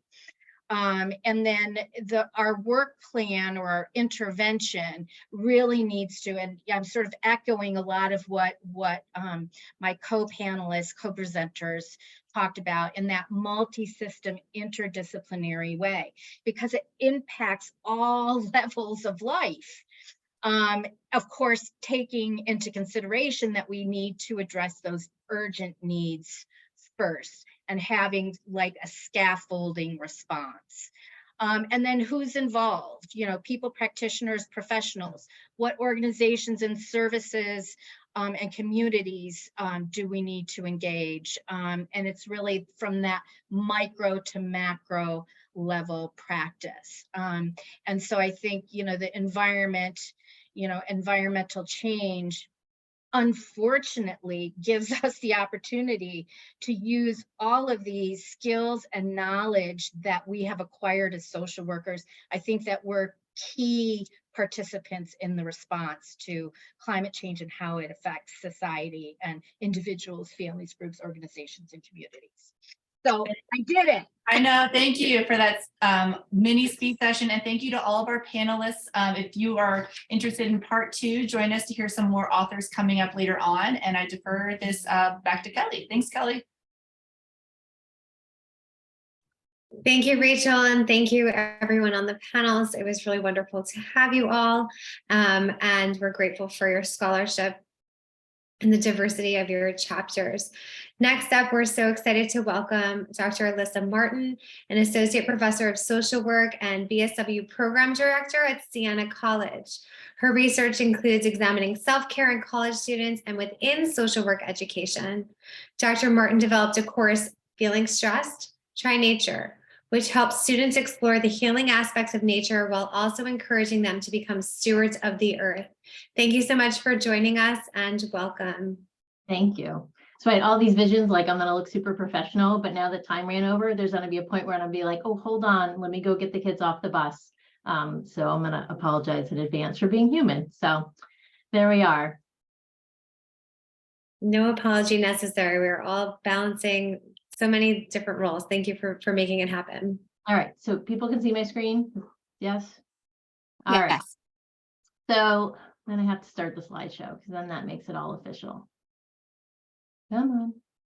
Something. Yes, yes. I don't know what you're saying, but yes. No. Sorry. Attempts. Slideshow. You are sharing your screen. That's awesome. All right, whatever. I can't make it a slideshow. We're just going to go with it. All right, so I feel like I'm standing in the shadow of giants and amazing people that are social activists and environmental justice activists. I would probably be with the folks that aren't here now, the ones that are like, oh, environmental justice, that's really important and really scary, and I don't know how to tackle it. So I fell into all of these things about environmental justice and about the benefits of nature through my course. And then through that, it makes me think of like the small E environmental justice, right? The benefits that nature gives us on like our everyday interactions, and how sometimes when we tackle the big things, they seem so huge, but if we can tackle this little thing and get people more connected with nature, that in turn creates a caring about nature, which then in turn makes people want to do something to help protect nature. So it gets there, just in a more circuitous route. So we know that, right, the UN talks about the importance of nature. In 2021, they talked about having access to a healthy environment is important. So that's great. They're on board. CSWE cares about environmental justice. So that's great. They're on board. There's social work grand challenges and they care about environmental justice. So that's great. And that's a further thing, like they're in the slides. You guys probably know these things, so I don't want to preach to the choir. Right, and in social work, we teach about an ecological perspective, right? And then Bronfenner, and I'm sorry, I'm horrible with pronunciations, talks about person's development being influenced by everything in the surrounding environment, right? And that's also what we've been talking about all today, like how important the environment is. And if the environment is unhealthy, then we're unhealthy. And how do we go about that? And when we work with our clients, we think about ecological perspective and that person in the environment and those multiple systems. But then when we teach about it and we look at the examples that are provided within ECOMAPS, there's no environment listed, like there's no nature as part of that as an individual. So we're not asking our clients, how are you engaged with nature? What does your environment, like that physical environment, look like? So if we don't have those questions, we don't know how closely they're connected to nature and how that might be influencing them. So why do we care? Because we've talked about this and people have alluded to it. So in this journey of creating this course, I fell into all of this great literature about how nature helps us, but it's not hanging out in the social work literature. It's hanging out in all this other professional literature. And I just found it like more and more fascinating as I was going there and saying, wait, we need this in social work. We need to be bringing this into our education and into our practice and into our engagement with all systems of client interaction. So somebody talked about forest bathing earlier, right? That intentional going into nature and being surrounded by nature, and how just those simple facts of being out there and in that breathing in and out of that air can help our physiological bodies, right? There's evidence about lowering cortisol, increasing natural killer cells, right? Which can help decrease cancer or tackle cancer, cardiovascular stuff, immune functions.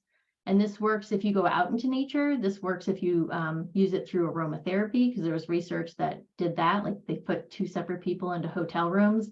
One had aromatherapy, one didn't, and the benefits were still present. Right, and people have talked about the mental health aspects of nature and how it's shown to reduce stress, depression, anger, and anxiety. And in Japan, they do this research and it's like they've got their people, they come, they swab the insides of their mouths to test cortisol levels. They're doing surveys. They send them out into the nature. They bring them back, they swab again, they do a post-test. So there's real in-depth research about how much this can affect your body. And my students, of course, I gave them the stuff about forest bathing. They're like, it must only happen in the good weather. But no, it holds true in winter months too, because there's this research out of Poland in the winter on how being out in nature can still be beneficial. But we also know we have many people that don't have access to, big open access woods and nature. But the research also shows that 10-minute work breaks outside can provide a great benefit on reducing stress. College students who have green spaces on their campus, if they're purposefully using their green spaces, that will also help them lower stress, increase well-being. And even the time frame, so the research was showing even 6 minutes, and it's real or simulated. So if we have people in environments where they can't go outside and be in nature, they can bring that nature inside to them. Maybe it's a painting on the wall, maybe it's watching a nature documentary, maybe it's listening to bird song, whatever that might be will help them. So it's finding those different ways that we can connect with nature. And just multiple research studies showing that engagement is really important.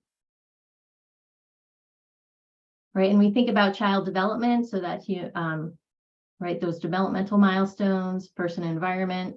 Some research out of Spain looking at access to green space is important to children's development, and that more access to green space equals better developmental milestones, less inattentiveness.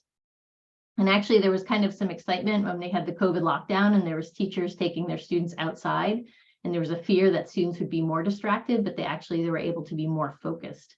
I don't think there's any research specifically on that. That's more anecdotal, but the research shows that they actually can be more focused when you're outside. And I'll have students that will say, oh, I took my studying outside and actually was able to get more of it done. So better development for cognition if students have green space. So what does that look like when we're talking about schools and neighborhoods? Oh, look, in city life, I talk about that too. Right, in cities, we have more crime, we have more health concerns.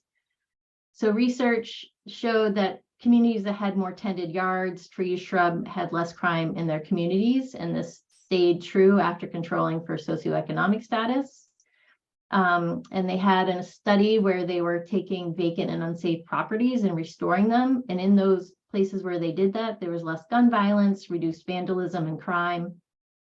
And part of this they saw was people were more willing to go outside because there was no nicer places to be. And if people were outside, engaged in their communities, then those that had less than ideal thoughts about what to do with their time were going to go elsewhere or not do those things because now people were around. And then it also had the ability to stabilize housing costs in those poorer neighborhoods, so that helping with what's the word I want? I'm going to mess it up, but generational wealth, right? So if their homes are now not going to be decreasing in value. There was a great article out of Canada looking at the number of trees lining city blocks, and they found that city blocks that had 10 or more trees, the residents, it was equivalent to the residents earning $20,000 more a year in household income, and being almost a year and a half younger. So those were the kind of benefits on their health, just having more trees along the city blocks. Right, but we also know that unjust housing practices have left fewer trees in areas, and then those communities are hotter in the summertime because it's all trapped in there. So it's not an equitable distribution, and it's not so easy just to go in and be like starting to plant trees. And actually there was an article about Detroit where the city wanted to come in and plant trees, and the community was really up in arms against it because no one stopped and had a conversation with the community about that. So first you need to check in with the community, see what they want, education, and then hopefully buy in, like, how do we make this a better community? So bringing that information is really important. Right, and in addition to cities, there's other nature deprived places that we want to consider. Thinking about prisons and other secured facilities, and you could even go into nursing homes. There was one article about a secured facility for women, and they did a small horticultural program there. I mean, I don't know if you really want the place to feel more homey, but at least if you're there and you can't leave, feeling more homey is a better option than not. So it made them feel at least better to be there, and created more social connections and better mood and increased sense of calm, which is an important thing. And then the Carney and her colleagues have done some really interesting work within the prison systems. And one of the things she did was in solitary confinement, they were able to display, so the people in solitary, they were able to come out into this common room for like an hour.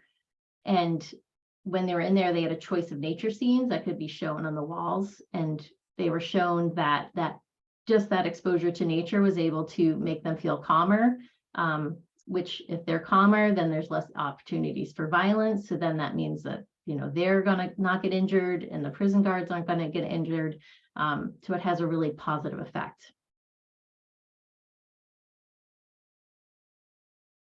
All right, and then to this point, and I'm like going through this really fast, but to this point of connected to the nature and caring about nature, there's also research about that. So if you're connected to nature, then you're going to be more concerned about nature and be more advocating about conservation efforts. And these might be large efforts, these might be small efforts.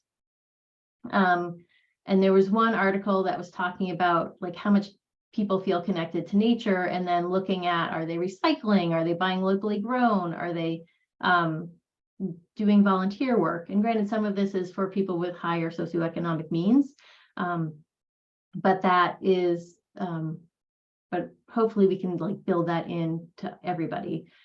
So if people are more connected, they're going to be more pro-environment, and we need people to buy into the importance of the environment, so then they advocate for better policies. All right, but of course there's challenges. There's always challenges. One of them is people underestimate the positive influence of nature.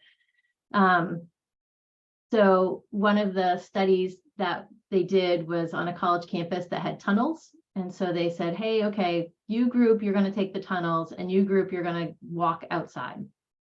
And they asked them to forecast how well they'll feel from this experience.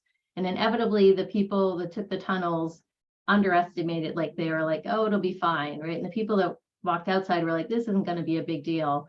And then when they came back to it, the people that walked outside was like, wow, this is super positive. And the people that went through the tunnels were like, like no change. But if you have the option, you might opt out, forgetting that how beneficial nature is. And I don't know if anyone else has had that experience of like, oh, I'm so stuck, like, oh, I can't even like get outside. And then you go outside and like all of a sudden you're like, oh, I feel so much better. There's a piece about if you're living in urban environments and you haven't had a lot of exposure, nature can be scary. And I had a friend who worked at an inner city school, and somebody had donated motorcycles. So they were taking them out into the country to go ride motorcycles. So she was had to take one kid in her vehicle, and they're having a conversation. The kid in the car ride was like, those trees are scary, right? So if you haven't had that exposure and you're going out into the woods and you're used to cities, like it can be really intimidating. So how do we change that relationship? And the people that are living in the urban settings, right, are usually lower income and people of color. So we have to think about the historical oppression, right, the environmental injustice. What else? Oh, right, bringing change means working with communities and not imposing expectations from the outside. All right, so thinking about infusing this into social work practice, right, we have that idea of ecotherapy, and people were talking about that in one of the breakout groups. How do we bring nature into our clinical practice, right? And within that, there's so many different avenues, so it's not just one size fits all. It can look a lot of different ways, right? In nursing homes, people have brought in like, let's plant, let's do some plantings and tend to plants, it could look lots of different ways. There's doctors now that are prescribing outside time as part of their medical practice for physical and emotional well-being, right? And then thinking about assessing child development, what is their time in nature? What does that look like? And we also have an epidemic of smartphones and kids, not going outside. So how do we disconnect them from their technology a little bit and get them outside so that they can be engaged with the greater world, right? And again, I'm not saying anything you guys don't know and that hasn't already been covered, right? But we have, systemic historical oppression and injustice going on with Black and low-income communities as far as being the recipients of, the worst environmental stuff with, whatever. I'm not being super articulate, so sorry. But you know what I mean, because it's already been said. Landfills, I don't know if anyone's ever watched The Human Element, but that's a great documentary and talks about the air quality outside of a city in Colorado, right? Access to the extent of green space communities, like that can influence health and safety. So how do we advocate for cleaning up city lots that are in disrepair and creating more spaces for people to use? How do we bring that green space to people? What are those policy and practice issues we can advocate for? And how do we get those community members, to the table, listen to them, what are their needs, and get them to buy in? All right, my conclusion. So I threw a lot of information in a short amount of time. The UN cares, right? Like everybody cares about environmental justice, except for the big businesses, except for the folks that don't, right? So we need to make the change. Right, exposure to nature makes people care more about it, and we want people to live healthier lives, both physically and mentally. If we increase green space, we can increase communities' health. If we bring nature to prisons, real or virtual, we can improve the mental health of inmates. Connecting people to nature, all right, makes them more connected.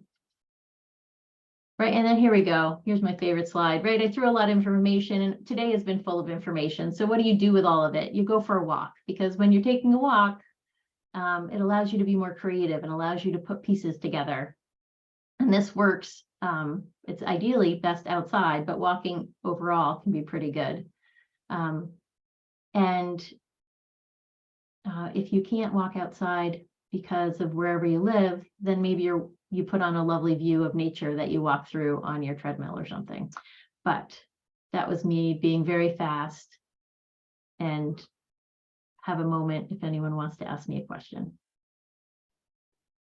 Thank you so much, Dr. Martin. Thank you for the summation of, a lot of the concepts that have been touched on today, but drawing it together in terms of thinking about it from a practice perspective, an educational perspective, and a theoretical lens. It's all, but you really did a beautiful job of drawing all of those parallels together. And I love your call to go for a walk, because it happens to be here in New York a really nice day. And so much appreciated, and thank you for all of the resources. And for folks in the room, I just got a chat to ask, do we have these resources? Do we have these slides? You do. One of my colleagues can probably pop them into chat again, but they are in our digital binder, and everything has been shared with you that's been shared with us today. I agree, Georgiana, your students are lucky to have you. So we are forging ahead into our 5-minute speed sessions, where we have Dr. Meredith Powers, we have Meredith Shriver, Emerson Gray, Karen Magruder, and then finishing us out, Christine Morales and Marianne Bischoff. So everybody will have 5 minutes to sort of encapsulate us and bring us all of the wonderments of the world. I am going to, where are you, Meredith? Let me spotlight you. All right. Where are you? Okay, there you are. I'm turning it over to you. Yeah, I was going to do share screen. Is it working? Yeah, it's all good. Okay, good.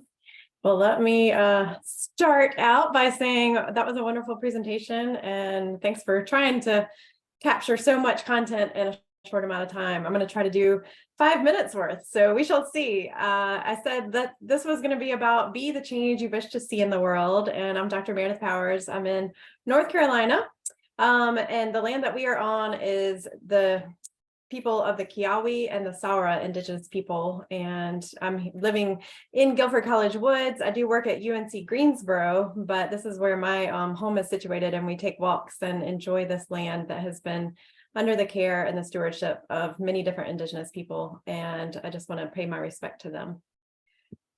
So to be the change you wish to see in the world, I'm actually a professor, but I do a lot of community engaged work, and I also do global work within the International Federation of Social Workers and the Climate Justice Program, which I'll share with you in just a minute. Some of this is just the local things I'm doing with my own classes when we try to embrace World Social Work Day and tie it into how we're part of this bigger, profession, but also in the context of the global climate crisis. And we've done local advocacy events. We've literally made a human sign, if you can see down in that lower right corner, and it's each person is trying to make letters, be the change is what we're spelling out.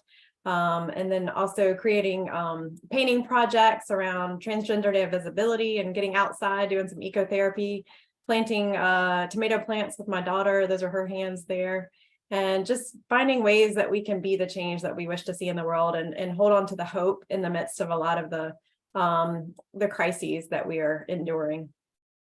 Another way that I've been excited to work with lots of collaborators around the world is to create this workbook series. It's free as a resource. You're welcome to download all 3 of the volumes. They are PDFs that you can download for free, and there's multiple chapters in each volume, and they have some exercises that you can do yourself individually as a student, or if you're a teacher, you can use it in your classrooms, or as a practitioner, you might want to do it as a group for some continuing education opportunities. So several of the ones that I just focused on here, if you wanted to highlight, are Afro-centered and ecofeminist approaches and with indigenous peoples. And for me, a lot of what I've been trying to do within the climate justice program of IFSW and in my own teaching is to help us understand what worldviews are and to develop sort of a critical assessment of your own worldview and how you can incorporate sustainability or eco-social worldviews within that. These are the 2 chapters I would really like to highlight in that workbook series. They're both in volume 2, and I recommend you check those out. Those are my favorites. So within the climate justice program, we are aiming to educate, to advocate for policy changes, and then obviously to be the change we wish to see in the world.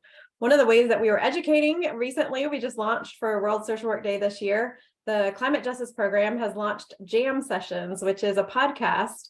And we're going to have lots of different series. One that we're working on currently is looking at the wisdom of our elders and interviewing some people who have been in this as eco-social workers for a long time and finding out what they know and what they want to contribute to encourage us as the next generations moving forward. So if you have somebody that you'd like to see interviewed, or if you yourself would like to be interviewed or want to be part of co-hosting or getting involved behind the scenes, I welcome you. And these are some other projects that we would like to eventually focus on within the climate justice program when you could contribute, and we will have regional projects such as these solar cook ovens and bicycle blenders in the Latin American Caribbean region. This is also a resource that you can find on the IFSW website that I highly recommend, and it has lots of detailed information of actions that we can move into action for climate justice work. And there's a way that you can reach out to me, connect. You can find some of my open access free resources, articles I've written on self-care, radical self-care in times of climate change, other work on climate migration, and different opportunities that you can connect with me. And also with our network, you can email me and I can add you to a global network that is a Google listserv, as well as we have Facebook and Twitter accounts. And that's almost my 5 minutes. For the last 2 slides, I just have these resources that I've recommended to you to check out, and then some inspiring folks that are doing this action. And I encourage you to check out their websites as well. And that is it. Thank you so much, Dr. Powers. So much amazing information. And I posted the book in chat. And again, all this stuff will be in our digital binder. So thank you so much. Thank you. All right, we're moving on to Meredith Schreiber. Meredith, the floor is yours. Hi, everyone. I'm so happy to be here and also happy to follow a fellow Meredith. Can everyone see my screen? Yes. Okay, great. So I'm going to talk a little bit today about food instability and incarceration and the link between ecological injustice and the criminal justice system. So it's well established that the United States incarcerates more people than any other country, and New York specifically has an incarceration rate that far exceeds many developed countries. And in New York City, there are approximately 6,000 people currently detained at Rikers Island, and about 50% of the population on Rikers, which is the local jail, is from the Black community, and about 34% are Latinx. And a majority of those detained tend to come from 3 sections of the city: Central Brooklyn, East and Central Harlem, and the South Bronx. And I think it's significant that incarceration is not the only thing that these areas have in common. Statistics from the New York City Department of Health show that those same areas also have exceedingly high rates of food insecurity and poverty. And this slide here highlights the dire food inequity in those communities. So the top portion shows those districts that suffer the most from incarceration, and they're all designated food deserts, which means that they're low-income areas where a substantial number of residents do not have easy access to a supermarket or a large grocery store. And in these areas, residents who generally live under the poverty level and are overwhelmingly communities of color typically rely heavily on local bodegas, which have limited food selections and provide very little to no fresh and nutritious food. Now, the bottom portion of the slide, in contrast, shows the bodega to supermarket ratio in the 3 areas in the city that have the lowest rates of incarceration. There's many more supermarkets, meaning there's more access to healthy foods. And these areas are also generally populated with people living above the poverty line who are predominantly white. Now, something that's interesting is that Central Brooklyn and East Harlem are also designated food swamps. So I know that it can sound contradictory to be both a food desert and a food swamp, but a food swamp is an area where unhealthy food, like high-calorie fast food and junk food, is more readily available than healthy food. So not only are these areas far from supermarkets and fresh produce, but there's an inundation of fast food chains largely offering processed meat and other cheap, unhealthy foods. In East New York, in central Brooklyn, for example, there are 27 fast food chains in one zip code. And this is important because lacking access to nutritious and healthy foods directly contributes to diet-related diseases like diabetes, heart disease, and certain cancers, all of which are leading causes of death among many impoverished communities of color. And not only that, but the World Health Organization classifies processed meat as a group 1 carcinogen, which is the same category as tobacco and asbestos. And the WHO also identifies red meat as probably carcinogenic to humans. So although these meats are available in every community, being unable to offset or substitute consumption with plant-rich foods only further hinders those in low-income neighborhoods, especially as fast food chains are more available in low-income communities. So how does this all relate to incarceration? Contributing to the issues of food injustice, poverty, and health disparities in these communities is the cycle of incarceration. And a concerning fact from the National Institutes of Health show that 91% of returning citizens report being food insecure. And exacerbating the statistic is the fact that many individuals with convictions on their records are partially or fully banned from SNAP benefits and other social supports. So because of these limitations and the collateral consequences of incarceration, many individuals find themselves in precarious situations, leading some to rely on illicit activity to feed themselves and their families. So what can we do about all of this? Food instability is a very major and often overlooked consequence of incarceration. And according to the WHO, food not only affects physical and mental health, but is also key to a returning citizen's successful rehabilitation and resettlement upon release from detainment. So a few things that everyone can do to help alleviate food instability, especially in justice-affected communities, are investing in our urban farms, which will provide nutritious and plant-based foods to communities in food deserts and food swamps. And it'll also increase green spaces, which have a positive effect on mental health and well-being and helps to decrease crime rates. We could support legislation that helps returning citizens obtain the benefits they need to successfully return to the community. We can fund alternatives to incarceration programs that provide green career vocational training like sustainable agriculture. And we can advocate for vegan options in jails and prisons. And I think that addressing this link between food instability and criminal justice will have far-reaching ecological effects like improved health rates, lower crime rates, improved mental health and wellness, and a positive impact on climate justice because more people eating plant-based and utilizing urban farms means less strain on the climate and the environment. And I think that is my time. Thank you so much, Meredith. Thank you. Really appreciate. I know it's not easy to do in 5 minutes, so we appreciate all our speed session panelists. I'm going to move on to Emerson Gray, who's actually going to move us into a discussion on vegan social work. So it's a nice segue.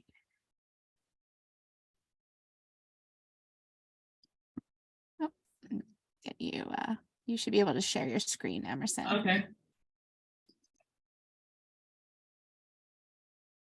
And I'll just put a timer up for you so you'll be able to see it. Okay, great. So my topic is vegan social work. And I start by talking a little bit about what does that actually mean. So vegan social work represents, and this is for me, this is my definition, a multidisciplined approach to veganism by applying the values of social work to form a cohesive intersection of veganism, environmental sustainability, food justice, food insecurity, and animal rights. So I really see that as it being all interconnected. So if we're looking at food justice, how would veganism help and decrease food waste? And 1 in 9 people are hungry. Eradicating hunger and malnutrition, as we all know, is a great concern of our time.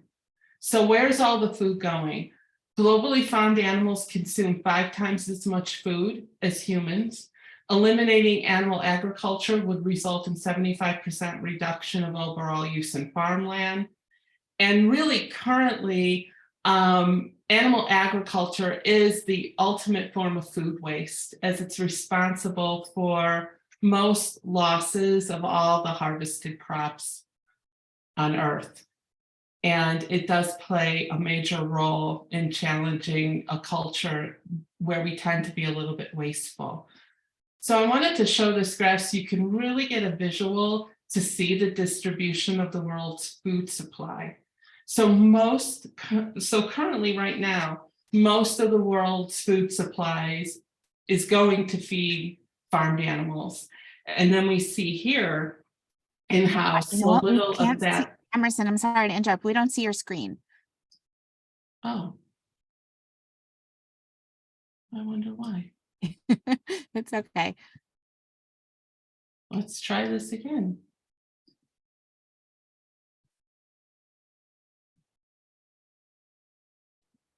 Hey, there you go. Now we can see it. Thank you. Perfect. So this is what I was talking about here, to actually see a visual where we can look at the distribution of the world's food supply. So as you can see by this graph here, that most of the food is actually going to feed the animals that we're farming versus the people that need the food or could benefit from the food. And so switching over to how does veganism tie into environmental sustainability? We're looking at both the largest proponent of climate change and the least spoken about really is animal agriculture. So animal agriculture is responsible for 80 to 90% of US water consumption. Animal agriculture takes up to 59% of the Earth's ice-free land, and it's the leading cause of global deforestation and habitat destruction. And the common misconception is that plant-based individuals consume the majority of soy being produced. However, 77% of all soy production is used for livestock. So how does the plant-based diet make a difference? So if each individual were to eat a plant-based diet, this is the amounts that they would save in one single day. So we're looking at, in a year's worth of time, it's actually quite a significant amount. So more about environmental sustainability. Due to animal agriculture, we're wasting 1.2 to 1.3 trillion tons of waste that are excreted annually. And this waste pollutes our freshwater sources in nearby communities. So really looking at this kind of hit home for me, which is why I wanted to include it, is a vegan diet is probably the single biggest way to reduce our impact on Earth, not just greenhouse gases, but it's far more significant to eat a vegan-based diet to help with environmentalism than it is to cut down on our flights or even buying an electric car. And of course, this brings me to the last thing, which is really an ethical position of extending social justice to animals. 10 billion land animals are slaughtered for food each year. They're forced to live in unspeakable conditions. And of course, racism, sexism, heterosexism, and other forms of discrimination, including speciesisms, are all forms of violence. And we cannot see animal exploitation in isolation to that. And there's also the profit making of big agriculture. And the cash receipts for animals and animal products were totaled 195.8 billion in 2021, which is really why it is difficult to kind of switch over to a plant-based diet, because there's so much profit involved. So where do we start?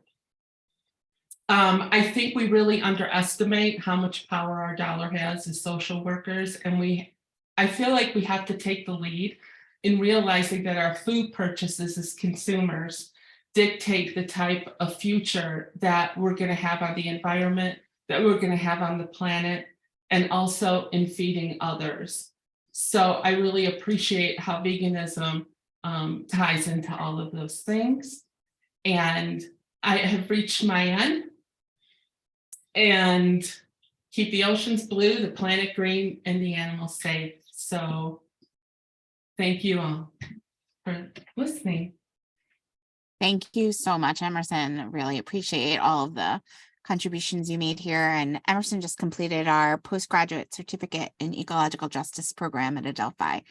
And so she's like a superstar Adelphi friend right now. All right, you can stop the stop the screen share, and I am going to turn it over to Karen Magruder.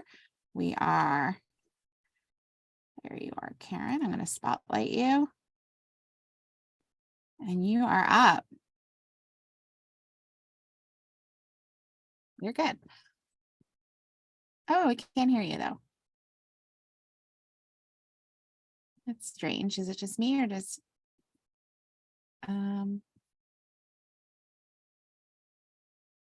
Kelly, can you Not hear? just you, no.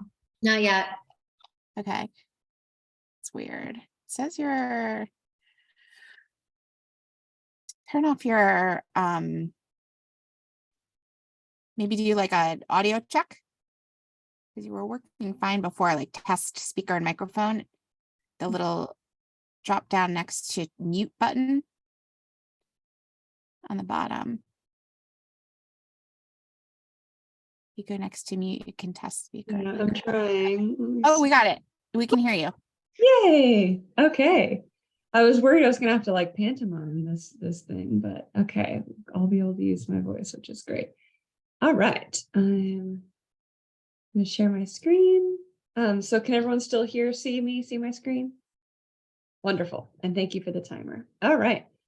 So I'm going to talk to y'all about keeping your cool in a warming world and self-care for environmental activists.